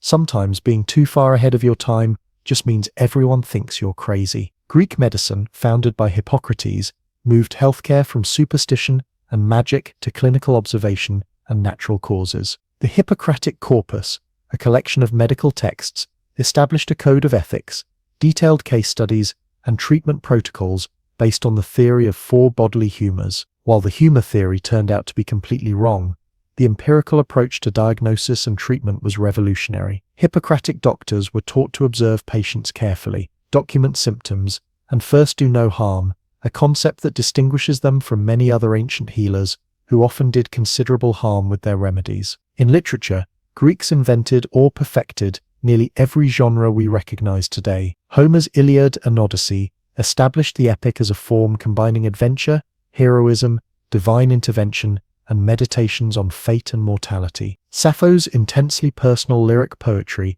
expressed individual emotions with unprecedented intimacy. Tragedy, developed by Aeschylus, Sophocles, and Euripides, explored the human condition through mythic stories, showing how character flaws and bad decisions lead to inevitable suffering. Aristophanes created political comedy, using outrageous plots and crude humor to satirize politicians, intellectuals, and social trends. Herodotus and Thucydides invented historical writing, attempting to explain human events through evidence rather than myth. The novels of the Hellenistic period featured romances, adventures, and fantastical journeys that would feel surprisingly familiar to modern readers. Greek art revolutionized aesthetic standards by developing naturalism, idealism, and narrative composition. Sculptors like Phidias, Polychaetas, and Praxedes created figures so lifelike they seemed to breathe, establishing ideals of human beauty that still influence our concepts of physical perfection. Vase painters depicted myths, daily life, and historical events with increasing sophistication, experimenting with perspective and emotion in ways that wouldn't be surpassed until the Renaissance. Greek architects created the classical orders, Doric, Ionic, and Corinthian, that still define important building aesthetics on everything from banks to government buildings worldwide. Greeks also gave us theatre as performance art, complete with actors, costumes, and stage productions. What began as religious ceremonies honoring Dionysus evolved into complex dramatic presentations exploring the human condition. Theatre festivals were major civic events, where playwrights competed for prizes and prestige. The Greeks built stone theatres with incredible acoustics, like the theatre at Epidaurus, where audiences of 14,000 could hear a whisper from the stage, ancient sound engineering that modern architects still struggle to replicate. In the realm of sport, the ancient Olympic Games established the concept of regular international athletic competition, complete with opening ceremonies, specialized training, and victory celebrations. Athletes competed in running, wrestling, boxing, pentathlon, chariot racing, and the particularly brutal pankration, a no-holds-barred combination of wrestling and boxing, where only biting and eye gouging were prohibited. Olympic victors achieved celebrity status, receiving free meals for life in their home cities, and sometimes having statues erected in their honor. The Games connected the fractious Greek world through shared cultural experience, establishing the idea that sports transcend political boundaries. Perhaps most important was the Greek concept of paideia, education not just as technical training, but as the formation of character, intellect, and aesthetic sensibility. Greeks believed education should develop the whole person through physical training, music, poetry, rhetoric, mathematics, and philosophy. This ideal of balanced development influenced educational theory for millennia and still underpins liberal arts education today. Their cultural achievements were spread throughout the Mediterranean world by colonies, trade, and eventually Alexander's conquests. As Greek ideas mixed with Egyptian, Persian, Indian, and other traditions during the Hellenistic period, new hybrid forms emerged. The Library of Alexandria became the greatest collection of knowledge in the ancient world, with scholars from throughout the Mediterranean studying, copying, and commenting on works from multiple civilizations. The Lighthouse of Alexandria, standing over 300 feet tall, with a fire visible for miles, symbolized how Greek ingenuity and engineering illuminated the ancient world. But despite these towering intellectual and cultural achievements, Greek political power gradually declined as a new superpower emerged in the Western Mediterranean. Rome, once a minor city-state on the Italian peninsula, had been developing its own talents for organization, military discipline, and practical engineering. As Roman power grew, it inevitably collided with the Greek world. The decline and fall of independent Greek civilization came gradually rather than from a single catastrophic event. After Alexander's death in 323 BCE, his empire fragmented into kingdoms ruled by his generals, the Ptolemies in Egypt, the Seleucids in Asia, the Antigonids in Macedonia, and others. These Hellenistic kingdoms preserved Greek culture, but replaced the democratic and republican ideals of the classical period with monarchy and bureaucracy. The mainland Greek cities briefly attempted to reassert their independence through federal leagues, the Achaean and Aetolian leagues, that united multiple cities under shared institutions. This was an innovative attempt to overcome the limitations of the small city-state in an age of territorial kingdoms. However, internal divisions and the fatal tendency to seek outside help in local disputes ultimately doomed these experiments. Rome entered the Greek world first as an ally, helping Greek cities against Macedonian domination. After defeating Macedonia at the Battle of Pydna in 168 BCE, Rome presented itself as the protector of Greek freedom. This protection, however, increasingly resembled domination as Rome intervened more directly in Greek affairs. When the Achaean League rebelled against Roman interference in 146 BCE, the Roman general Mummius destroyed Corinth as a warning to other Greek cities. The message was clear: resistance to Roman power would not be tolerated. Rather than formally annexing Greece immediately, Rome initially ruled through client states and puppet governments. By 27 BCE, however, Greece had been organized as the Roman province of Achaia. The independent political life of ancient Greece was officially over, though Greek culture remained vibrant and influential. The final irony was that even as Rome conquered Greece militarily, educated Romans acknowledged Greek cultural superiority.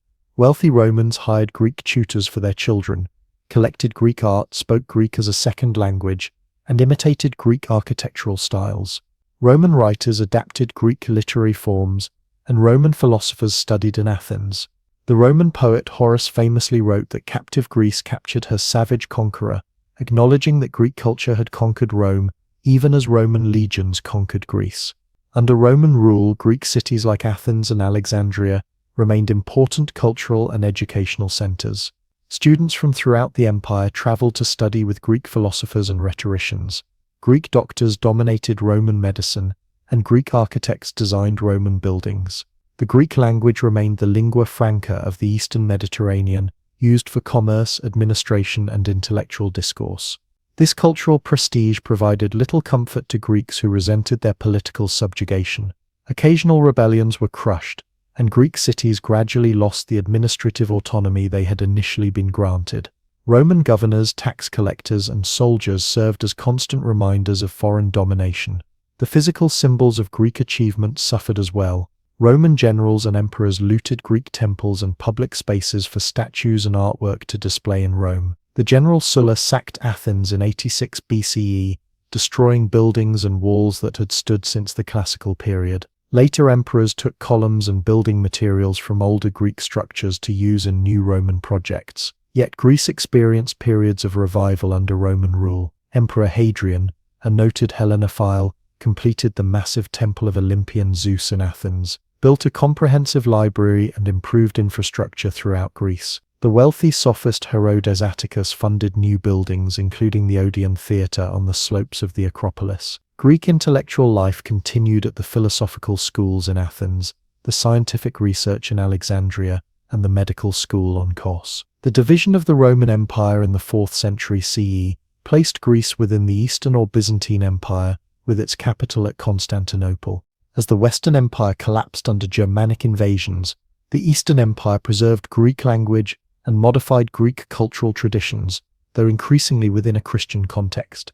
Christianity presented perhaps the greatest challenge to traditional Greek culture. Where Greeks had celebrated human achievement and beauty, Christianity emphasized human sinfulness and divine salvation. Where Greek philosophy had sought understanding through reason, Christian theology emphasized faith and revelation. The Emperor Justinian closed the philosophical schools of Athens in 529 CE, including Plato's Academy, that had operated continuously for nearly 900 years. This act symbolically marked the end of ancient pagan Greek intellectual tradition. The physical remnants of Greek civilization suffered further during this period. Temples were converted to churches or dismantled for building materials. Statues were destroyed as pagan idols or melted down for their bronze. Manuscripts that didn't align with Christian teaching were not copied and gradually disappeared. The Great Library of Alexandria, already damaged in earlier conflicts, ceased to function as a center of learning. Yet even as institutional support for Greek learning declined,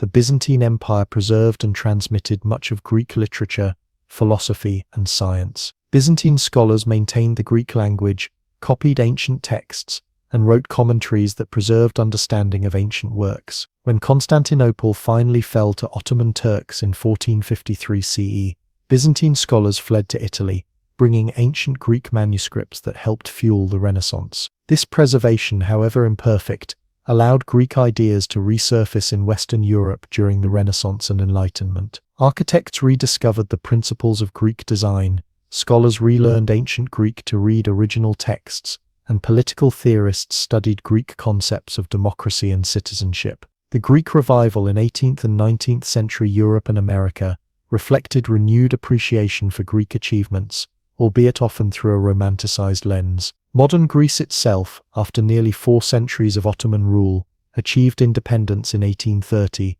consciously connecting its national identity to its ancient past. The selection of Athens as capital, the adoption of classical motifs in public architecture, and the purification of the language to remove Turkish influences all reflected the desire to reclaim ancient heritage. Today, ancient Greek achievements remain foundational to Western civilization and increasingly recognized globally. Democracy, rational inquiry, artistic realism, literary forms, ethical philosophy, and educational ideals all trace direct lineage to Greek innovation. Terms from Greek politics, science, and philosophy fill our vocabulary, often without our realizing their origins. The fall of ancient Greece reminds us that cultural achievement doesn't guarantee political survival. The city-states that produced democracy, philosophy, and tragedy couldn't overcome their internal divisions and external threats. Yet Greek ideas proved more durable than Greek political institutions,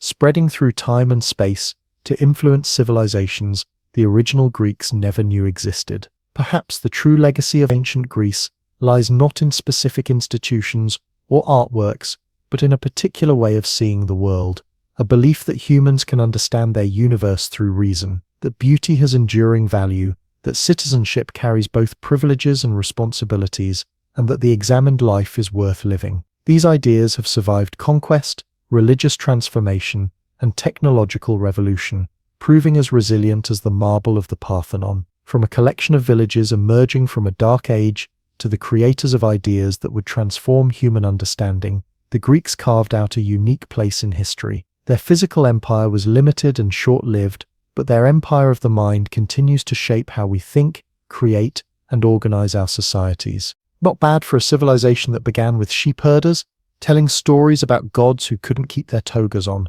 So we've seen how the Mesopotamians created the world's first cities and empires between their troublesome twin rivers. Now let's talk about what they actually gave to civilization besides ziggurats and some seriously intense legal penalties. First and foremost, these folks invented writing, which might seem like an obvious contribution until you consider what a mind-blowing concept it was at the time. Imagine being the first person to think, hey, what if we could make marks on clay that represent the sounds we make with our mouths? That's some seriously next-level thinking. The Sumerians started with pictographs around 3500 BCE, little drawings that looked like the things they represented, but soon realized this system was as efficient as explaining a movie plot through charades. So they developed cuneiform, using wedge-shaped marks pressed into clay tablets with a reed stylus. Over time, these symbols evolved from representing whole words to representing syllable sounds, making the system more flexible but still ridiculously complicated. Learning cuneiform required years of education and thousands of hours of practice, the ancient equivalent of getting a PhD just to send a text message. These clay tablets have proven remarkably durable. Archaeologists have discovered thousands of them, revealing everything from grocery lists and school homework to epic poetry and astronomical observations. When ancient cities burned down, which happened frequently, the fire actually baked the clay tablets, preserving them even better. Talk about accidental data backup. Modern cloud storage wishes it was as reliable as a fired clay tablet. Beyond just technical writing, Mesopotamians created the world's first literature. The Epic of Gilgamesh isn't just an entertaining story about a semi-divine king and his wild man bestie fighting monsters. It's humanity's first exploration of friendship, mortality, and the meaning of life through narrative. When Gilgamesh fails in his quest for immortality and comes to accept his mortal fate, he's expressing existential angst thousands of years before French philosophers made it fashionable while smoking cigarettes in Parisian cafes. Mesopotamians also pioneered the legal system as we know it. Hammurabi's code wasn't the first law collection. Ur-Nammu and Lipit-Ishtar came before him, but it was the most comprehensive and influential. By carving his laws on a giant stone monument placed in public, Hammurabi established the revolutionary principle that laws should be written down and accessible to everyone. No more "I didn't know that was illegal" excuses, though given the penalties involved, claiming ignorance probably wouldn't have saved you anyway. The code featured the iconic principle of an eye for an eye, which sounds harsh to modern ears, but was actually meant to limit punishment and prevent blood feuds from spiraling out of control. Earlier systems might have demanded 10 eyes for 1 eye, so this was actually progress. The code also established different penalties based on social class, which wasn't exactly egalitarian, but at least recognized that context mattered in judgment. Congratulations. Mesopotamia, you invented both law and legal loopholes simultaneously. In mathematics, Mesopotamians were absolute rock stars. Their sexagesimal base 16 number system still influences how we measure time and angles today. Every time you look at a clock or measure a 360-degree circle, you're using their math. They developed place value notation thousands of years before the invention of zero, could calculate square and cube roots, and solved quadratic and cubic equations using something similar to algebra. Mesopotamian mathematicians created detailed tables of multiplication, division, squares, and cubes that functioned as ancient calculators. They could calculate compound interest, proving that bankers have been complicating our lives since the dawn of civilization. Their mathematical achievements were so advanced that some of their techniques wouldn't be rediscovered in Europe until the Renaissance, nearly 3,000 years later. Not bad for people using clay tablets instead of computers. Their astronomical observations were equally impressive. Mesopotamian priest astronomers meticulously recorded celestial movements over centuries, creating the world's first astronomical databases. They identified 5 planets, tracked lunar phases, and could predict eclipses with remarkable accuracy. Of course, they interpreted all this as divine communication rather than physics. Ancient astronomers were basically astrologers with really good record-keeping habits. This astrological focus led them to divide the sky into 12 sections that became our zodiac signs. So next time someone asks if you're a Taurus or a Gemini, you can blame the Mesopotamians for starting that whole conversation. They also grouped stars into constellations, many of which we still recognize today. Looking up at Orion or the Big Dipper connects us directly to those ancient sky watchers. The Mesopotamian calendar tried to reconcile lunar months with the solar year, resulting in a 12-month calendar, with occasional leap months thrown in when things got too out of sync. This was the prototype for later lunar solar calendars like the Hebrew and Chinese calendars. Their 7-day week, with the 7th day designated as a rest day, would influence later religious traditions. So when you're enjoying your weekend, pour one out for ancient Mesopotamia. In architecture and engineering, they pioneered techniques that would spread throughout the ancient world. The arch, the dome, and the vault all have Mesopotamian origins, though the Romans would later perfect these forms. Without these innovations, basically every impressive building in history would be impossible. No cathedrals, no Colosseum, no Capitol building, no cool bridges, nothing with any interesting ceiling whatsoever. Their irrigation systems transformed agriculture across the Middle East. Using canals, dikes, dams, and water-lifting devices like the shaduf, they turned arid lands into fertile fields. These techniques spread throughout the ancient world and still influence farming in many regions today. Mesopotamians didn't just feed themselves, they invented the techniques that would help feed civilization for millennia to come. Mesopotamia also gave us the wheel. While simple rollers had been used earlier, the true wheel and axle combination for vehicles first appeared in Mesopotamia around 3500 BCE. Within a few centuries they had chariots, wagons, and potter's wheels, a transportation and manufacturing revolution that literally got civilization rolling. If time travel were possible, ancient Mesopotamians could legitimately demand royalties on basically every wheeled vehicle in existence. They also invented the sailboat, combining the power of wind with directional control to create vessels that could travel both upstream and downstream on rivers, and eventually venture into the Persian Gulf for maritime trade. These weren't exactly luxury cruise liners, more like glorified rafts with sticks and fabric attached, but they revolutionized transportation and trade nonetheless. In the culinary arts, Mesopotamians created the world's first recipes, written on clay tablets around 1750 BCE. These weren't just ingredient lists, but detailed cooking instructions for various stews and broths. They also invented beer as we know it, deliberately fermenting grain into alcoholic beverages rather than accidentally discovering fermentation like earlier cultures presumably did. They brewed at least 20 different varieties of beer and considered it essential to civilized life. The world's oldest drinking song comes from ancient Sumer, proving that humans have been combining alcohol and bad music for at least 4,000 years. Mesopotamians pioneered metallurgy, developing techniques for working copper, bronze, gold, and eventually iron. Their craftsmen created intricate jewelry, weapons, tools, and decorative objects using sophisticated methods like lost wax casting. The Bronze Age is literally named after their technological innovation of combining copper and tin to create a harder, more durable metal that transformed warfare, agriculture, and craftsmanship. They even made contributions to beauty and hygiene, creating the first known soaps, perfumes, and cosmetics. Mesopotamian women used kohl to darken their eyes, rouge for their cheeks, and henna for their hair, the original makeup influencers. Men and women both wore elaborate hairstyles and jewelry to indicate their social status. The concept of dress to impress has deep Mesopotamian roots. But despite all these innovations and achievements,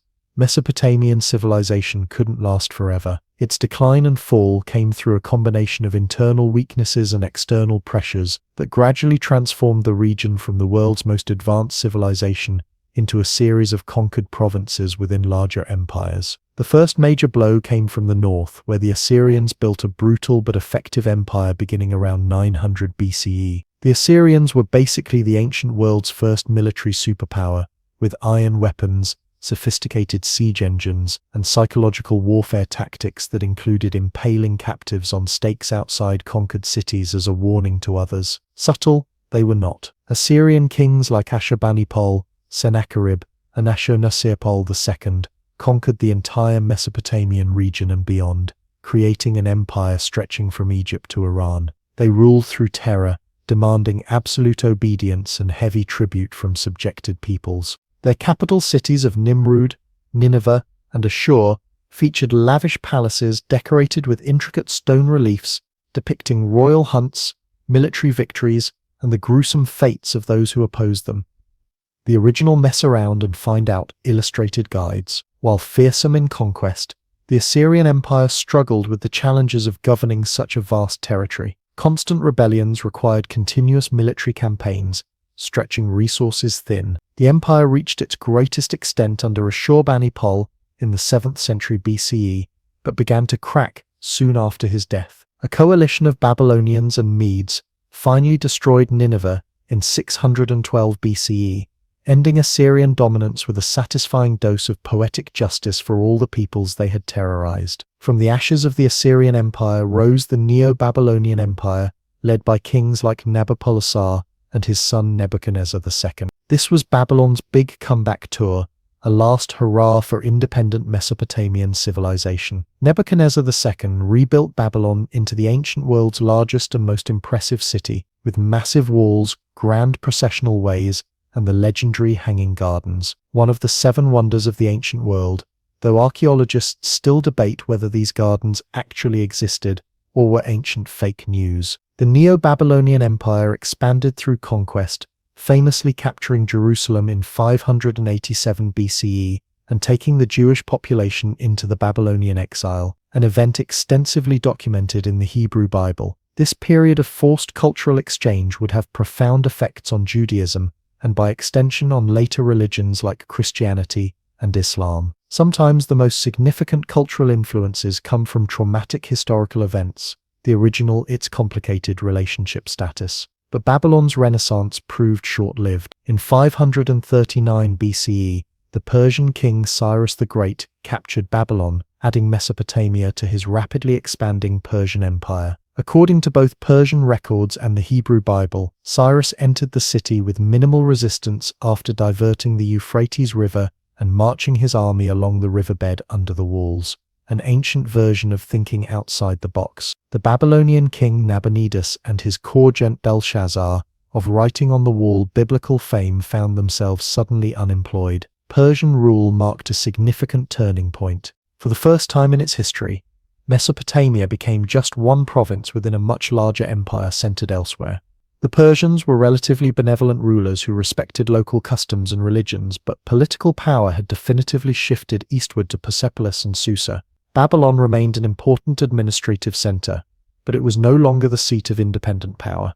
The Persian Empire itself fell to Alexander the Great in the 338 BCE, bringing Mesopotamia under Greek influence. Alexander had grand plans for Babylon, intending to make it his eastern capital, but his premature death in the city in 323 BCE, after a night of excessive drinking, some historical traditions never change, left his empire to be divided among his generals. Mesopotamia became part of the Seleucid Empire, ruled by Greeks but still maintaining much of its cultural identity. Greek and Mesopotamian traditions began to blend in interesting ways, creating new cultural hybrids. However, cuneiform writing and traditional religious practices gradually declined as Aramaic language and Hellenistic culture became more dominant. The Parthians, an Iranian dynasty, conquered the region next, followed by the Sassanid Persians, and eventually the Islamic caliphates after the 7th century CE. With each conquest, links to the ancient Mesopotamian tradition grew more tenuous. The last known cuneiform inscription dates from the 1st century CE,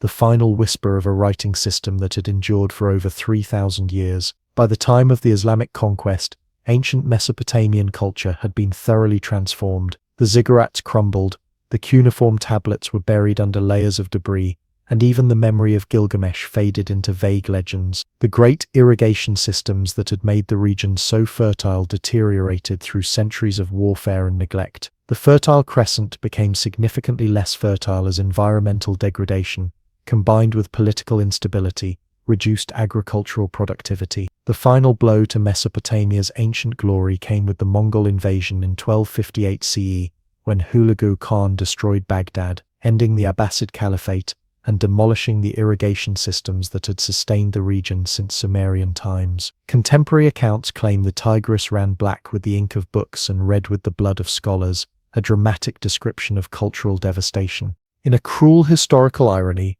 the region that had invented irrigation, writing, cities, and empire had become a backwater, its ancient achievements forgotten by the world, and even by its own inhabitants. The ziggurats were mistaken for natural hills, the cuneiform tablets for curious stones with strange markings. Mesopotamia, once the center of world civilization, had fallen so completely that when European archaeologists began to rediscover its remains in the 19th century, they were astonished by what they found. Yet in another sense, Mesopotamia never truly fell. Its cultural and technological innovations spread throughout the ancient world, influencing Egypt, Greece, Rome, Persia, India, and beyond. The concept of a written legal code passed from Hammurabi through the Hebrews, Greeks, and Romans into modern legal systems worldwide. Their mathematical and astronomical knowledge was preserved and expanded by Greek, Indian, and Islamic scholars. Even after the physical cities crumbled and the original languages died out, the fundamental ideas birthed between the Tigris and Euphrates continued to shape human civilization. Our 60-minute hours, our 360-degree circles, our written contracts, our interest-bearing loans, our astrological signs, and countless other aspects of modern life trace directly back to those innovative ancient Mesopotamians. In the deepest sense, Mesopotamia never really fell because we're still living in the world it created. The first civilization established patterns that all later ones would follow, creating a template for urban life, organized religion, centralized government, and written culture that continues to define what we mean by civilization itself. So next time you sign a contract, check the time, drink a beer, or complain about city traffic. Remember, you're participating in cultural practices pioneered by those innovative people between two rivers more than 5,000. If you've ever wondered what happens when you give absolute power to someone with trust issues, Emperor Domitian of Rome provides a textbook answer. The last ruler of the Flavian dynasty took paranoia to an art form, transforming the Roman Empire into a place where a wrong glance at the emperor could earn you a death sentence. And even the walls had ears, sometimes literally, thanks to his network of informants. Domitian might not have the name recognition of Nero or Caligula in the terrible Emperor Hall of Fame, but what he lacked in flamboyant madness, he made up for with methodical, calculating cruelty that left Rome's elite living in constant fear. Imagine an emperor who combined the micromanagement skills of an overbearing boss with the suspicion levels of a conspiracy theorist and the vindictiveness of someone who keeps a spreadsheet of everyone who ever wronged them. That's Domitian in a nutshell. Born in 51 CE as Titus Flavius Domitianus, he grew up in the shadow of his more successful father and brother. His father Vespasian rose from humble origins to become emperor after the chaotic year of 4 emperors in 69 CE. His older brother Titus was the golden child, handsome, charming, and a successful military commander who helped suppress the Jewish revolt and conquer Jerusalem. Meanwhile, young Domitian was largely sidelined during his father's rise to power, given minor ceremonial roles while the real authority went to his brother. When Vespasian died in 79 CE, Titus became emperor and continued to keep his younger brother at arm's length from real power. Titus's reign was brief but popular, marked by his handling of multiple disasters including the eruption of Mount Vesuvius that destroyed Pompeii. When Titus died suddenly in 81 CE, after just 2 years as emperor, rumors immediately spread that Domitian had hastened his brother's demise, perhaps by having him denied proper treatment during his final illness, or even directly poisoning him. Whether or not he murdered his way to the throne, Domitian finally had the power he'd been denied for so long, and he wasn't about to use it subtly. The new emperor quickly set about reorganizing the government to centralize authority in his own hands. Unlike his father and brother, who maintained the pretense that the emperor was just the first citizen working with the Senate, Domitian dropped the charade and embraced autocracy. He demanded to be addressed as Dominus et Deus, Lord and God, had gold and silver statues of himself placed throughout the imperial palace, and insisted on elaborate court ceremonies that emphasized his divine status. Imagine being so insecure about your authority that you need people to literally call you a god to your face. It's the ancient equivalent of constantly telling everyone you have a very high IQ. In fairness to Domitian, his administration wasn't entirely a disaster. He was an efficient, hands-on ruler who took his administrative duties seriously. He strengthened the currency, enforced public morality laws, built impressive new structures in Rome, including a massive palace on the Palatine Hill, and generally kept the empire running smoothly. He was also a micromanager who insisted on personally overseeing even minor details of government, the kind of boss who would email you at 2 a.m.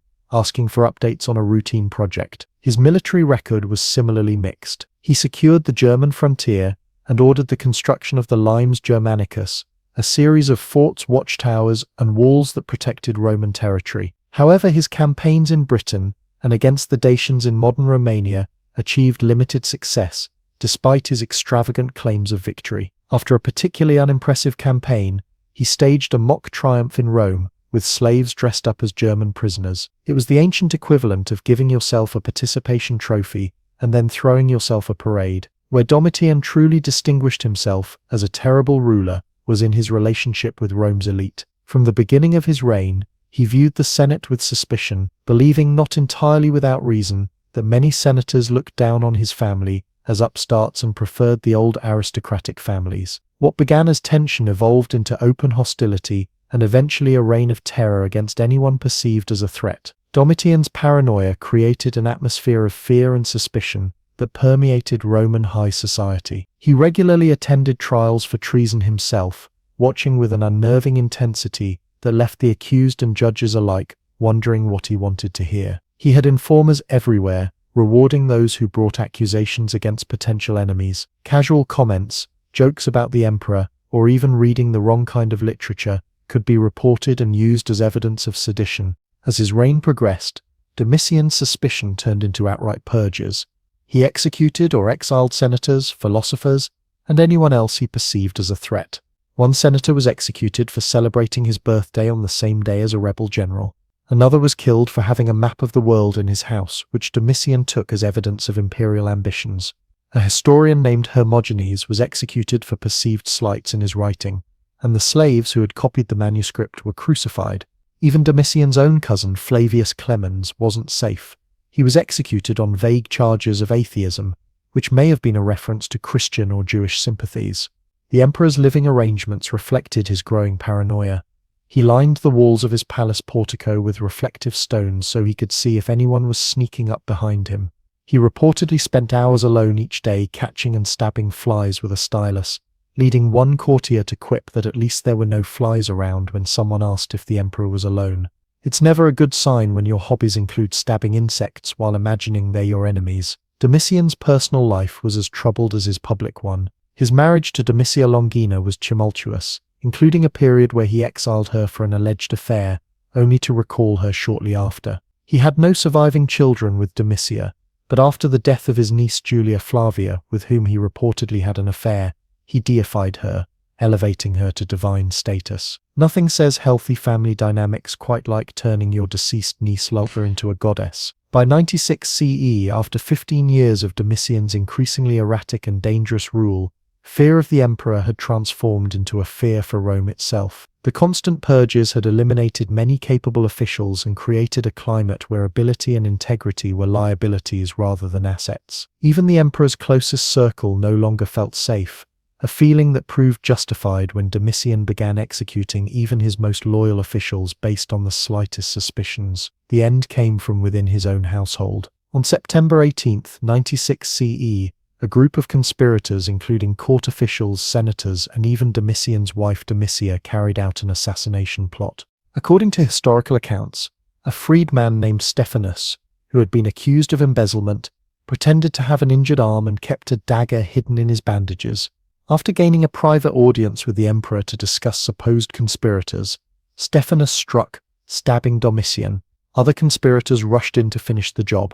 The emperor, who had spent his reign seeing threats everywhere, finally encountered a real one. The Senate wasted no time celebrating his death, immediately passing damnation over memory, ordering his statues torn down and his name erased from public monuments. They selected the elderly Senator Nerva as the new emperor, beginning the period of the 5 good emperors that would give Rome a century of relatively stable and competent rule, quite a change from Domitian's paranoid micromanagement. What makes Domitian particularly interesting among Rome's bad emperors is that he wasn't obviously insane like Caligula or theatrical in his cruelty like Nero. His tyranny was cold, calculating, and methodical. He didn't burn Rome or make his horse a consul or commit obviously deranged acts. Instead, he created a system of surveillance, intimidation, and selective punishment that allowed him to control through fear rather than outright terror. In this sense, Domitian represents a more modern kind of authoritarian, the ruler who maintains the functions of the state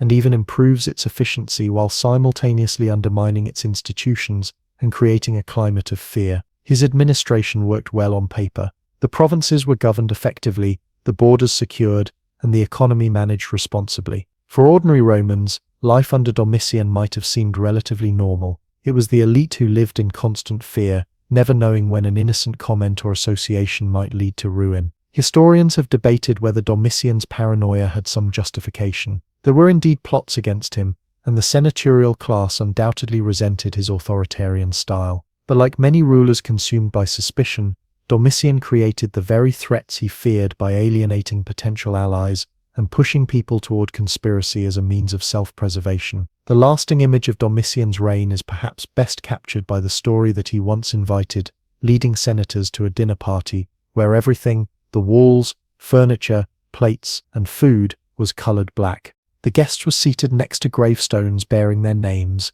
served by naked, black-painted children who danced around them like spirits of the dead. After terrifying his guests into believing their execution was imminent, Domitian sent them home with the gifts that had been displayed on their gravestones. Whether this macabre dinner party actually happened or was invented by his enemies, it perfectly captures the psychological torture that characterized his reign, the deliberate cultivation of fear as a tool of control. 2,000 years after his assassination, Domitian serves as a reminder that tyranny doesn't always announce itself with spectacular displays of madness. Sometimes it arrives in the form of an administrator with a clipboard and a list of enemies, methodically crossing off names, while assuring everyone that it's all for the greater good.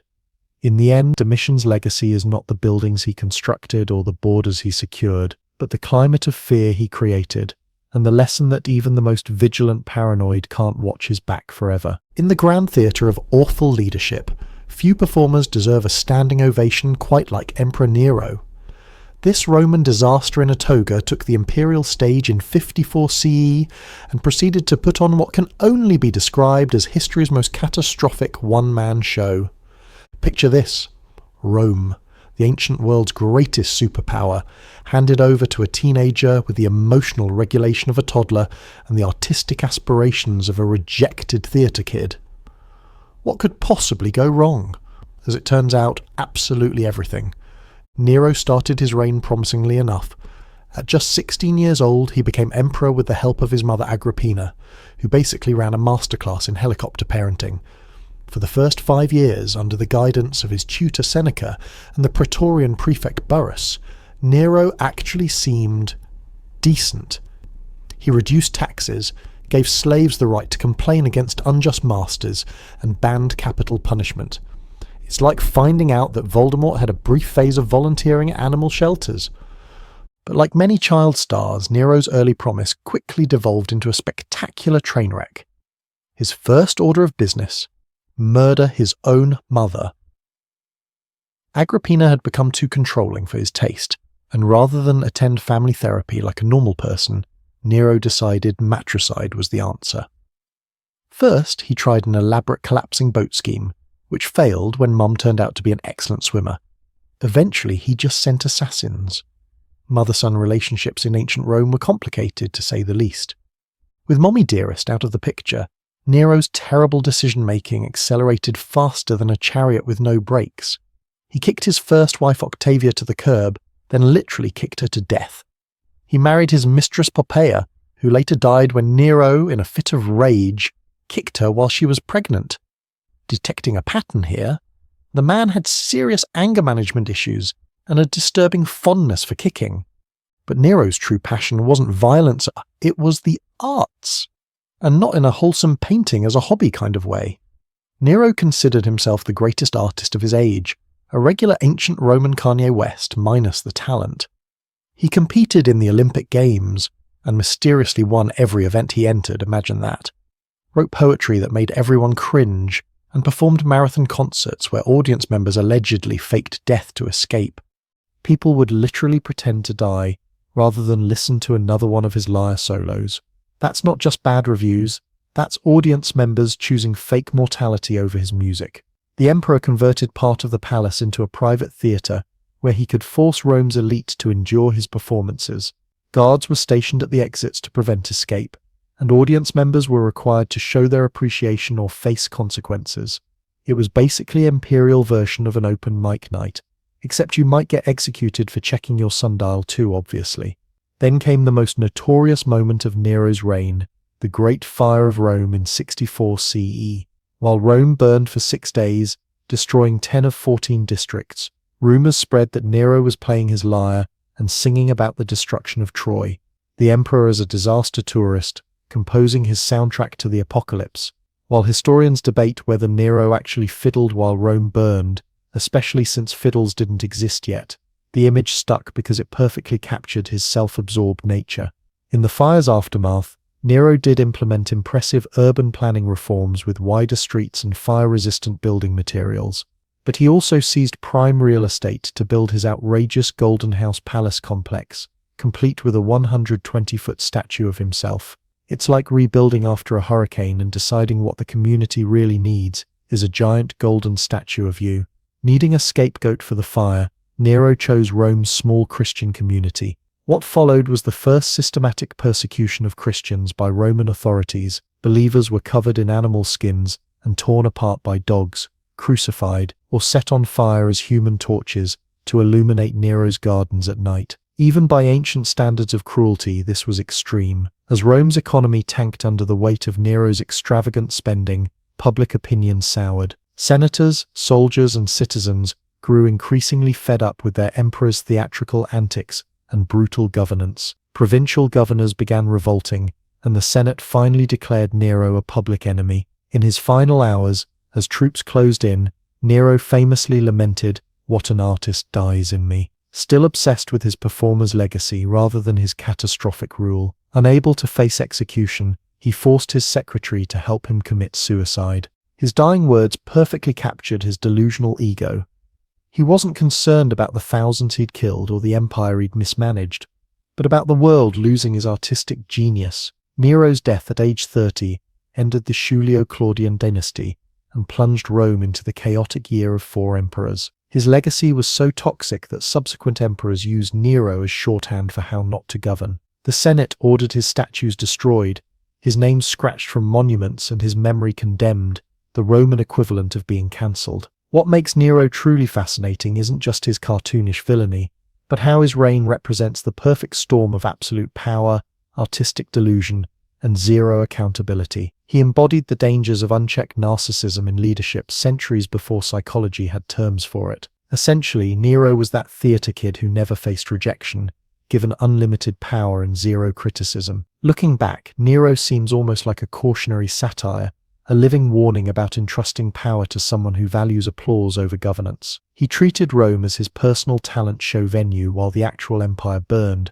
both literally and figuratively. In the pantheon of terrible rulers, Nero stands out not just for his cruelty, though there was plenty of that, but for his unique combination of artistic pretension and governmental malpractice. Ancient historians like Tacitus, Suetonius, and Dio Cassius painted Nero in the darkest possible colors, and while modern historians question some of their more outrageous claims, the core truth remains: Nero was a disaster of imperial proportions. He represents the ultimate example of what happens when leadership becomes performance art rather than public service. Perhaps the most incredible thing about Nero's legacy is that even after his death, pretenders claiming to be him popped up around the empire. Some people apparently thought, you know what would be great? If that guy who kicked his pregnant wife to death and used Christians as garden lights came back. These false Neros gained followings, speaking to both the chaos of the time and the strange charisma the man must have possessed. In the end, Nero remains the benchmark against which terrible leaders are measured. When we describe someone as Neronian, we're invoking a specific brand of self-obsessed, artistically pretentious, murderously unstable leadership that manages to be both tragic and absurd. He didn't just fiddle while Rome burned. He tried to make the burning into his own personal concert venue, then blamed the fire on someone else. Nero continues to fascinate us, not just as a villain, but as an archetype, the eternal warning of what happens when we give absolute power to those who are absolutely unprepared for it. In the reality show of history's worst emperors, Nero didn't just win the competition, he burned down the studio, killed the judges, and declared himself the greatest performer who ever lived.